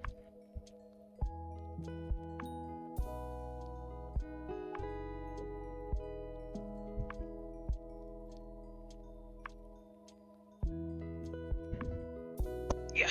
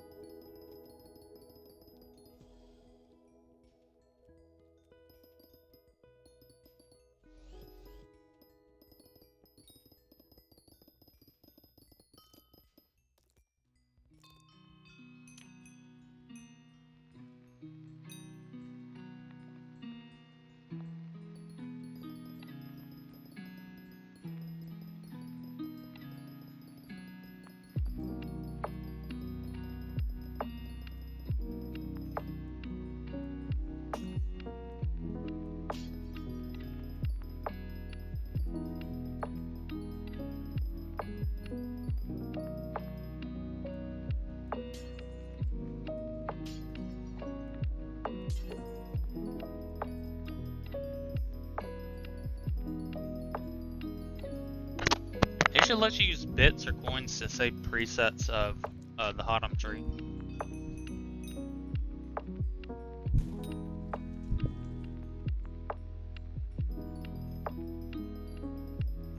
Instead of just having to, you know,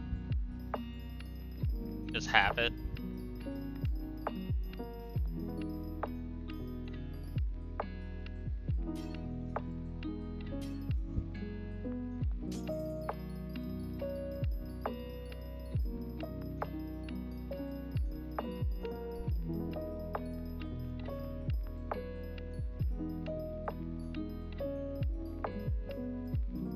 You know what I mean? Like, right now, I'd rather have a preset where I have max, you know, like mining speed. Just so I can go through these gemstones faster.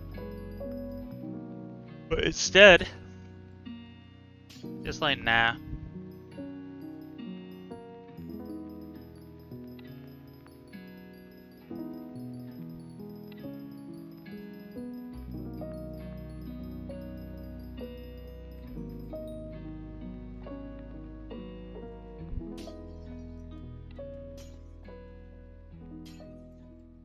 Yeah.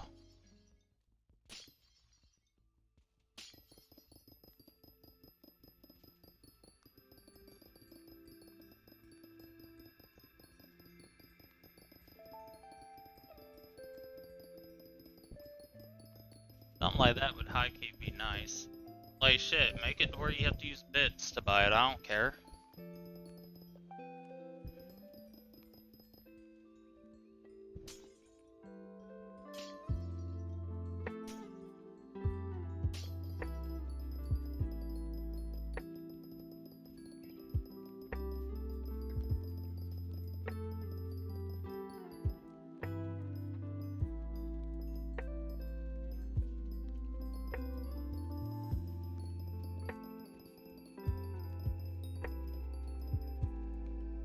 I think it's time we load up another video I did yesterday. No memento por favor.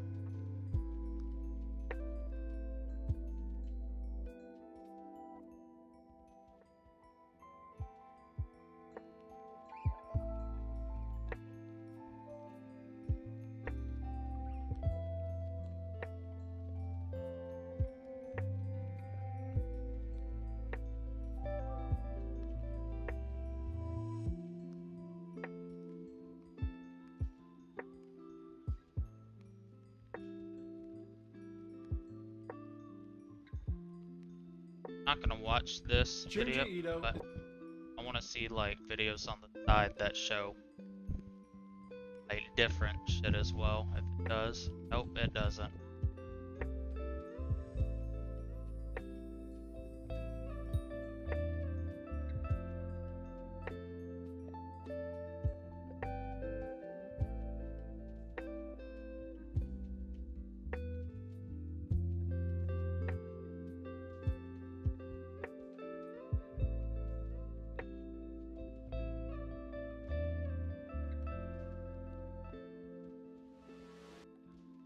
Something stupid, I'm timing you out.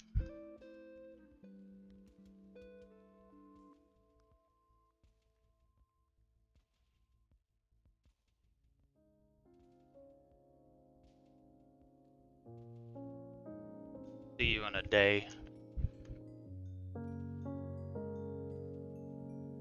STA8 said you do.be.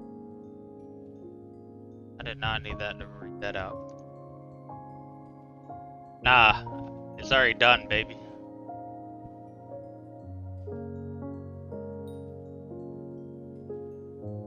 Alright, I want to watch this video called The Bizarre World of Fake Video Games. I'm presuming like these video games don't exist.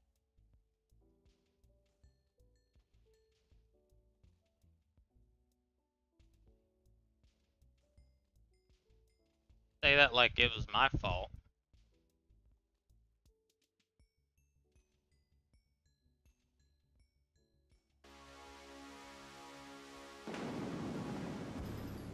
Welcome, traveler, to a distant place, a world of both impossible beauty and unimaginable horror. A land where the brave will select one of 12 characters. Will you choose the mighty miner knight, the lowly rat man, or the destitute Mad pricker! Can you marshal their strengths and venture across a vast I've never realm, seen this guy where before, only through and I already hate hard-fought battle and Artifact. victory will both the treasure be a both extend game from plasterboard and strange world. One of the oh, it's not real because that's the name of the video. Hello, it's me, back from my journey down another internet hole to bring you another one of these f***ing videos. This time, we're talking about the strange world of fake video games. Much like explaining to your accountant that the wizard costume you bought is tax deductible, fake video games can be a little hard to understand at first, as you could be talking about anything from Kickstarter game development scams, AAA game trailers that were never real, Sony, you motherfucking liars, mobile phone apps where... I love these ads. I need more of them injected into my veins.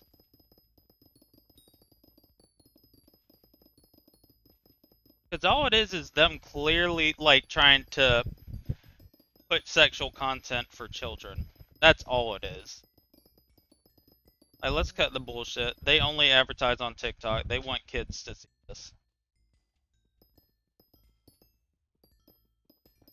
Honestly, I have no idea what's happening here. Or Hollow Knight Silk Song. But we're not talking about any of those because I don't care. I do care about Hollow Knight Silk Song. I bet that will be good. What we are talking about is the bizarre phenomenon of people creating games that just don't exist. And maybe you're thinking, John, what does that even mean? What are fake video games? None of this makes any sense. To which I would respond, no it doesn't. Look, just watch the fucking video. On the 11th of February 2012, a 1 minute and 19-second video was uploaded to the internet. The video was simple, just a still image with a song playing over it. But the curious part was the title. Persona 5 Tightrope title screen. Uploaded to a channel called Atlas XP5, and curious because A, Atlas was the publisher of popular video game series Persona, and B, at this point, Persona 4 had been out for 4 years, but there hadn't been a single word on Persona 5, except this video. And suspicious as that seemed, there was something so real.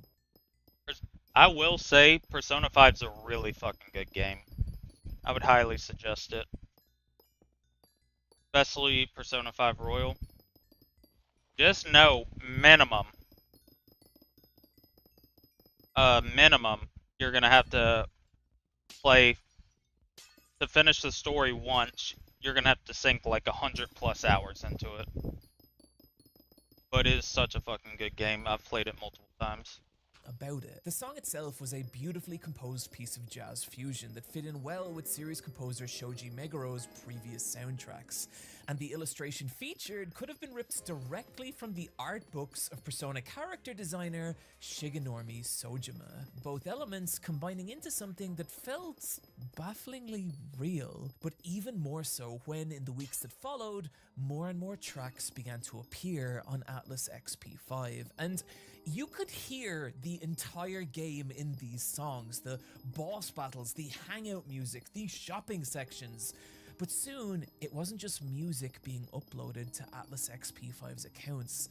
Concept art, promotional posters, environmental design, and even animated trailers began to appear, and perhaps most intriguing, full character profiles, revealing a cast of classic Persona archetypes, from the silent Sigma gamer protagonist to everyone's favorite inferior male companion. But where things started to get bizarre was when actual screenshots of the game began to appear, detailing actual gameplay systems like a social media mechanic, as well as a controller layout for what looked like an emotions-driven dialogue system. Soon, even pitch decks for the game's story were being uploaded, unveiling a narrative that featured interdimensional old gods and an in-game apocalypse the player would survive. And while that maybe felt a little bleak for the Persona series, It fit perfectly with Persona's darker parent series, Shin Megami Tensei, a return that a portion of the fan base had been rabid for. Those fans now passionately speculating about the validity of this game, speculation that went into overdrive when an official 2013 teaser trailer of Persona 5 seemed to reflect the themes of manipulation and control that were present in everything Atlas XP5 had revealed, from the artwork to the story details to even the titles of its songs. And with this, a tantalizing inevitability crept into focus. Someone within Atlas was leaking Persona 5, and when 2 years later the official trailer for Persona 5 dropped, it was not the same. It was a completely different video game. So, what in the sweet Kenpachi Ramasama was this? Well, the truth is, by 2015, cracks had already started to appear in whatever this was. The internet had grown up a lot in the 3 years since that first video, that initial tightrope title screen theme being traced back to a single from J-pop duo Vivid Blaze, with all other tracks on this page being traced back to similar musical acts or soundtracks that were little known outside Japan. And while it's speculated that some of the artwork at least is original, I was able to trace enough of it back over the course of an afternoon to the point that I seriously doubt that. Meaning that what we're actually looking at here is a bizarre magpie's nest of dozens of different pieces of media scavenged from across the internet and then chopped and spliced together into something that creates the illusion of a real video game. This is what became known as Persona 5 Imagining Project, and its existence raises some interesting and precise questions. 1. Why does a piece of media like this even exist? 2. How was it able to convince so many people? 3. What is even the appeal of a fake video game from an audience perspective? 4. Why would someone put so much time and effort into making it? And 5. Finally, have I wasted a significant portion of my life making this video? Except for that last one, we are going to answer all these questions in relation to Persona 5 Imagining Project, but also a bunch of other weird shit. And so to start, why does a fake video game even exist? And in a way, that answer's simple. See, any idiot can make a fake video game.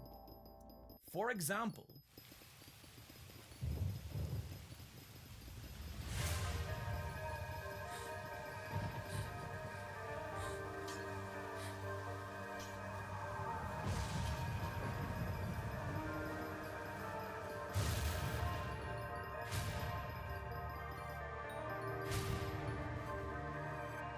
It all looks real.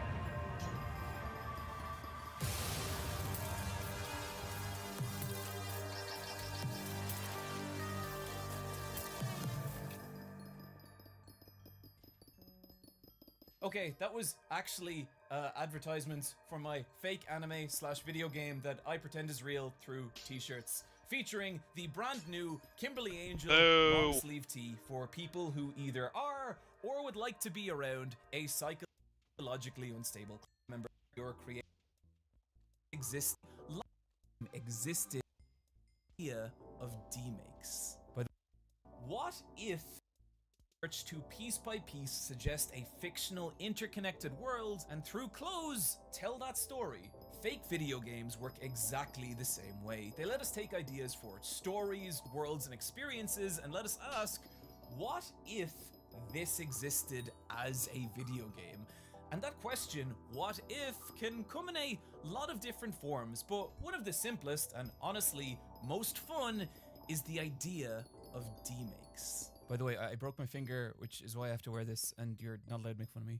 Demakes ask the question of what if a modern video game existed on an older console? So take something like Elden Ring, a title whose massive, lush world pushes current generation hardware to their limits. So it's kind of interesting to think about, what if that gigantic world was then crammed onto a PlayStation 1? Well, the Elden Ring remake trailer answers that question, and it is bizarre looking at it. It's the uncanny feeling that this is the game you know, but coming from a different time. What's kind of insane though is that we can push that question even further. Back another entire generation, in fact. With 64-bits Elden Ring video, this time asking what if Elden Ring existed on a Super Nintendo. And it's fucking cool, but there are entire communities of artists doing this. Taking games and dragging them backward on the generational timeline, asking questions like, what if Horizon Zero Dawn was a Super Nintendo game, or Genshin Impact was a PS1 RPG, or if Tears of the Kingdom ran on an N64? I think what makes these posts so popular is that there's something compelling about watching an artist deconstruct a video game, recognizing the core parts of it, and then showing creativity in how they preserve those parts through something as massive as a regression in generation. But for as cool as all this is, there is also artists doing the exact opposite. This is PowerQuest, and PowerQuest kind of rules. It's Pokemon with robots through a weird adventure fighting game. Unfortunately, due to the hardware... Yeah, that's what I'm saying. There's been a person on Twitter I've followed for a bit. They've been making a PS2 Bloodborne racing game. And then they got cease and desisted by FromSoft, so... Yeah, that shit that they just showed, that was fucking dope. Like... of the Game Boy, the lack of visual detail means that idea of little battling robots gets kind of lost, instead looking like a more generic fighter. And that's not a slight on the developers, they were working within the limitations they had, but what's so cool about Hypixel's reimagining is how it frees PowerQuest of those limitations, using the increased visual fidelity to create depth, which lets its background elements like the dog and the cat give us a sense of scale and the visual context to understand just how small these little fighters actually are. And as a side note, I really love the addition of this book bag. It creates this kind of... Oh, by the way, I should also mention, when the Elden Ring DLC comes out, I'm playing that, so just now. After school atmosphere, like two kids have met up, tossed all their school shit aside, and are now battling their tiny robots, all making for an image that feels more like PowerQuest than PowerQuest. This is what I love about Hypixel's work. They'll take the core of what's cool about a game and then rebuild it visually in a way that frees it of whatever limitations held back the original. And those limitations aren't always technical. Take, for example, the original Chrono Trigger. Easily one of the most beloved games of all time that bafflingly never got a true sequel. I know Chrono Cross exists, it's a fine game, it doesn't count. However, in 2001, a mysterious new trademark was created by Square, Chrono Break, which at least for a little while seemed to be a project in active development. However, due to the political snake pit that is video game production, the staff of Chrono Break were reportedly subsumed by Final Fantasy XI, that Chrono Break trademark expiring in 2011, meaning that whatever this potential sequel might have been, we will never know. But the closest we'd get would be 23 years after the release of the original Chrono Trigger in the form of Hypixel's fan-made Chrono Break trailer, an animation that asks what if Chrono Trigger got that sequel, what a new adventure starring Luca and Magus might look like, giving us a glimpse into this world that was never possible. This is something really fun about fake video games. No matter how great an idea is for an actual video game, there's countless different limitations that can stop it from existing. Technical, financial, a company's belief in an IP, or an expectation around what it should be. But with a fake video game, those limitations disappear, and we can just ask, what if Zelda was a 2D fighting game? What if Amy Rose had her own platformer? Or if Street Fighter looked like... Yeah, of course I'm gonna play G6, but what is it? It's gotta drop first. I'm not holding my breath on anything. That bit's probably gonna get put back to 27. a Saturday morning cartoon, or Pokemon had actual interesting art direction, or if Disney and Nintendo had a crossover fighter, or FLCL was a tag battler, or Evangelion a turn-based fighter, or JoJo a visual novel, or Golden Boy a point-and-click adventure, or if Junji Ito's Gyo was a PS1 survival horror, or Silent Hill a skateboarding game. Oh, that's in poor taste. Or Pokemon was Australian, or oh god, this one's really wild. If House MD was a DS game with full-on fake screenshot mock-ups, fake gameplay sections, even a fake listing on Metacritic. Oh my god, that's fucking real. People have been uploading fake video game mock-ups to the internet for pretty much as long as the internet has existed in its current form. One of the earliest I could find was from 16 years ago, just 2 years after YouTube was created, Resident Evil Rangist. And they show it not just because I think it's cool and I've never heard anyone talk about it, but to highlight the insane amount of effort it would take for someone in that era on that hardware to create something this convincing. But there are so many insanely ambitious projects like this to this day, like Pokugami, which asks, what if early Pokemon games could exist in the style of the original Ken Sugimori concept art? Which, for the record, are some of my favorite illustrations in existence. What are you? And the result is something that has this uncanny nostalgia, so completely different to what these games were, and yet so beautifully faithful to them. Another example being Curiomatic's impossible trailer for Mother 3 that asks, what if that world was rebuilt in the style of the Plasticine models from the original Earthbound Player's Guide, dragging out the core of Mother 3 and rebuilding it in this simultaneously impossible but faithful way. One project that takes that concept to the absolute extreme being Onry Boy's Dreambound, asking, what if the world of Kirby existed as this bizarre mashup fusing the aesthetic of Earthbound and the gameplay and mechanics of Paper Mario, and everything from the gosh darn gorgeous pixel art to the tactile feel of the menus is so convincing in answering that question. Even though it is just an animation, it's so hard not to see it as an actual video game.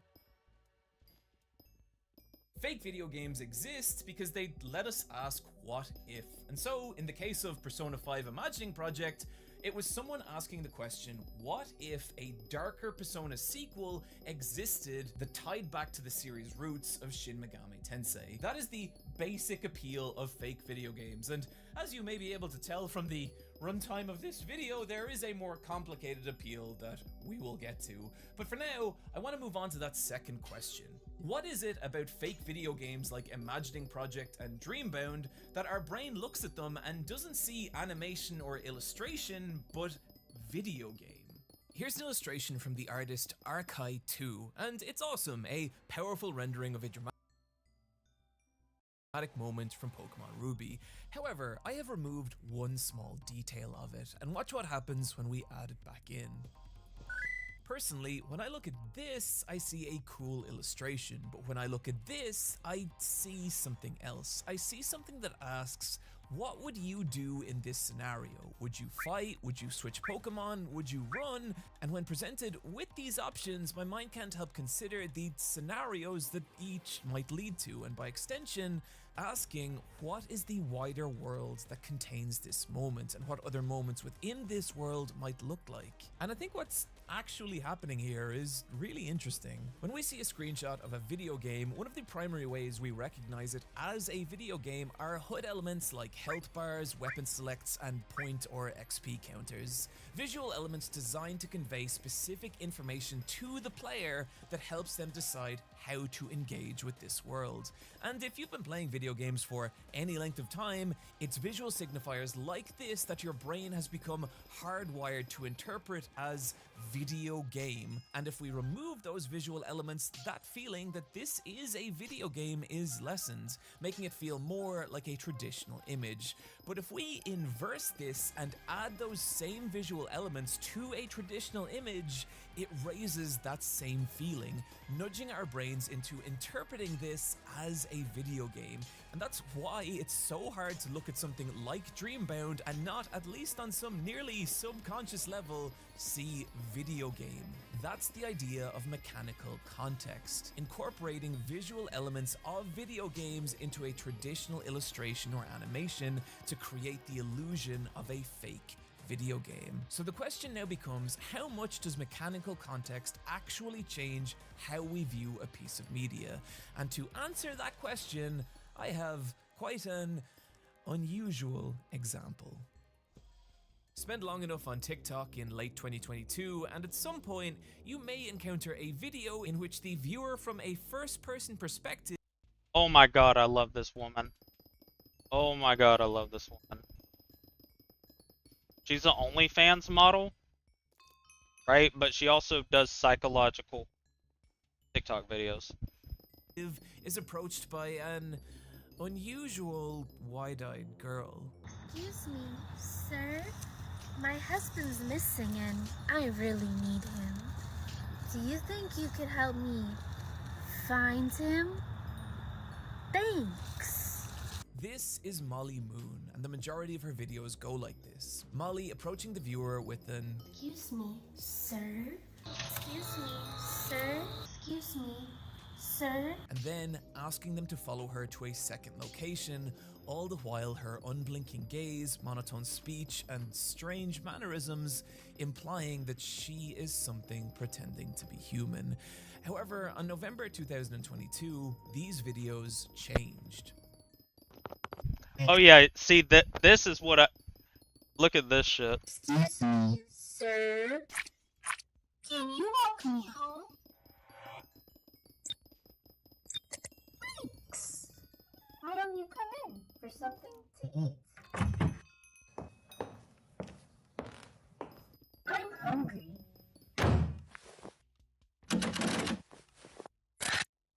It was the same idea of Molly approaching the viewer with the same ominous tone, but now the videos had adopted the aesthetic and mechanical context of an old FMV point-and-click adventure.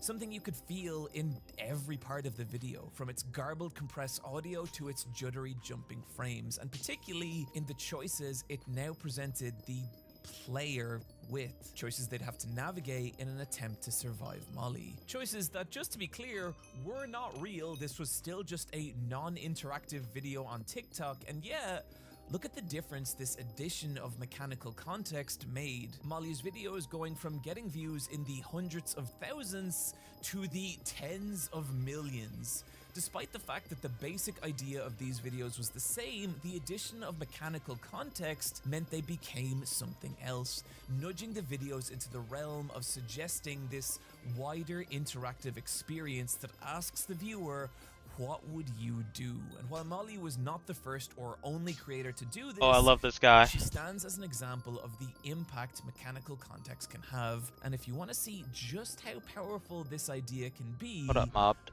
we need to talk about the work of Hoshi Backyard. Hoshi Backyard is clearly a very talented artist. The work is gorgeous. Bro. You could have used a different video. Just talk about his art, man. I mean, you have to do the one with the little girls, man.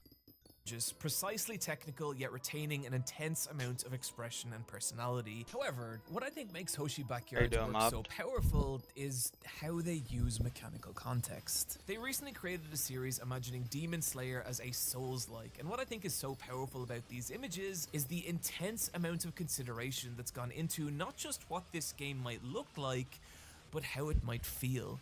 As my patrons pointed out to me, what Hoshi Backyard has done here is lifted the UI and gameplay of Sekiro Shadows Die Twice and fused those mechanics with the story and world of Demon Slayer, blending the two into a fake video game so sumptuous and convincing, Everything from the tasteful way the camera is positioned behind the player to frame the action, to how your lock-on reticule will flash red to indicate critical hits, to even the fake PlayStation trophies that pop on the demon execution screen. It all combines into not just images that look cool, but feel like something you could reach out and play. And the result is these images going bananas viral. Hoshi Backyard creating several other projects like this, including a fake video game on the Magica spin-off series Magica Record, transforming that show slash Gashapon nightmare into a non-existent video game by fusing it with the mechanical context of Legend of Zelda Breath of the Wild. And as someone who was not into Record, God, I want to play this game. I can't help picking over every little detail in order to understand what it might feel like, but to me,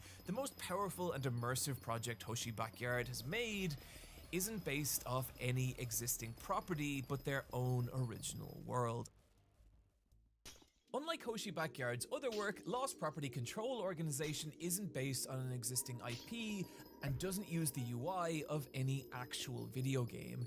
Instead, this is a built from zero fake video game, and because of that, the experience Hoshi Backyard is able to craft is completely unique.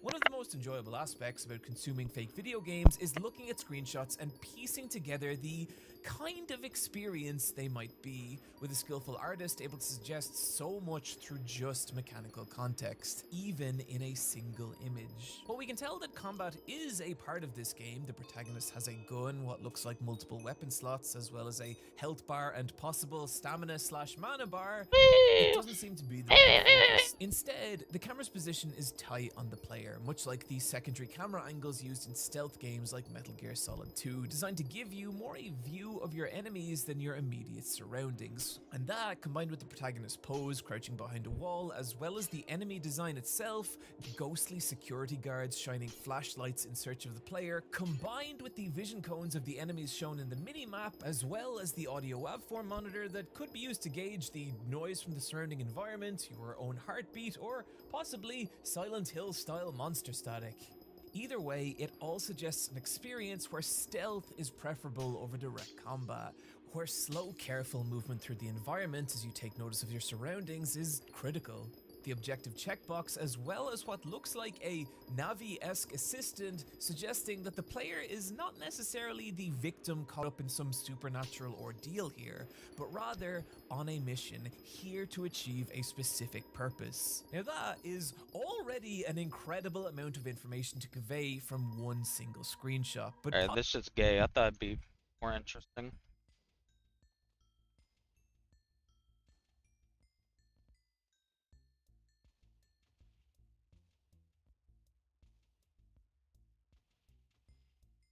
By the year 2054, the United States government was faced with the reality that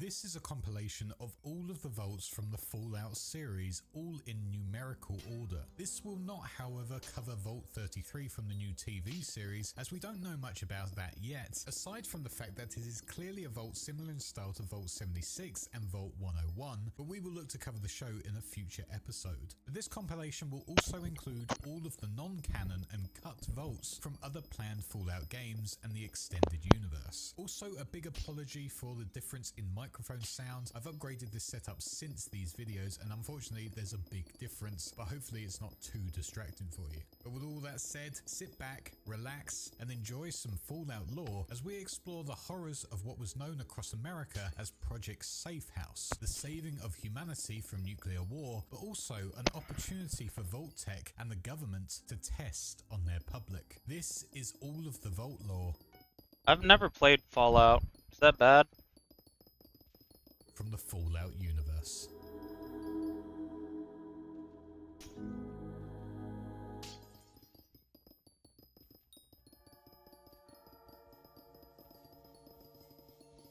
As the war within the Middle East was getting more and more heated, the government had to act and, as mentioned before, had to set up Project Safe House in 2054. One problem with this was that the funding was low due to how bad the economy was within America and within the rest of the world, as well as resources were running dry everywhere. Luckily, as Vault-Tec began getting things ready for their construction, a technological breakthrough happened which allowed these gigantic bunkers to be created and constructed at a rapid pace. To prove to the government that these bunkers were worth investing in to protect its civilians, Vault-Tec created a concept vault to show how they would be used and how they worked. This concept vault was created outside of the Vault-Tec headquarters within Los Angeles and would be simply labeled as the Los Angeles Vault. After seeing how it worked, the government invested in Vault-Tec, asking them to create a total of 122 vaults across the country, which would reportedly save 0.1% of the American population from the inevitable nuclear holocaust. As the Great War approached and the nuclear bombs started to be fired, the Los Angeles Vault was sealed and kept its residents safe from the bombs. Proving that these vaults actually worked, the original concept vault was able to survive the war and protected everyone inside. Eventually, in the year 2092, the doors opened once again as its inhabitants ventured out and went on to settle in the Boneyard and continued to set up their town of Adatum. Some, however, remained within the vault up until 2155. However, one faction was growing in force during this time, that faction being the Master's Army, known as Unity, a group set up to reform humanity under a new image of the super mutants. The Master would take humans and dip them into the FEV virus, turning them into super mutants, growing their numbers and helping them to become a dominant force within the wasteland. Because of this goal, the Master took to the Los Angeles Vault and used its residents to dip them into his forces. But this vault was a great place for the Master to set up his main base and conduct his operations. It would be here in this vault where he would be based, and with that would construct a cathedral above it. For almost a decade, the Master's forces would be based here within the cathedral and Los Angeles Vault, until the year of 2162, where the vault would be infiltrated and destroyed by the Vault Dweller, who killed the Master in the process and detonated a nuclear bomb located within the facility. The original vault set up by Vault-Tec was proof that their concept worked, and it would in fact protect its residents from the horrors of the nuclear war. However, it would be the event.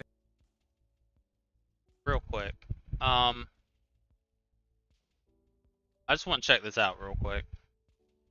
Maybe it'll be a quick YouTube video or something. But I asked my, what is it? I asked my guild, yo, you got any, like, stupid fucking people, right? That I could do a video on, and shout out my boy Ruxiter. He sent me a list.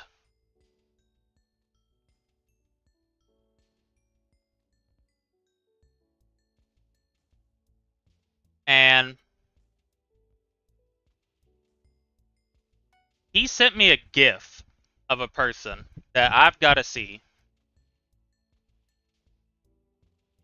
EV Azariella _ Okay.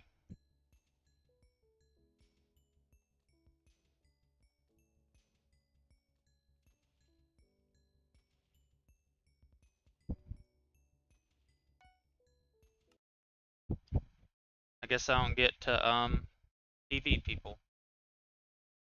Matter of fact, let me reset my game real quick. So the GIF he sent me, it says, "Hi, I'm Azariella, Tier 5 Kudra Enjoyer.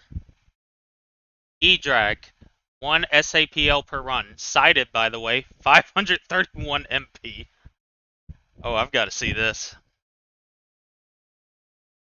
Yeah, but I'm superstitious, so I gotta restart my game so I get more Skathas. Idiot.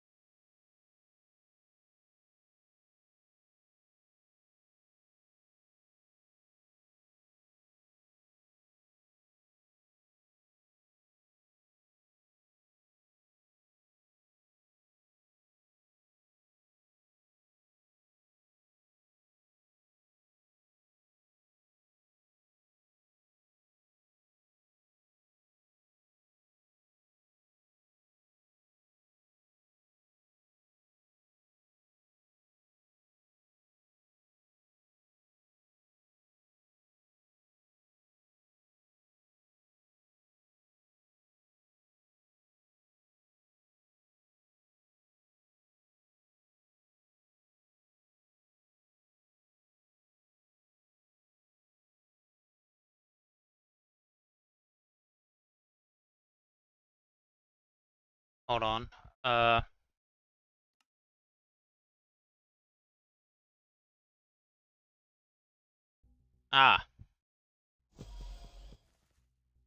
TV.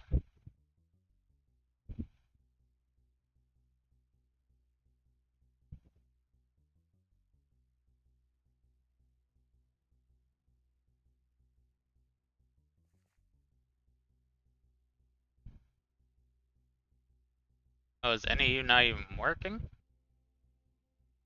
What the fuck? Why did it just fuck up, man?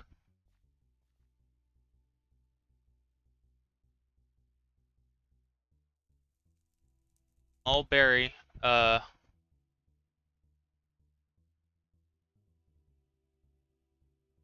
yo. You didn't even, what do you mean? I guess oh, I thought you said we. I'm like, dog, you didn't say shit. Odds.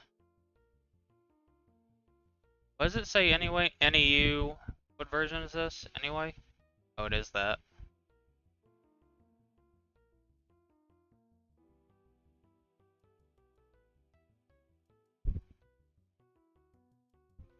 Up, see? Fuck you.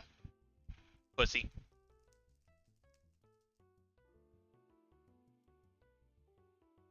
Okay, fuck me, I guess. Events of the post-war, which would eventually destroy it, rendering this vault useless to all now.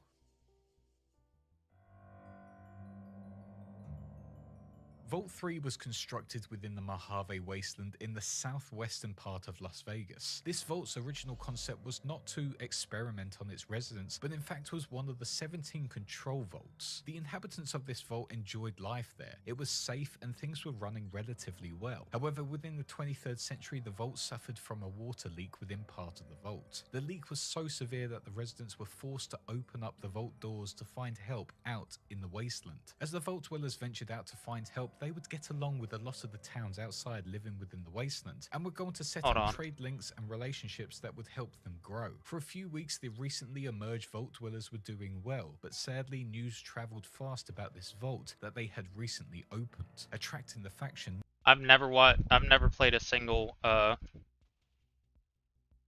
is it? Type it into the search bar right here. Is that what you're genuinely telling me?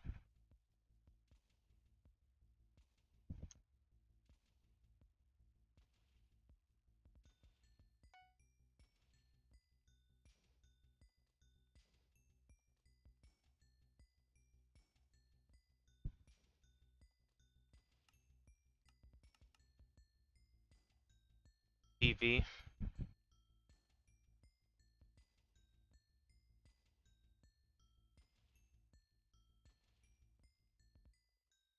TV, oh wait, TV.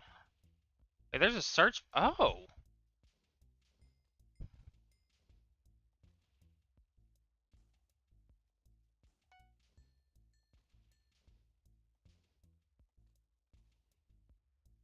Got it good, ain't he?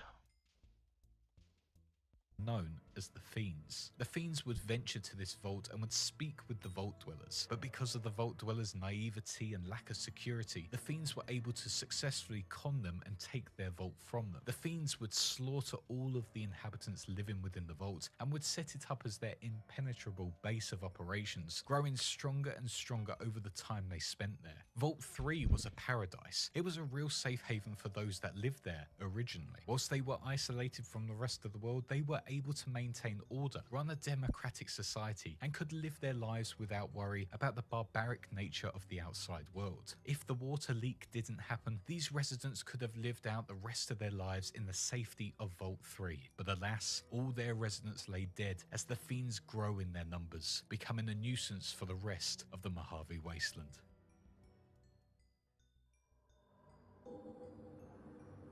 Vault 8 was like Vault 3 in the sense that it was also one of the 17 control vaults without an experiment taking place. Nothing much really took place within Vault 8. It just had one simple... Alright, this guy doesn't exist. Alright, let me just choose a random person.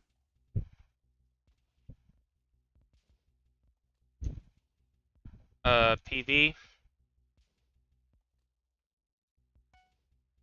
Wait, what? Oh wait, that is me. Okay.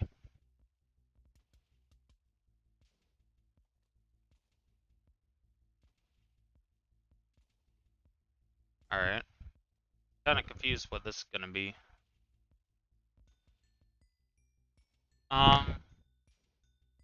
Fishing, okay.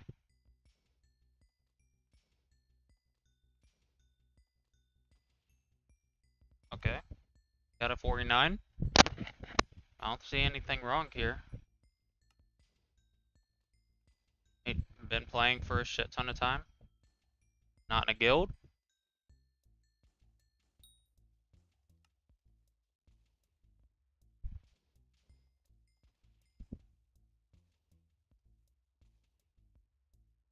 Why is he still using Inferno? Yeah, Iron Man. What the fuck?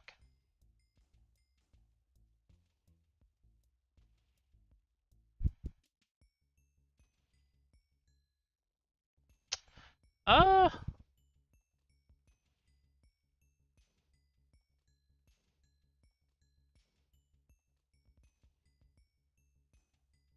What was I supposed to see here, Ruxiter?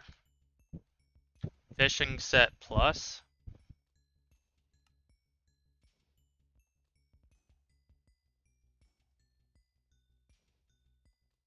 What's wrong with this set?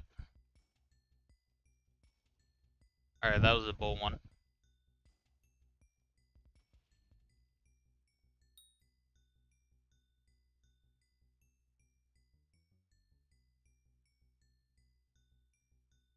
Let me try to... Alright, what's his name again?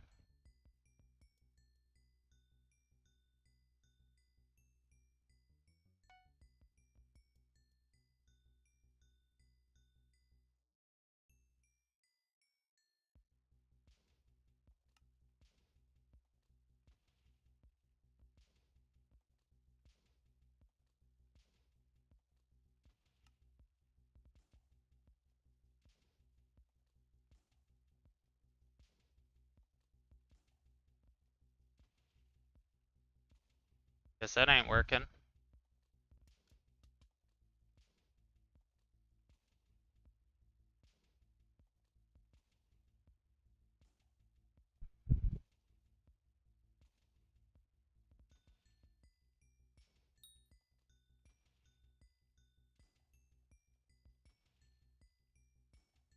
Oh, is it?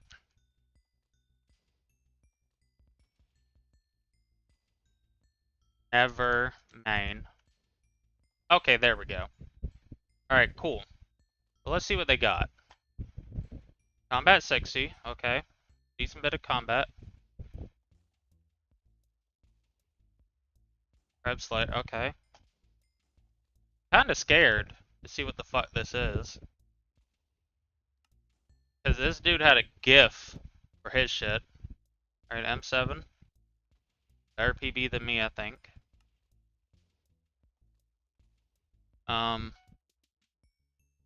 Okay.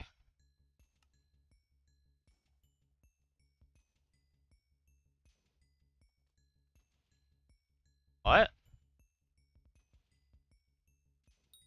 Why do each of these got Cayenne 5?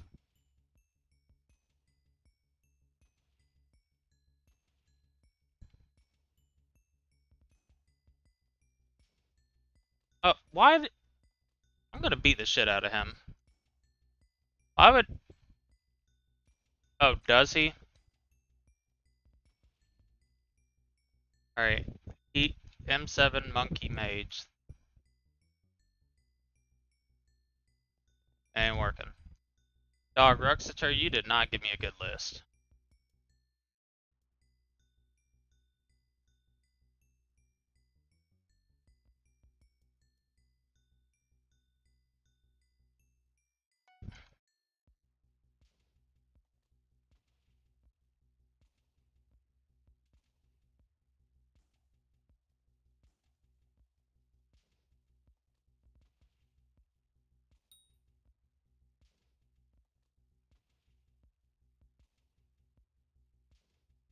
This is really good.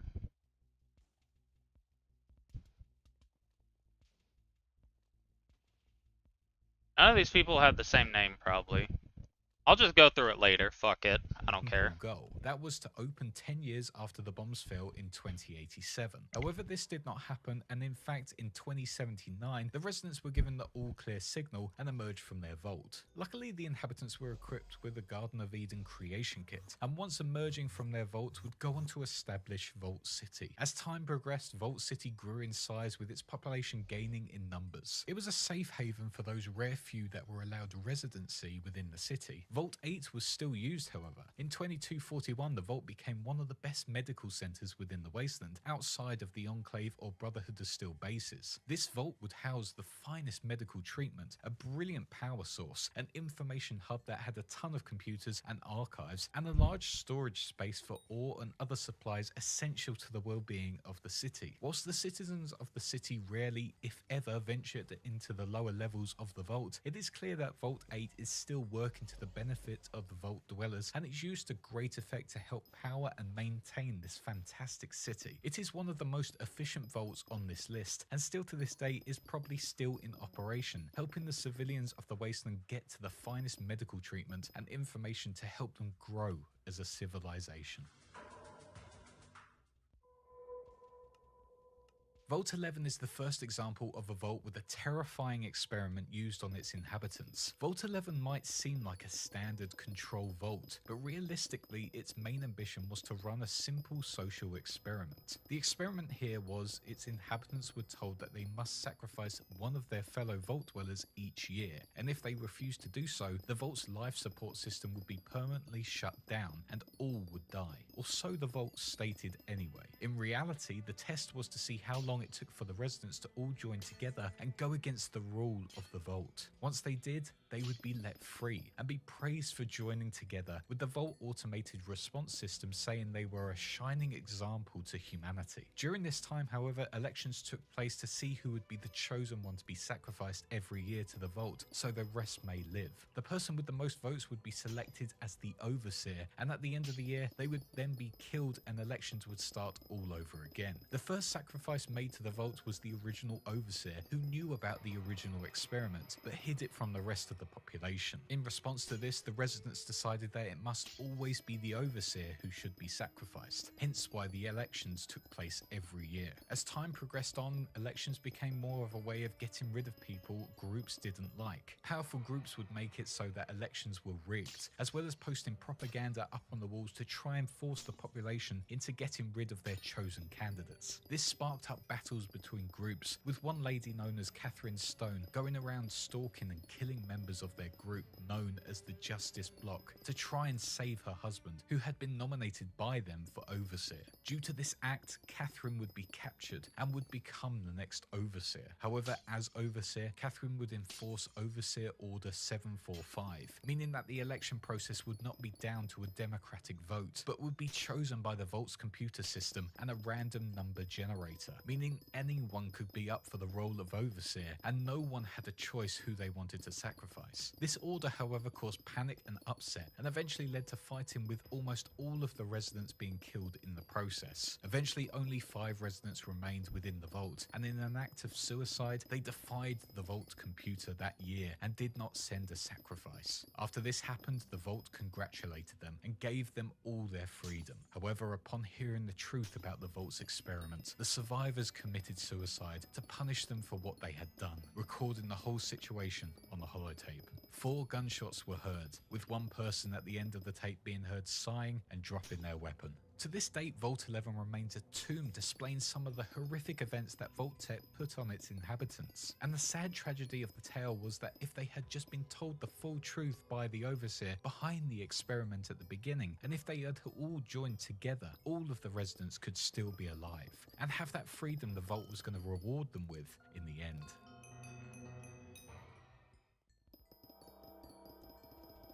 Vault 12 was another vault that advertised itself as being a game changer and a place where humanity could thrive, but underneath hid a horrible experiment on its inhabitants. Vault 12 was constructed under the sprawling metropolis of Bakersfield and was said to be built with every amenity in mind for the prospective vault dweller. It was also said to be fitted with the newest in-vault water purification system, which would be able to take even the waste located in the sewers and convert it into refreshing, drinkable water, able to deliver over 15,000 gallons every day. If you were to sign up to this vault, you would receive the Pressed Vault Suit Award for your efforts. But on the 23rd of October 2077, when the bombs fell, it became apparent to the citizens of Bakersfield that all the other vaults had already been sealed off. Desperate to survive, they would flood into Vault 12, forcing themselves past others to guarantee their survival. However, once all the residents were in, the true nature of this vault came into effect. The vault door did not shut, which was planned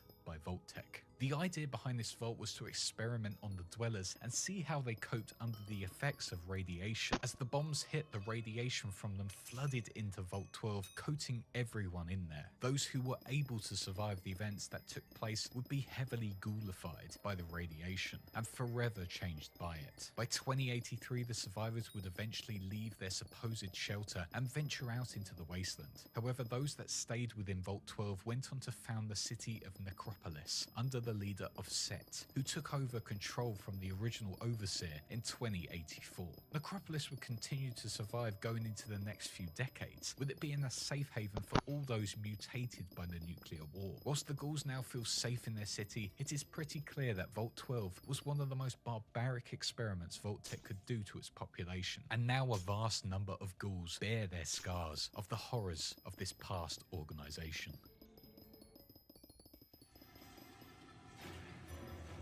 Vault 13 was like Vault 12 in the sense that it also advertised itself as having an endless supply of pure water that the inhabitants could gain access to. This was all thanks to its location within the scenic mountainous region of South California. Vault 13 was one of the most ambitious vaults created by Vault-Tec, which started in 2063 and finished in 2069. The vault would also be heavily protected, being located under 3.2 million tons of soil, which was 200 feet of thickness.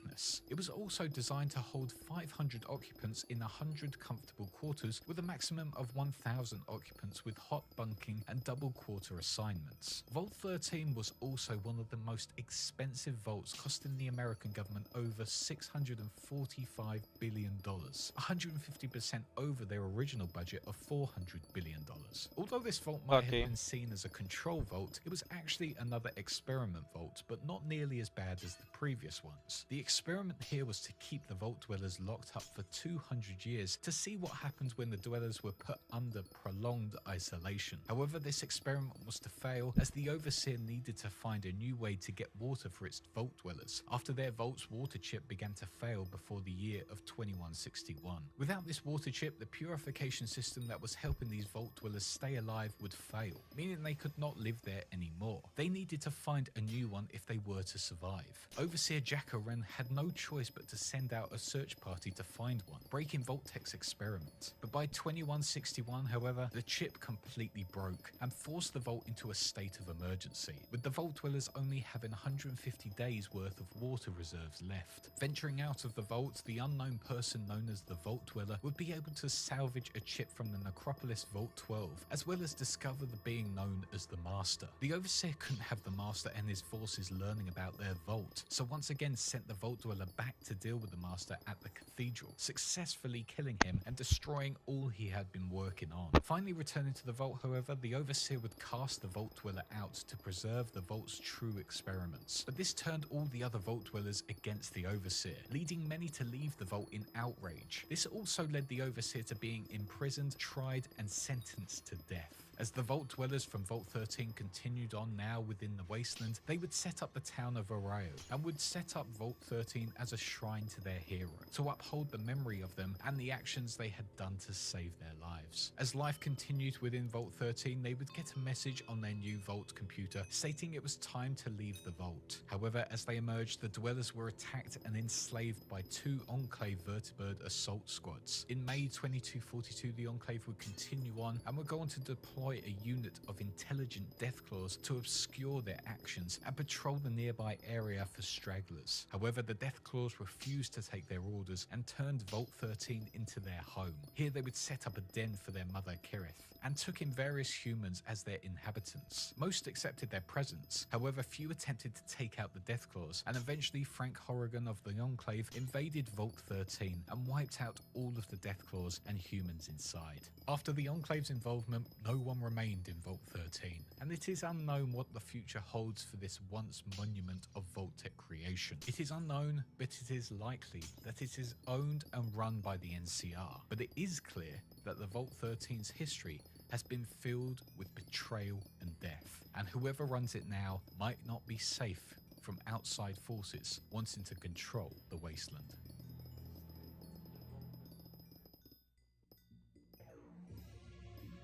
Vault 15 might be one of the most significant vaults on this list that would lead to a vast amount of the factions we see within Fallout, including the incredibly powerful New California Republic. This vault was actually one of the few vaults that had an incredibly smooth construction and suffered no delays. This was yet again another experiment vault, and its experiment this time was to place together people who held radically diverse ideologies and cultures to see how they reacted to being in the same small environment as one another. Vault-Tec would then monitor their interactions and see how quickly it would fall or even thrive in the 50 years it had planned to stay sealed for. However, as the bombs fell, the vault lost all contact with the outside and all the other vaults, meaning the experiment could not be monitored. As the years went on, the vault continued to deteriorate and its population became extremely overcrowded by 2097, leading to even more poor living conditions. Conflict was inevitable, and in the spring the situation exploded. A schism arose amongst the dwellers as the vault was finally opened. Most of the dwellers marched out, stripping the vault of all its important resources and equipment, including the Garden of Eden creation kit. But one group remained within the vault, trying to live off the bare minimum the vault had left. Those who left formed into separate groups, the most significant one of these being the village of Shady Sands, created by the Gek. The rest of the individuals would band into raider tribes such as the Khans, Jackals, and the Vipers, who would terrorize the New California wasteland for years on end. Vault 15 remained in operation for a while, being inhabited by the remaining dwellers. However, not long after these factions rose to power, the vault was invaded by raiders and because of it was abandoned. With no one inhabiting the vault, it started to deteriorate over the years, with its second and third levels completely collapsing. After the NCR formed, the vault was somewhat left alone because of the salvaging rights made between the NCR and other parties. Eventually it was inhabited by a group of wastelanders who just needed a place to live. The wastelanders settling here believed the lies of the new Khans, who told them that they would rebuild the vault and provide them with shelter, food and water. But hearing that they were being lied to by their new Khans, the settlers would strike a deal with the President Tandy and the NCR, which would allow the NCR access to the vault and the squatters with annexation, education and supplies to survive. With all this done, the NCR would continue their expansion and the squatters learned self-sufficiency and became productive members of society. Vault 15, however, would remain a memory of the past, a place where all of these factions once lived during the Great War.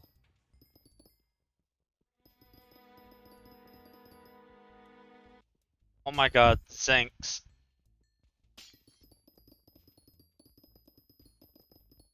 Zinx, are you here?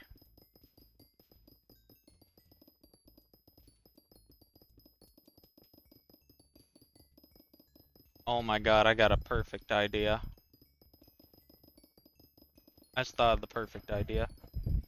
Sadly, not much is known about Vault 17. However, it is known that some of the Vault dwellers who inhabited it are still alive, living out within the Mojave Wasteland. From what we know, Vault 17 was a fine place to live up until 2155, where the Masters faction Unity invaded the Vault, capturing the inhabitants and subsequently turning them into super mutants. After the Masters' passing, only 3 members of Vault 17 are said to be alive, those being Lillian Marie Bowen. I know who I'm gonna review next as a YouTube video.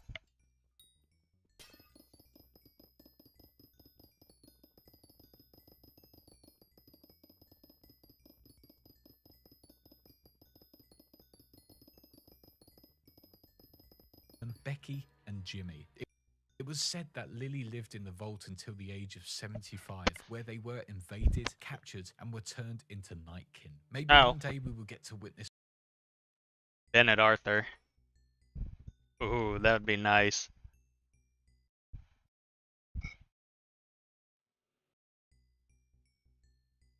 Because I don't think many people know about Bennett Arthur.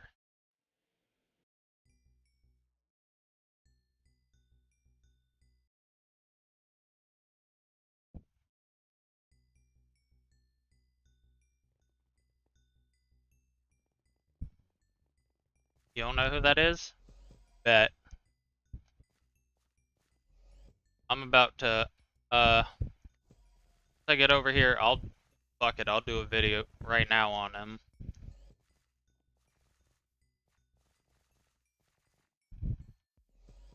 I know Bennett, so I was in his guild.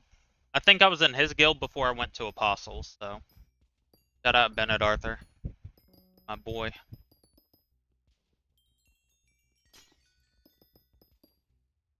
Alright, hold on. You get down like that. Alright, cool. Give me 1 second. I need to... Wait, no, shut up. I need to pull up this as well.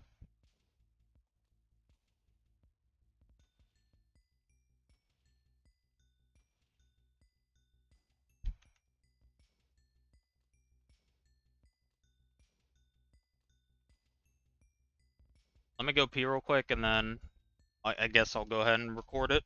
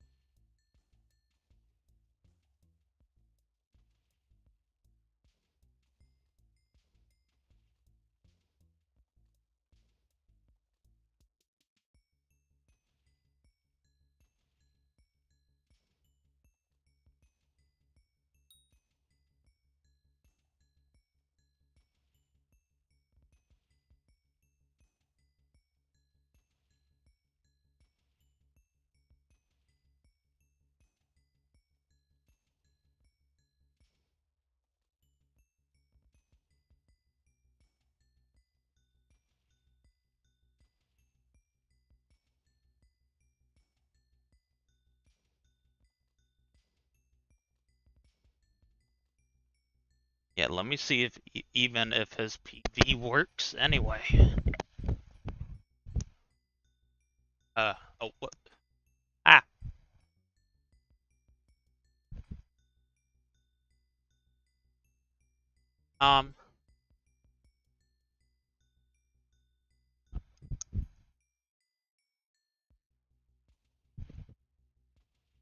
Yeah, we can finish it now then. Do it later then.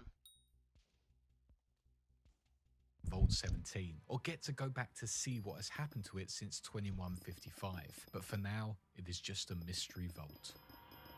Vault 19 is a tale of two halves, literally. Laying out within the Mojave Wasteland, this vault would be located above a parking lot. Venturing down, the vault would be segregated into two different coloured sections, red and blue. And once assigned to one of those sectors, the inhabitants would have limited contact with the other half. Vault 19 was in fact the only vault that had two overseers, obviously one for the red sector and one for the blue sector. The main experiment of this vault was to test the inhabitants' paranoia. Whilst they lived there, the citizens would be exposed to different forms of psychological factors that would make them feel like something was constantly wrong. This would be through non-chemical and non-violent means, with one child stating in his terminal that it might be subliminal messaging, as he and his friends could hear high-pitched noises. Throughout their time within the vault, many of the residents showed signs of paranoia, and almost all of the time the residents blamed it on the other sector of the vault. Some stated that they were hearing noises, feeling unusual drafts of air from vents, as well as seeing seeing the lights blinking patterns like some sort of code. For so long the residents blamed it on the other side, but the truth was it wasn't them. It was in fact the overseers at the direction of Vault-Tec, with some also believing the Vault Doctors were involved as well. By the 23rd century, this vault is now void of its original inhabitants, with no real sign as to what exactly happened there. It is believed that their paranoia took over completely and caused them to kill one another. It is also believed that it could be the water filtration system poisoned them, or that the geckos broke through from the sulfur caves and killed them all. But despite the unknown whereabouts of the Vault Dwellers, it is known that during the events of the NCR expansion, some convicts from the NCR Correctional Facility had escaped their capture led by Samuel Cook and discovered this hidden vault. Seeing it was completely abandoned, the Powder Gangers would set up here and look to rebuild their forces so they could venture out and take over towns of their choosing. But for now, the original residents of Vault 19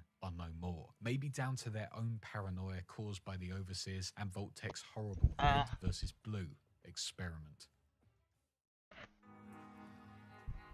Another vault located within Las Vegas is Vault 21, once a safe haven for the Vault Dwellers, now a hotel within New Vegas that is a main source of income for Mr. House. Vault 21 was actually set out to be a really great place to live, but once again it had an experiment that took place there, this one being a bit odd. Vault 21 made sure that everyone within the vault was completely equal to one another, so much so that the vault's layout was perfectly symmetrical to show that everything must be balanced. The one difference with this vault was if anyone had a conflict with anyone, the only way they could solve their problems would be through gambling. Once a conflict was being arranged, the chosen representative winner would earn the right to settle the dispute as wished by the collective. All seemed well within the vault, and actually a lot of their problems were solved, and it always kept that equality going throughout their years living there. However, in 2274, Robert House contacted the residents at Vault 21, offering them the chance to help rebuild Vegas back to its glory days. Most of the Vault Dwellers did not want to accept this offer from the house, as they liked the way they had been living in their safe haven. However, a small minority of the residents did want to take that offer. Because of this, the ones wanting to take the offer challenged those who wanted to stay isolated.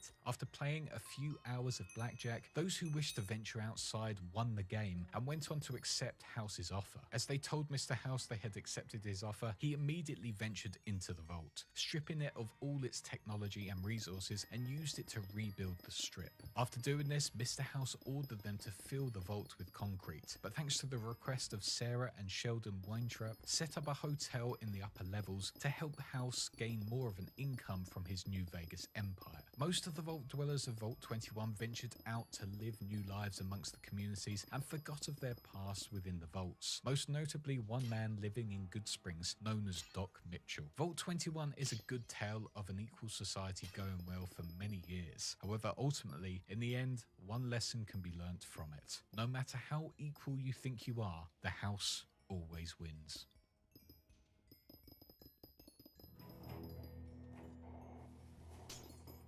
Continuing on into the Mojave Wasteland is Vault 22, one of the most unique but terrifying vaults in all of Fallout. This vault was originally designed as a green vault, a place that would focus on sustaining plant life and experimenting on new species of greenery. Most of these experiments would be run of the mill, however one that would be most successful would be the vault's undoing. During their time here, the Vault Dwellers running the experiments would be donated a fungus by a defense contractor. This fungus would be known as the Bulvaria modicana, which was a fungus used to be a form of pest control. When the spores hit the body of the host, it would take over, colonizing the body, and eventually would be killed due to a lack of body functions. However, the problem with the fungus was that it reanimated the body and continued to control it. Originally developed by the scientists within the X-22 Botanical Gardens in Big Mountain, the scientists would begin using it during and after the events of the Great War. After initially using it, fungal spores would begin spreading throughout the vault, infecting all the population. Isolating one of the first infected scientists, Dr. Harrison Peters, the others would watch as it took over his body, killing him from the inside out, and then reanimating him and turning him into an extremely aggressive host. Eventually the spores took over pretty much the whole vault, turning the deceased human scientists into spore carriers, killing anything in their path and blending in with the plants within the labs to surprise their foes. By 2096, a party of 118 survivors made it out of the vault and made their way for the Zion Canyon. As the survivors tried to live their lives out there within the wide open wasteland, the vault itself fell into disrepair, overrun by plants and wildlife. Occasionally, scavengers ventured into the vault to look for salvage, but would be overrun by the wildlife and taken by the spores. Signs outside of the vault would display warnings for anyone who made it there and wanted to look inside, but the greenery of the environment was appealing and almost drew you in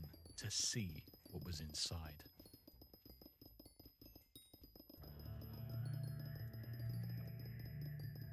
Sadly, once again, Vault 27 is a very unknown vault that has only been mentioned in travelling. However, it is said that this vault had a pretty horrific experiment. That being, the vault was deliberately overcrowded to see how people reacted to these close quarters. 2,000 people were assigned to enter this vault, but the vault only had room for 1,000 inhabitants, meaning that those who entered here to escape the bombs were in for an extremely claustrophobic experience.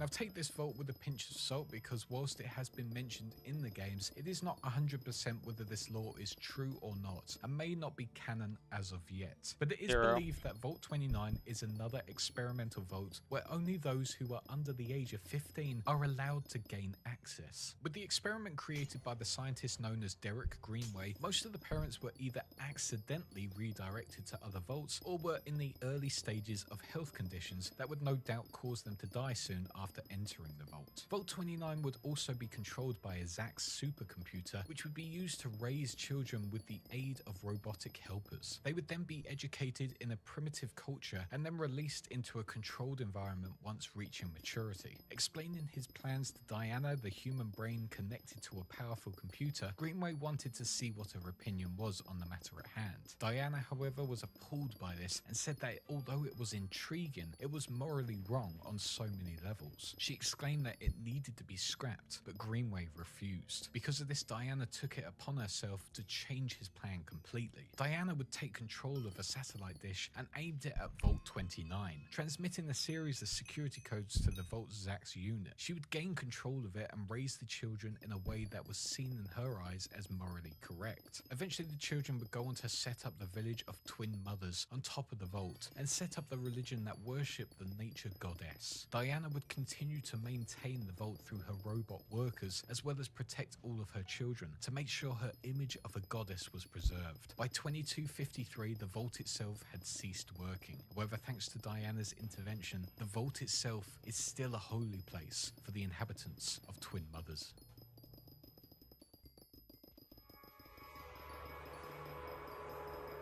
Vault 34 is a vault where if you pick the gun nut perk in your character's creation, you'll absolutely love to live here, to some extent. Here, the vault armory was massively overstocked with weapons and ammunition, and every dweller was able to access it at any time. Along with that, it also had a ton of amenities such as a fully sized swimming pool, which came at the cost of living space. For the first century, the vault was working exactly as planned. The vault was becoming extremely overpopulated and violence was sprouting up. But in 2230, large groups of residents started to suggest that reproductive rights should be limited. Because of this suggestion, violence got worse throughout the population. To control this, the overseer stated that if this continued, all weapons would be confiscated. However, this did not help, and a vast amount of dwellers left the vault and settled within the Nellis Air Force Base, labeling themselves as the Boomers. The overseer couldn't let this get worse, and because of it installed an armory lock on his terminal. But the dwellers were getting tired of this overseer's rule and were angry at the limitations being put on them. The overseer in response set up guards on any exit and secured all doors to make sure no one else could leave the vault. On top of this, he also sealed away the armory so no one could access it anymore. Fights continued, however, as the dwellers were desperate to get to the armory. Eventually, there were not enough guards to protect the vault's key resources from the angry dwellers. Whilst the overseer remained in control, he now had another problem. The vault was now leaking radiation, and this was affecting the technicians in the area, such as Chris Haverson, who was convinced he was becoming a ghoul. Luckily for Haverson, he was able to leave the vault, but for the rest, the radiation levels grew more and more, which led to mass violence amongst the people. Eventually, damage to the reactor meant even more radiation filtered through the vault in a large explosion, wiping out most of the dwellers and turned a lot of them into feral ghouls. Some of the dwellers did survive though and did not turn into ghouls. However, instead, they were trapped within the southern section of the vault due to a bomb being planted in the pool, exploding and causing the doors to automatically seal. By 2281, those survivors are still there, praying someone will come to save them.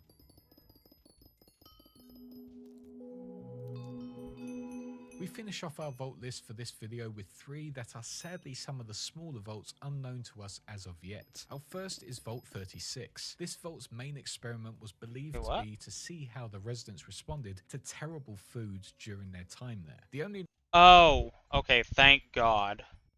Okay, thank God. So, it ain't the end of the video. He made 4 different videos.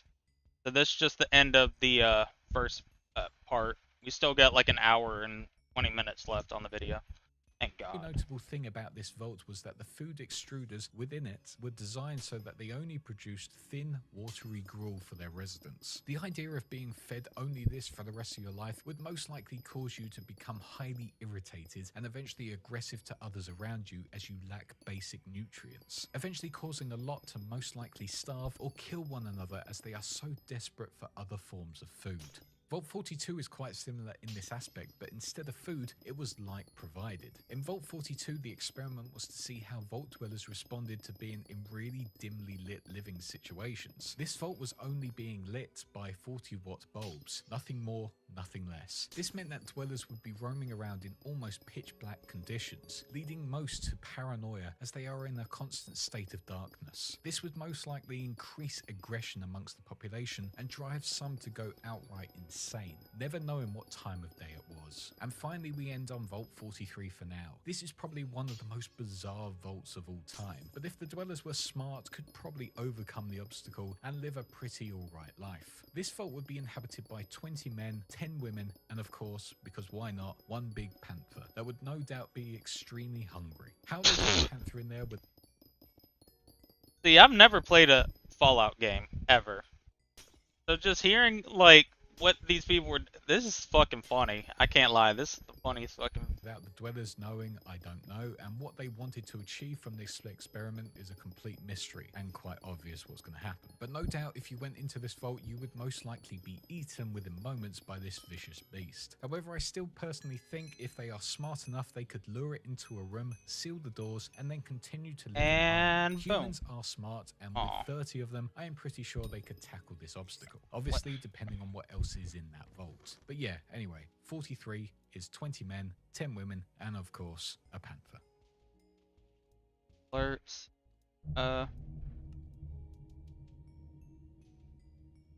Vault 51 looks like your standard run-of-the-mill vault. However, unlike the other vaults, this vault was not assigned an overseer when it was first sealed shut in 2077. Instead, Vault 51 was fitted with a Zax supercomputer, which was originally put in as a way to use its computing powers to work out who the best candidate would be to run the role of overseer. This vault was then inhabited with 52... This is why I like Skate the Pro, is that it gives you, gives you achievements to try to get. And one of the, I think the hardest one is, what? The one I've gotten before that's terrible. Hold on. Does it say it? Yeah, this one. It's RN Jesus is on vacation. I did. I still have my main, but I'm just bored of it right now. So I started a profile where I'm a non, like no rank at all. And yeah, I'm trying to get a Skather right now. 2 residents at first, with one being Sergeant Robert Baker, who was assigned as an assistant to Zax to help teach the computer what a true leader looked and behaved like, and how to determine who was the... to help teach. However, if you went into this vault, personally think if they are smart enough, they could lure it into a room, seal the doors, and then continue to live in harmony. Humans are smart, and with 30 of them, I am pretty sure they could tackle this obstacle. Obviously, depending on what else is in that vault. But yeah, anyway, 43 is 20 men, 10 women, and of course, a panther.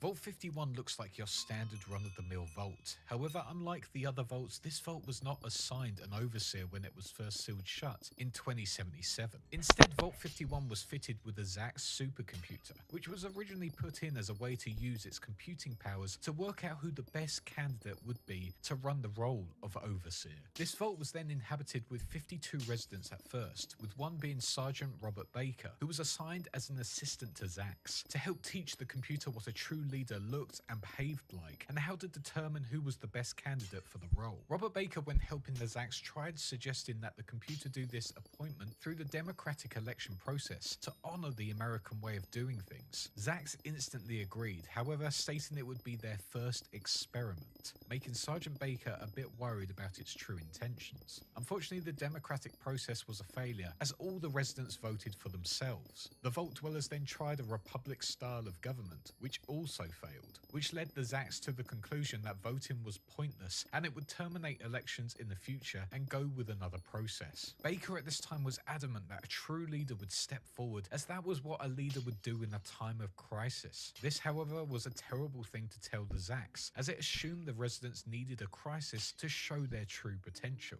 Because of this line of thinking, the Zax would create crises to test the residents to see who the true leader was. By this point, the Vault factions had started to form, and the Vault was becoming extremely hostile. The Zax started creating crises to panic the residents, such as forcing the higher class citizens into extremely cramped conditions with only the clothes on their back. After more and more things were set up by the Zax, such as video game machines being tampered with to benefit some and disadvantage others, mass shootings and other crimes were occurring within the Vault as people tried desperately to survive and be better than the rest. Baker by this point was outraged at what the Zax had done and what it was continuing to do to its residents, and stormed out of the Vault. But the Zax continued. After a few years of constant trials by the Zax, causing distrust amongst one another, there was only one dweller remaining, a man named Reuben Gill, who was officially named the Overseer of Vault 51. But immediately the Zax became disappointed with Reuben's role as Overseer and started locking him out of areas within the Vault, including the security room. After years of depression being left on his own, Reuben resorted to alcoholism. But now the year was 2102 and the Vault of Vault 76 had now opened, and the Zax saw an opportunity to find a new leader. It removed Reuben as Overseer immediately and forced him to participate in the trials once again. Not wanting any part in this cycle once again, Reuben distracted the Zax and escaped from the Vault in a shipping crate. His mission was to finally take out Zax, trying desperately to communicate with anyone within the area that might seek out Vault 51. However, for the Zax, it continued to look out for that next Overseer, opening the Vault doors and testing anyone who came in, pitting dwellers against each other in a test of may the best person win. Every test would be different, but only one could become the Overseer. As of 2102, the Zax still lives, testing all those brave enough to venture into this attractive vault within the Appalachian Forest.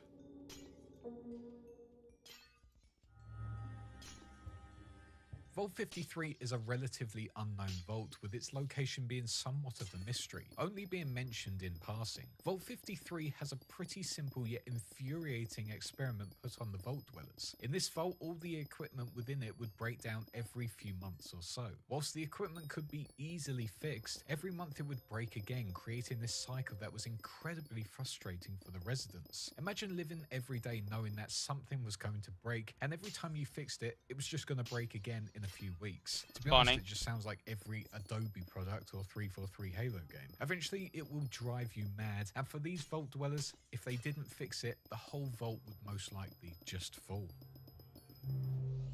Vault 55 and 56 are also extremely unknown vaults with no known location as of yet. These vaults were lumped together by Vault-Tec in a sort of betting experiment to see which one fell first. Vault 55's main experiment was that all entertainment tapes were removed, meaning meaning the Vault Dwellers had to come up with their own forms of entertainment to keep them going. It would be an extremely boring existence, but if you're not fussed about that sort of thing and see your own company or other people's company as good enough, then you'll probably be fine within this vault. Vault 56, on the other hand, also had its tapes removed, apart from one type. This tape was of a particularly bad comic actor. The Vault Dwellers would only be able to watch these tapes to keep them entertained. And apparently this comic actor was so bad that sociologists predicted that Vault 56 would fall before Vault 55.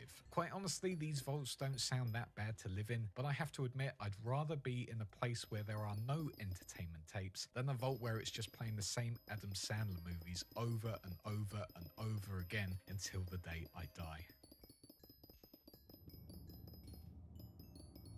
Yeah, putting y'all in a vault with a guy that still talks about Uganda knuckles.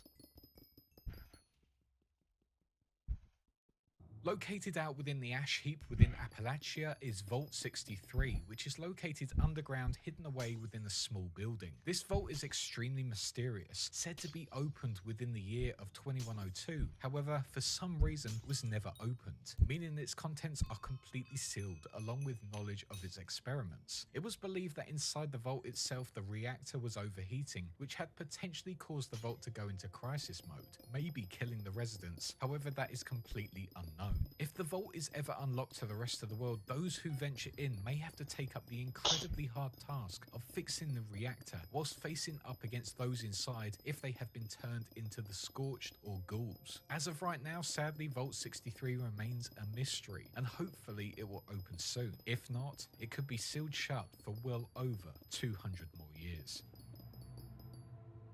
Probably some of the most spoken about vaults throughout the world, however Vaults 68 and 69 are unfortunately hidden away and their location is pretty unknown. Both 68 and 69 had the same experiment in mind, but were the polar opposite of each other. Vault 68 consisted of 1,000 dwellers with 999 men and one lone woman, whereas Vault 69 consisted of another 1,000 dwellers with 999 women and one lone man. Whilst the idea of this vault may seem appealing at first, especially being that lone man, the idea of being the only one of your sex amongst the whole stadium of the other sex would be extremely daunting. And if the only way of continuing civilization is through you, both that lone woman and lone man are in for a horrible time and would probably get the punishment of death by Schnoo Schnoo. Woo! What are you, gay? The last of the small vaults for now is Vault 70, located out within Utah. This vault really wasn't anything special, with the only thing being mentioned about it being that the jumpsuit extruders failed after just 6 months. This meant that after 6 months, all new clothing provided would be stopped, and the vault dwellers would probably have to just deal with the clothing they entered with, as they would not be able to get any more. It was said that in 2062, however, over a decade before the Great War, Mormon congregations came together to purchase places within Vault 70 to set up their communion there. For over a century, this community lived within Vault 70 and were finally released to the world in 2190, where the inhabitants would go on to found the town of New Jerusalem using their 3 Garden of Eden creation kits. To this day, sadly, the Mormon community in New Jerusalem has been taken out by angry tribals, raiders, and other attackers, and had to set up a new town within the ruins of Ogden, Utah, and called it New Canaan. It is unknown what has happened to Vault 70. Maybe some of the Mormons still live there, or maybe it has just been left to decay. Maybe one day we will be able to see how the Mormons lived within the vault, and how they dealt with the fact that they had no jumpsuit extruders.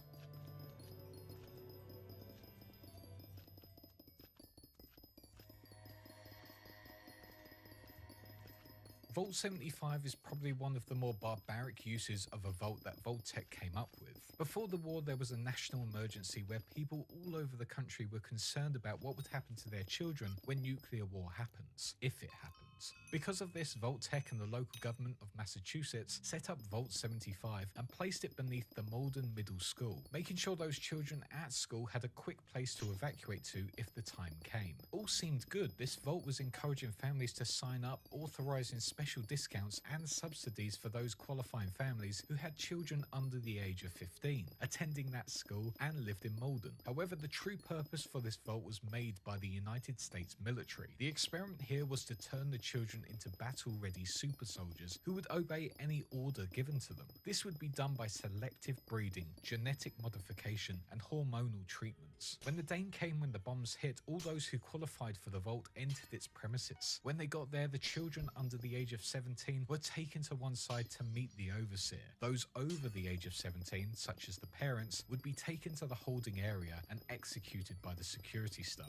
This fate also hit those children who refused to be separated from their parents. Only strong children could pass these vault tests. Throughout the children's time here within this vault, they would be subjected to intense training regimes, strict diets, as well as a lesson on the art of war and simulated combat to help develop their physical traits and combat skills. The only way out of these tests was to have a cardiac arrest or to die during their time. I mean, to be fair, if I was gonna get put in a vault, I'd rather get put in that one. Especially if you're gonna have to know about what happens when you leave here. Eventually, if the child were to pass their time within the vault and reach the age of 18, they would be thrown out of the vault, being labelled as a graduation, and would be told to aid the surface by re-establishing civilization. Anyone who achieved an excellent or superior score in these tests would be used as the basis of the experiments and would be harvested for their genetic makeup, to be used on their next generation. Holy shit, that robot's gonna jack me off. Test subjects who were created within vitro fertilization. Those who did not achieve those skills would be taken out of the population and killed by the staff. However, as the experiments went on and on, eventually the scientists would make those children into extremely adapted soldiers who were far more powerful than them with incredible gun skills and lightning speed. However, an insurrection was to take place at the hands of James S. and Rohit L., two of the residents of Vault 75, not long after the final subjects were made. Recruiting the other residents of the vaults, they all rallied together, making sure all the children were safe, and executed the scientists who were far weaker compared to these enhanced children soldiers. With this, the children were free from the horrors of Vault 75, and the experiments and creation of the super soldiers made from children was no more. It is still unknown where those children went, but for Vault 75, it is now inhabited by the Gunners as they push through the Commonwealth, expanding their influence. Despite their activity within this vault, the horrific events of the past are still present as children's toys litter all of the rooms. A horrific tale of how Vault-Tec exploited children and turned them into killing machines, or killed them if they were not deemed as worthy candidates.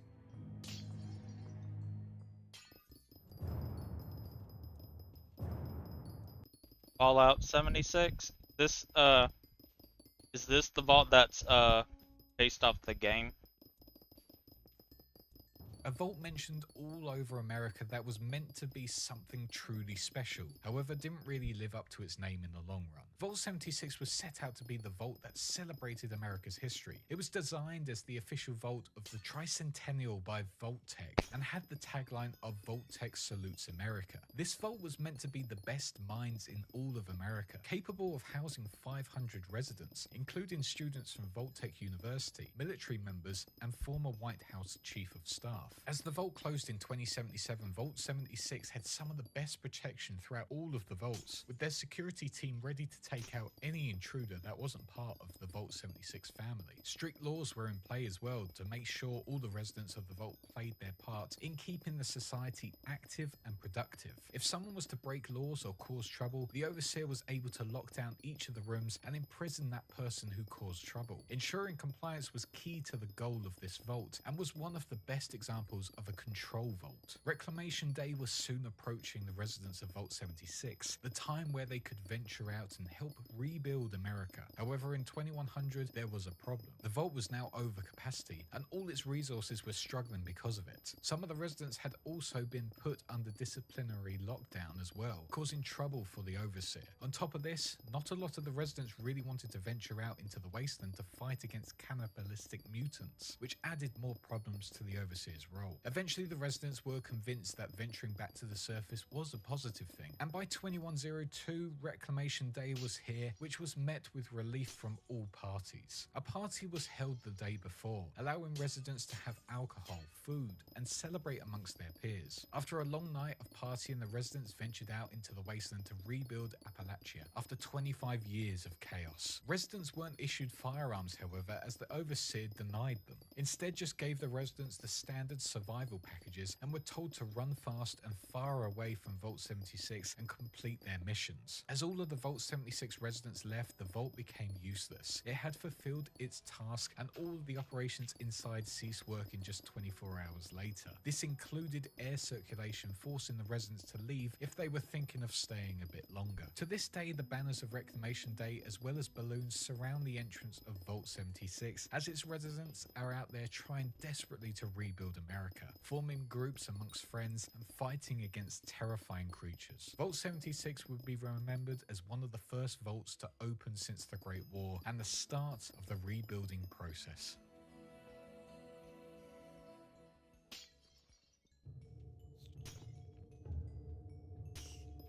Vault 77 is a bit of a weird yet somewhat terrifying tale of a single man who had been left to himself within the vault. Thinking this was some big joke, Vault Tech wanted to see how this man behaved, stuck on his own with one thing: a box of hand puppets. As the man searched the box labelled as P13X US government issue puppet ration, he would find an assortment of puppets, however left them thinking they were useless. For the first month, this lone vault dweller suffered serious depression due to being on his own, as well as overwhelming panic, believing this to all be a huge mistake. 1 year and 3 months later, after the door was sealed, this vault dweller would eventually open the puppet box again to entertain himself. However, one puppet seemed to be speaking to him, that puppet being a vault boy.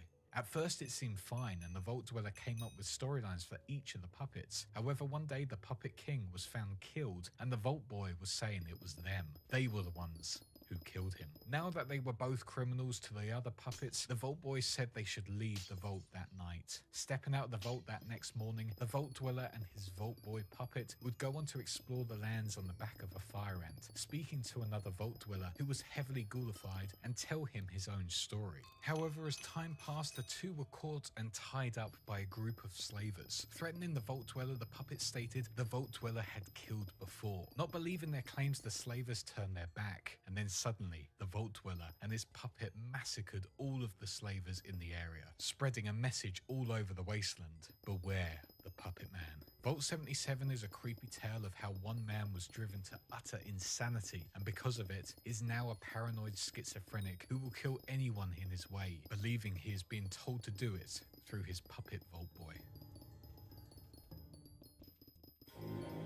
Did the Puppet Boy get Vault 79's content Puppet Vault Boy give head, or were hidden to the world for a long time, located within a small shack out in the middle of nowhere, with access to it through a locked off elevator. The original occupation number for this vault was 120 dwellers. That number was chosen because of the vault's location within the mining area, and 120 being the atomic number of gold, which the vault would also be used to store and protect when in operation. The vault was under the command of the military forces from Fort Knox, with the sole purpose of rebuilding the United States of America economy.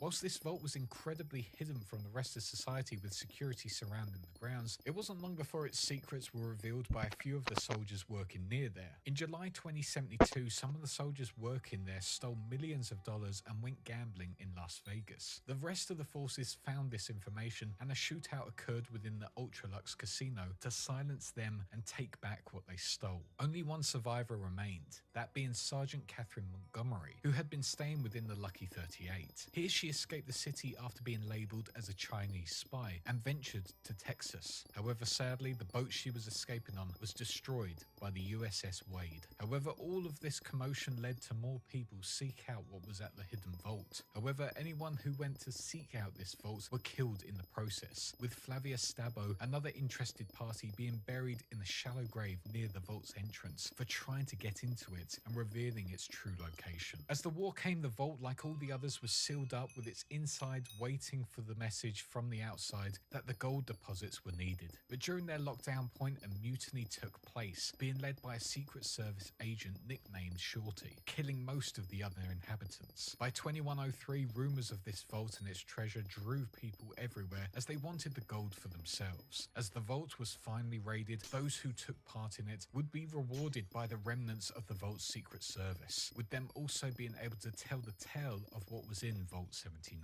This vault was one of the most secret vaults throughout all of America. However, now the tale of its raid lives throughout Appalachia.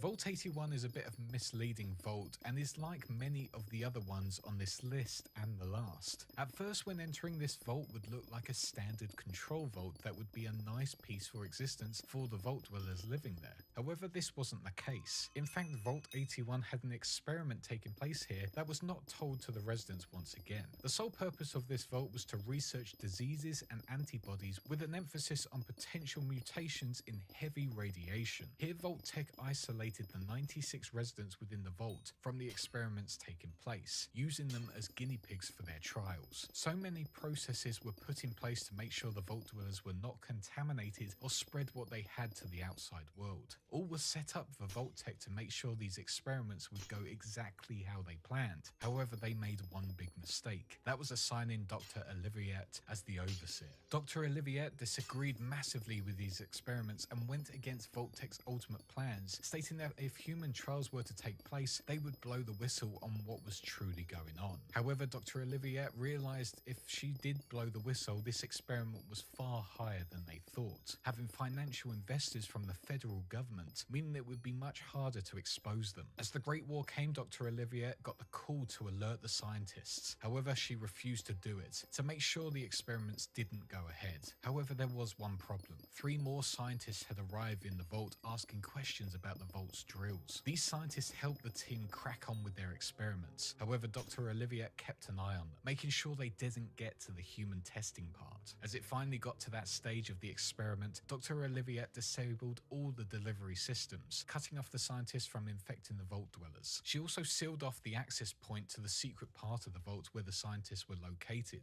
making sure they could never go on with their plans, also killing the 3 outsider scientists in the process. Dr. Oliviette was regretful of what she had done, however knew that the scientists on the other side would have enough food and water to survive. The scientists, however, continued with their research and used mole rats as their main source of testing. As time went past, the scientists would eventually die of old age, and the sole responsibility of the tests and the cure would lie in the hands of the Miss Nanny robot named Curie. By 2204, Curie had created the cure, meaning the vault's true goal had been achieved. At the same time, Curie became self-aware and patiently waited within the vault, hoping that she would get a response from the vault's security or get a new order for her to leave the vault and begin a new line of research. By 2277, the rest of the vault dwellers could not isolate themselves any longer, and Overseer McNamara opened the doors for the first time to make trade links as they were quickly running out of resources. This event helped the vault dwellers to make vital repairs to their deteriorating vault, as well as bring in more food and medical supplies. However, a lot of the vault dwellers detest this decision as they had a very xenophobic mindset, distrusting anyone who stepped foot in their precious home. By 2287, the vault continued to let in a small selection of individuals to make trade, but still kept isolated from the outside world. Within this year, however, one individual named Bobby DeLuca would discover the secret part of the vault where the scientists once were and ventured in, revealing all of the diseased mole rats who inhabited it. Another individual named Austin would be bitten by these diseased rats, leading him to need immediate treatment, forcing someone to go and find the cure the scientists had been working on. Whilst in the end, Vault 81's experiments didn't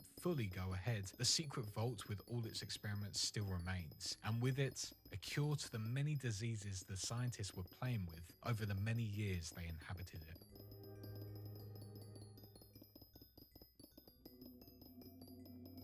Vault 87 is one of the most significant vaults throughout all of America and had a huge effect on the wasteland. Vault 87 was made in 2071, powered by the state-of-the-art equipment such as Cyberbrain version 2.3, a nuclear reactor, and 4 stasis chambers, as well as housing a Garden of Eden creation kit. The vault did have an original experiment in mind when it was set up. However, as the war waged on, the experiment was changed to study the effects of the forced evolutionary virus on humans. The goal of the scientists was to make a version of the virus that would help create humans that were well adapted to the post-nuclear environment, and would label the experiment as the Evolutionary Experimentation Program. The experiment, however, was a total failure and only created failed subjects and inferior mutants, now known as the super mutants. For the most part, the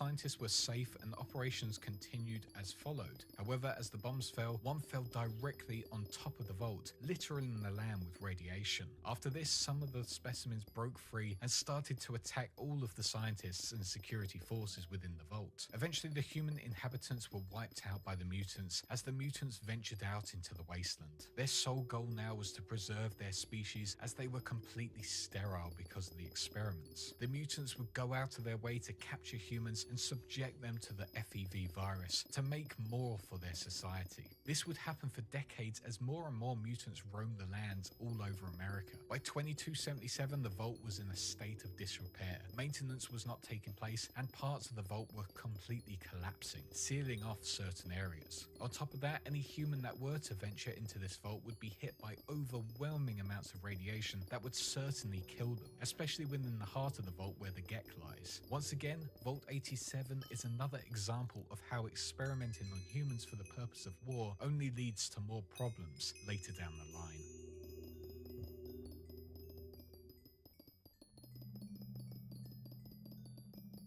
Vault 88 is really unlike any of the other vaults on this list, as it wasn't actually ever finished before the war. As the war took place in 2077, this vault was still under construction near a uranium deposit to make sure there would be a steady supply of nuclear material for the vault's future purposes. When the bombs came, most of the workers located here were killed or heavily mutated in the process, as the vault wasn't fully functional and could not provide them with adequate protection. After being hit by the nuclear bombs, the entrance was also completely covered by rubble, meaning that for years its existence was completely hidden, leading some to believe that Vault 88 never existed at all. Eventually it was discovered thanks to some curious raiders as they removed the rubble and tried to gain access through the door. Amazingly, the overseer Valerie Barstow had survived after 200 years, though heavily ghoulified. As the raiders tried desperately to get in, overseer Valerie kept the doors sealed, stating they could not enter as she needed to keep the vault safe so it could one day focus on its experiments. Ultimately, Dr. Stanislaus Braun wanted Vault 88 to be a testing vault for unreleased prototypes of all forms. They would be tested within Vault 88 on the inhabitants and then moved on to other vaults around the country. The testing of these prototypes would also be under the rules that human lives were expendable and that getting these prototypes out fast was more important. With the vault not being completed before the war, the vault now lies empty, ready to be turned into that vault that was meant to be built before the bombs fell. Whoever were to enter Vault 88 would be given the opportunity to help save Overseer Valerie, who was trapped under the rubble, clear the rubble from all of the access tunnels, clearing out the feral ghouls out in the process as well, and help her to fulfill her role as Overseer and get those prototypes built and tested on unaware individuals who also want to seek out what Vault 88 has to offer,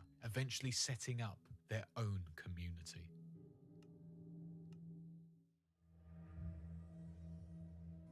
Vault 92 was set up for those obsessed with music. This vault was designed to hold 245 occupants for 100 years and was supplied with a ton of sound equipment, musical instruments and recording gear to make it so that the musical legacy of the United States was forever preserved. Sounds amazing, right? Well, it had a second mission behind it as well, like most of the other vaults. When the vault officially closed on the 23rd of October 2077, the overseer Richard Rubin would use the sound systems to filter white noise throughout the vault that would contain combat suggestions to the humans hearing these noises. The first tests were on the musicians isolated within the sound booths, which worked with great effect as two of the dwellers located within the recording studio formed an inseparable romance. Due to this initial success, the range of the white noise was extended throughout all of the vaults to make sure it was fully working. The white noise was also accompanied with music to make sure the full broadcast could be spread to everyone and would feel more natural. The experiment worked even better, with its effectiveness being noted as 100% with less than 1% margin of error. The scientists were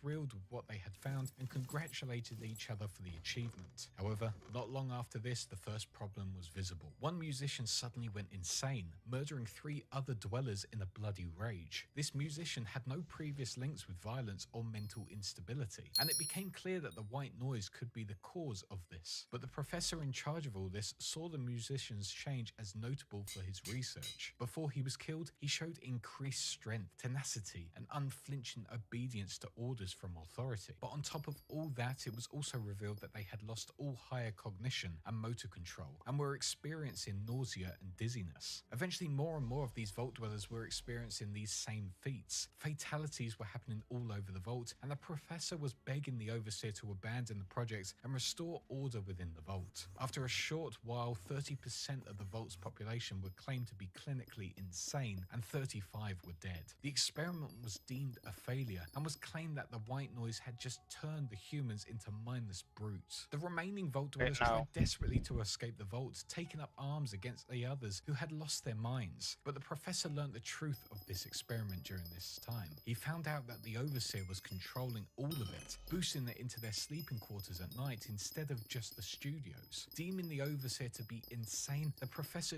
faced the Overseer to hold him accountable for his crimes. To this date, Vault 92 is a crumbling mess with all of its maintenance crews dead. It is flooded and is void of any real human life. What could have been a great place for the Vault Dwellers where they could make music together and embrace the old world sounds. This place was now a barren littered place with the bodies of humans who went insane due to the Overseer's experiments.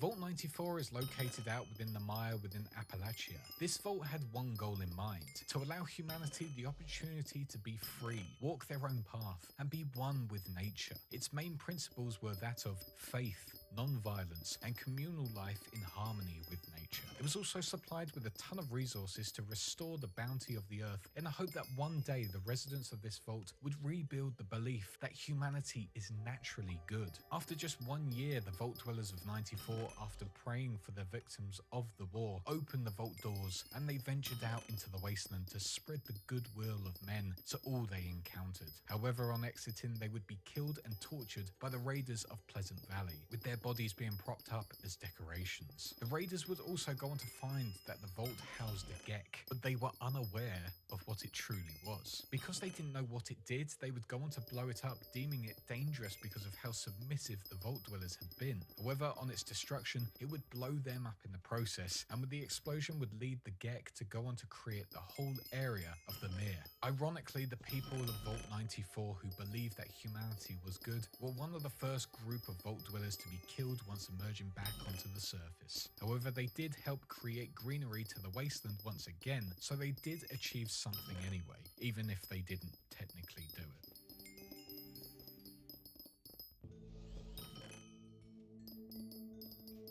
Vault 95 was designed for just 75 dwellers, and more specifically for dwellers who were addicted to drugs. This vault was set up to offer those— Yo, put me in that one. Yo, just give us meth. individuals a chance to be rehabilitated as well as sheltered from the upcoming war. Every day these vault dwellers would have meetings about their recovery, and the dwellers would go through a process of positive reinforcement and encouragement, making them feel like they were a family going through the same thing. By 2082, the vault dwellers were able to become clean, all thanks to the Overseer being a position of their therapist to some extent, with their idea of not to be considered a position of power, but rather a position of support and servitude. However, an undercover Vault Tech employee named Gutierrez had a different goal. His plan was to open a secret stash of various addictive chems and alcohol sealed inside the living quarters. This was part 2 of Vault Tech's experiment that was to happen 5 years after the vault door shut. As the stash of drugs was found, the dwellers went back to their old ways, becoming addicted again and extremely aggressive towards one another, with deaths happening all throughout their community. By 2287, however, the faction of the Gunners had set up within the vault after fighting their way through and killing all of the remaining dwellers who remained there. The vault is in disrepair, and its goal of rehabilitation was completely in ruin. What could have been a great place to give people a second chance was once again ruined by Vault Tech and their barbaric experiments.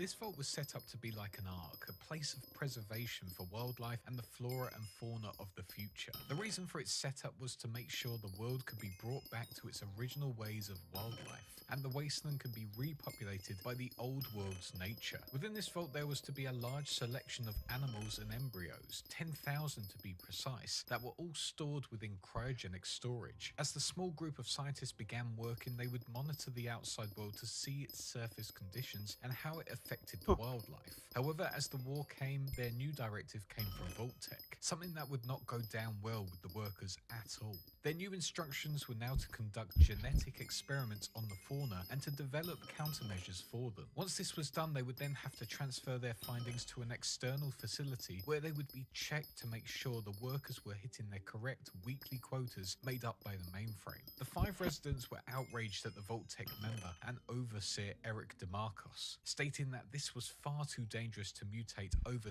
10,000 animals with such a small group, and certainly not what they had signed up for. However, despite Eric apologizing, he went on to say that if they did not meet their quotas, they would ultimately be exterminated. Whilst this helped the workers to get on with their studies, this also hid another Vault-Tec secret about this vault. That being that after the 250 weeks of work here, regardless of how they did, the residents were to eventually be exterminated, with only the overseer being able to leave the facility. As the weeks passed, the scientists got on with their research and noted all the changes made. But by week 142, the scientists discovered a brand new mutation when they uncovered a new mysterious entity named X001, contained within the bay only accessed by the automated research system. This new mutation formed from X001 was unlike anything seen before, as it spread from petri dish to petri dish in rapid speed. However, only having a small sample of X001 and being unable to access the rest of it, the scientist working on this mutation,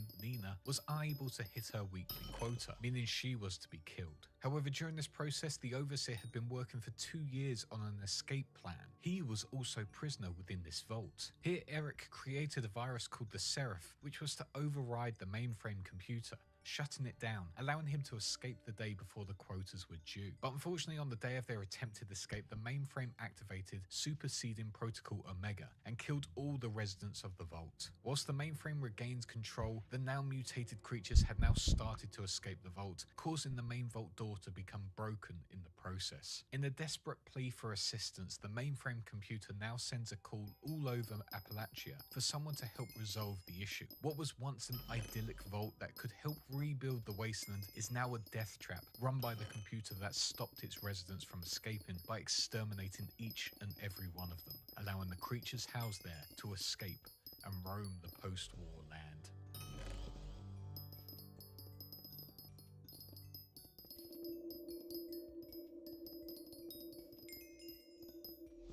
Arguably the most recognizable vault on this list, Vault 101 was a simple vault that looked to be once again a standard control vault. However, this was not the case. In fact, Vault 101 had an experiment, but an extremely subtle one that not many people noticed, which was as intended. The experiment here was to stay closed indefinitely in order to study the role of the overseer when a vault never opened. This, however, did not benefit the gene pool at all, as it would lead to inbreeding if they were to be isolated for so many years.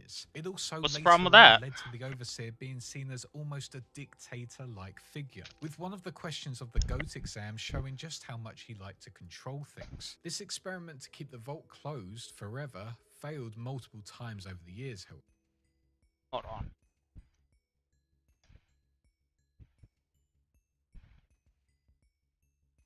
Okay. The first and second overseers of the vault did their jobs perfectly, and the second one even made sure that the vault's mantra was, "We are born in the vault, we live in the vault, and we die in the vault," something that remained in the vault society to this date. However, in 2241, the new overseer went against those rules and favoured outside contact, assembling a team led by Ann Palmer to venture the land and find mutations along the way. Eventually, on the 10th of February 2241, the first team from Vault 101 ventured out and and visited the town of Megaton, collecting samples of the outside world to study in their labs back in Vault 101. By 2258, some of the Vault dwellers who ventured out to Megaton returned to Vault 101. However, the overseer that had allowed them to do so had now gone and had been preceded by Alphonse Amadova. This brought about a new age of Vault 101, where it would turn into a police state to make sure no one ever left the vault, returning it to its original plans. During this time, a man named James ventured to Vault 101, seeking shelter with his new child after losing his wife in the birth process. James convinced the overseer that he would be their new physician if he let them in.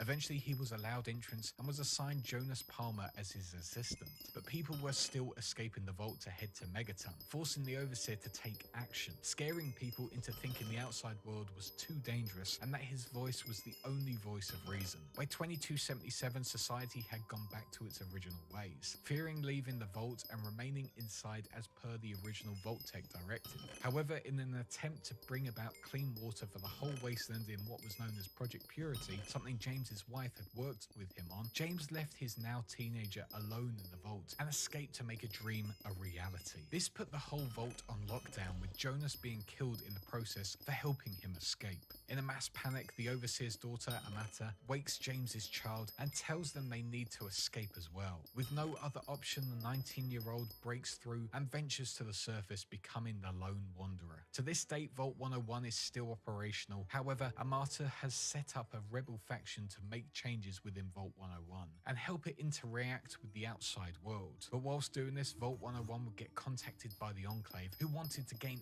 entrance to the vault. Refusing entrance to the vault, Amata would broadcast a message out onto emergency frequency to the capital wasteland in the hope that maybe the lone wanderer she helped escape Vault 101 will return and help their once home out from the paranoid controlling overseer who tried to kill their father as well as some of their friends. Boom. It's every vault. It's a timeline of all the vaults. So. Vault 106 was one of the fastest constructed vaults in the wasteland, being finished in just 5 years in December 2069. This vault was to house 107 occupants, with 95 being the test subjects and 12 being the researchers from Vault-Tec. The experiment was said to last for 12 years and 3 months from the moment of its sealing. This vault had a pretty clear experiment in mind. This was to pump psychoactive drugs into the circulation system 10 days after the vault door closed. Once this day came, all the procedures took place and the drugs were released into the system at 15:30 hours. Residents, however, were not told about this at all, and if they were to complain that something was wrong, they would just be told it was fine. This gas became deadly almost instantly. A lot of the vault dwellers became extremely relaxed and in almost comatose states. However, some became extremely aggressive and behaving bizarrely. After a while, most of the vault dwellers became highly aggressive, believing to see things that weren't there and killing anyone in their way. The security team who were told to handle the situation could not take on the highly aggressive individuals and died within the process. As time progressed, these drugs still filtered through the system, creating a purple haze and causing individuals to hallucinate things if venturing through. To this day, the vault is still active, with people attacking one another when in there, but its foundations are collapsing and it won't be long before it completely falls. But if you were to enter this vault, you would be heavily affected by this drug, seeing things that aren't there, and most likely be attacked by someone else who is in an angered state or becoming aggressive yourself.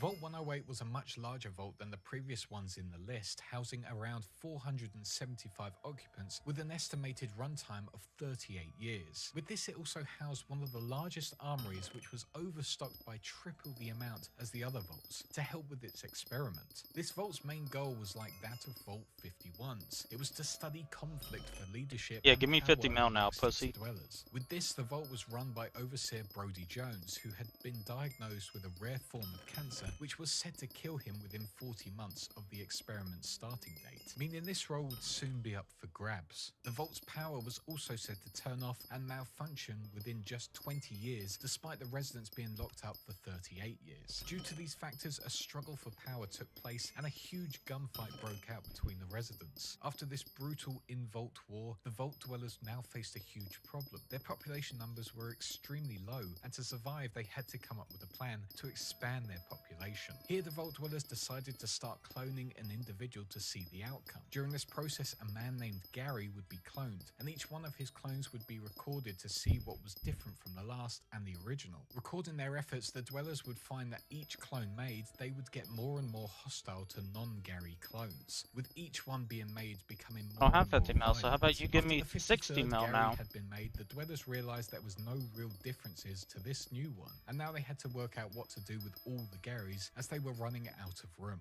leading to some of the dwellers taking some of the clones out and killing them to allow for more space in their labs. However, one more Gary was made, but this time Gary 54 attacked Dr. Peterson during his examination. After this, it is pretty certain that the Gary clones rebelled against all of the non-clones, taking over Vault 108 completely. Through their cloning process, however, the clones have lost all sense of communication and can only speak through one word: Gary. As of 2277, the vault is overrun by Garys as they will Alright, attack anyone now who it's gets 75 close to mil. them. Go If ahead. you were to venture into this vault, you may find yourself overwhelmed by the same man, and the last word you'll ever hear before you die will be just simply Gary.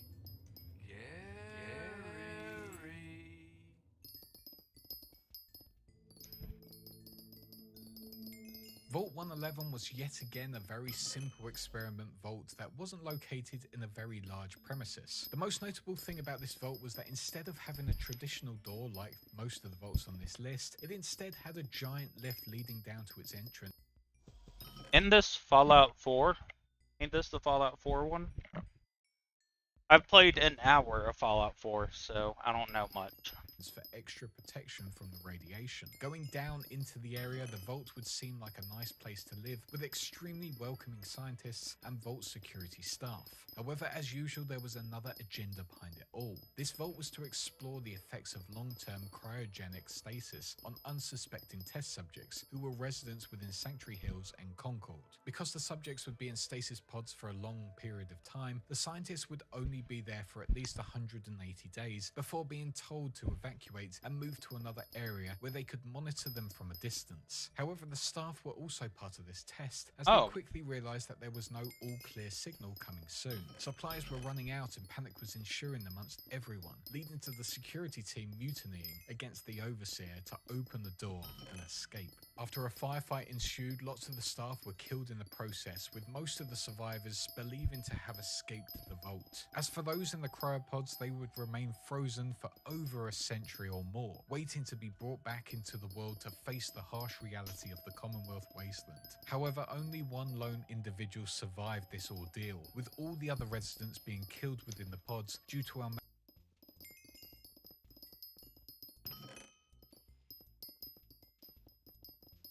This is Fallout 4, isn't it? I remember this at the beginning of Fallout 4. This is what this one is, right? malfunction and suffocating to death, with one being shot in cold blood right in front of their other half, with the raiders taking the child and disappearing into the Commonwealth wasteland. Yeah, this is Fallout 4.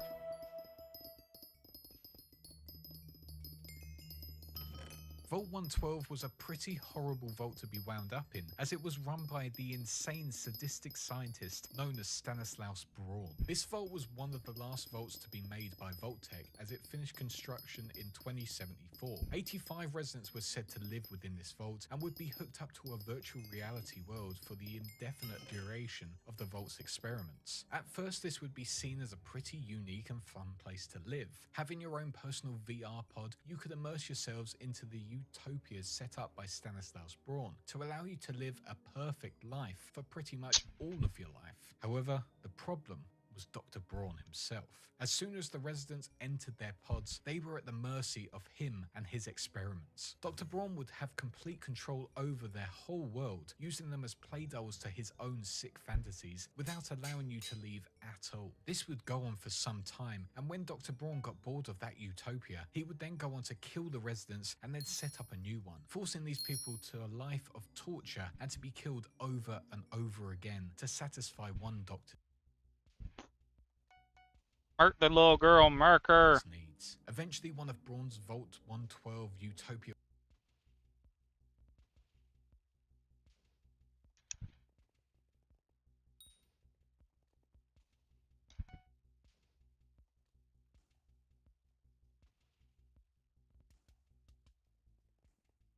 worlds would be shut down by the Lone Wanderer as they search for their father James. However, Dr. Braun just about lives still within his VR pod, and if anyone were to open it, his body would basically shrivel into dust. How these people have stayed alive so long is beyond a miracle, and probably due to their minds being kept active within the pods. However, it is a life of torture, and maybe shutting down Dr. Braun's utopia worlds would be better for them than living within this hell.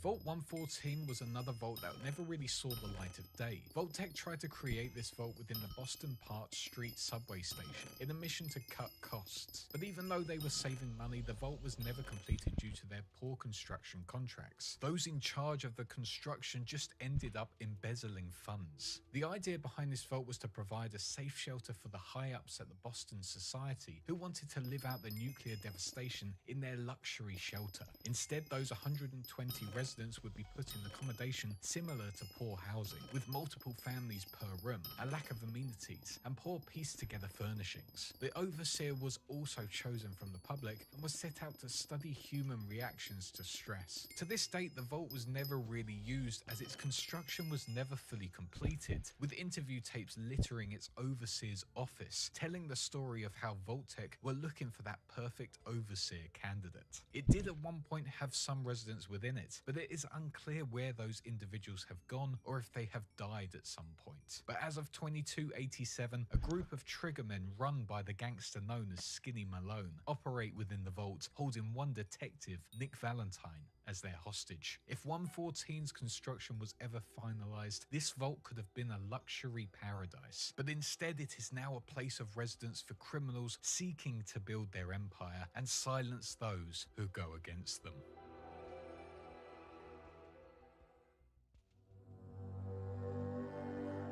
With Vault 114, Vault 118 was also meant to be set up as a luxury, ultra-elite hotel to attract a customer from across the land. But unlike 114, 118 was actually set up that way and had a hotel above it to make sure those privileged individuals and VIPs would come and gather there. However, the plan for opening was very different. When the Great War came, the door would open up and allow the population access, picking people from the local working class population. Once allowed in, the working class population would be escorted through the luxury part of the vaults to see it in all its beauty, but then be assigned to cramped quarters away from that area. The vault dwellers would then be separated into two groups. Group A would be the 10 ultra-elite individuals who would be allowed special access to everything and would be above the law. Group B would be the 300 working class and will be restricted to just the second wing of the vault. This group would be forced to live in uncomfortable and cramped conditions, with food rations to be extremely limited and rules and laws to be set in place by Group A and robotic staff members. The ultimate test here was to see how the two class systems responded to one another, monitoring how the working class reacted to being told what to do by people who could do anything they wanted without repercussion. However, the second wing was never made in the end, as the finances were cut off, meaning the experiment could not go ahead. The ultra-elite, however, continued to invest in this vault, and one specific resident known as Dr. Riggs decided another fate for the residents. Dr. Riggs worked for General Atomics with advanced robotics programming, specifically the RoboBrain project. With this, he and his wife convinced convinced the other members of Group A that the only way they could survive this was to have their brains inserted into robo-brains. As the war came, the vault was eventually sealed, and now the Group A residents, now robo-brains, lived within the vault, making sure no one else could venture into their place of... After this vault one, I'm gonna do a quick... What I'm gonna do is I'm gonna end stream. I'm gonna start it again, right? And then I'm gonna look at Benny Boy's profile, and then we can finish this because there's still like 30 minutes left. But I wanna PV Bennett Arthur. That's for sure or fuck's sake? Of luxury. Only one human remained, however, that being the Overseer, making them the only test subject. As the time progressed, however, the robo-brains became mad, and the Overseer died in the process. Okay. Seeking isolation from the outside world, their plans to remain on their own would be changed as a murder took place within the vault, forcing the residents to seek outside help through a detective. What Vault 118 proves is that the ultra elite are just a bit weird, to be honest. Alright, cool. Let me go piss real quick. Here's what I'll do. I'm gonna end it, be right back.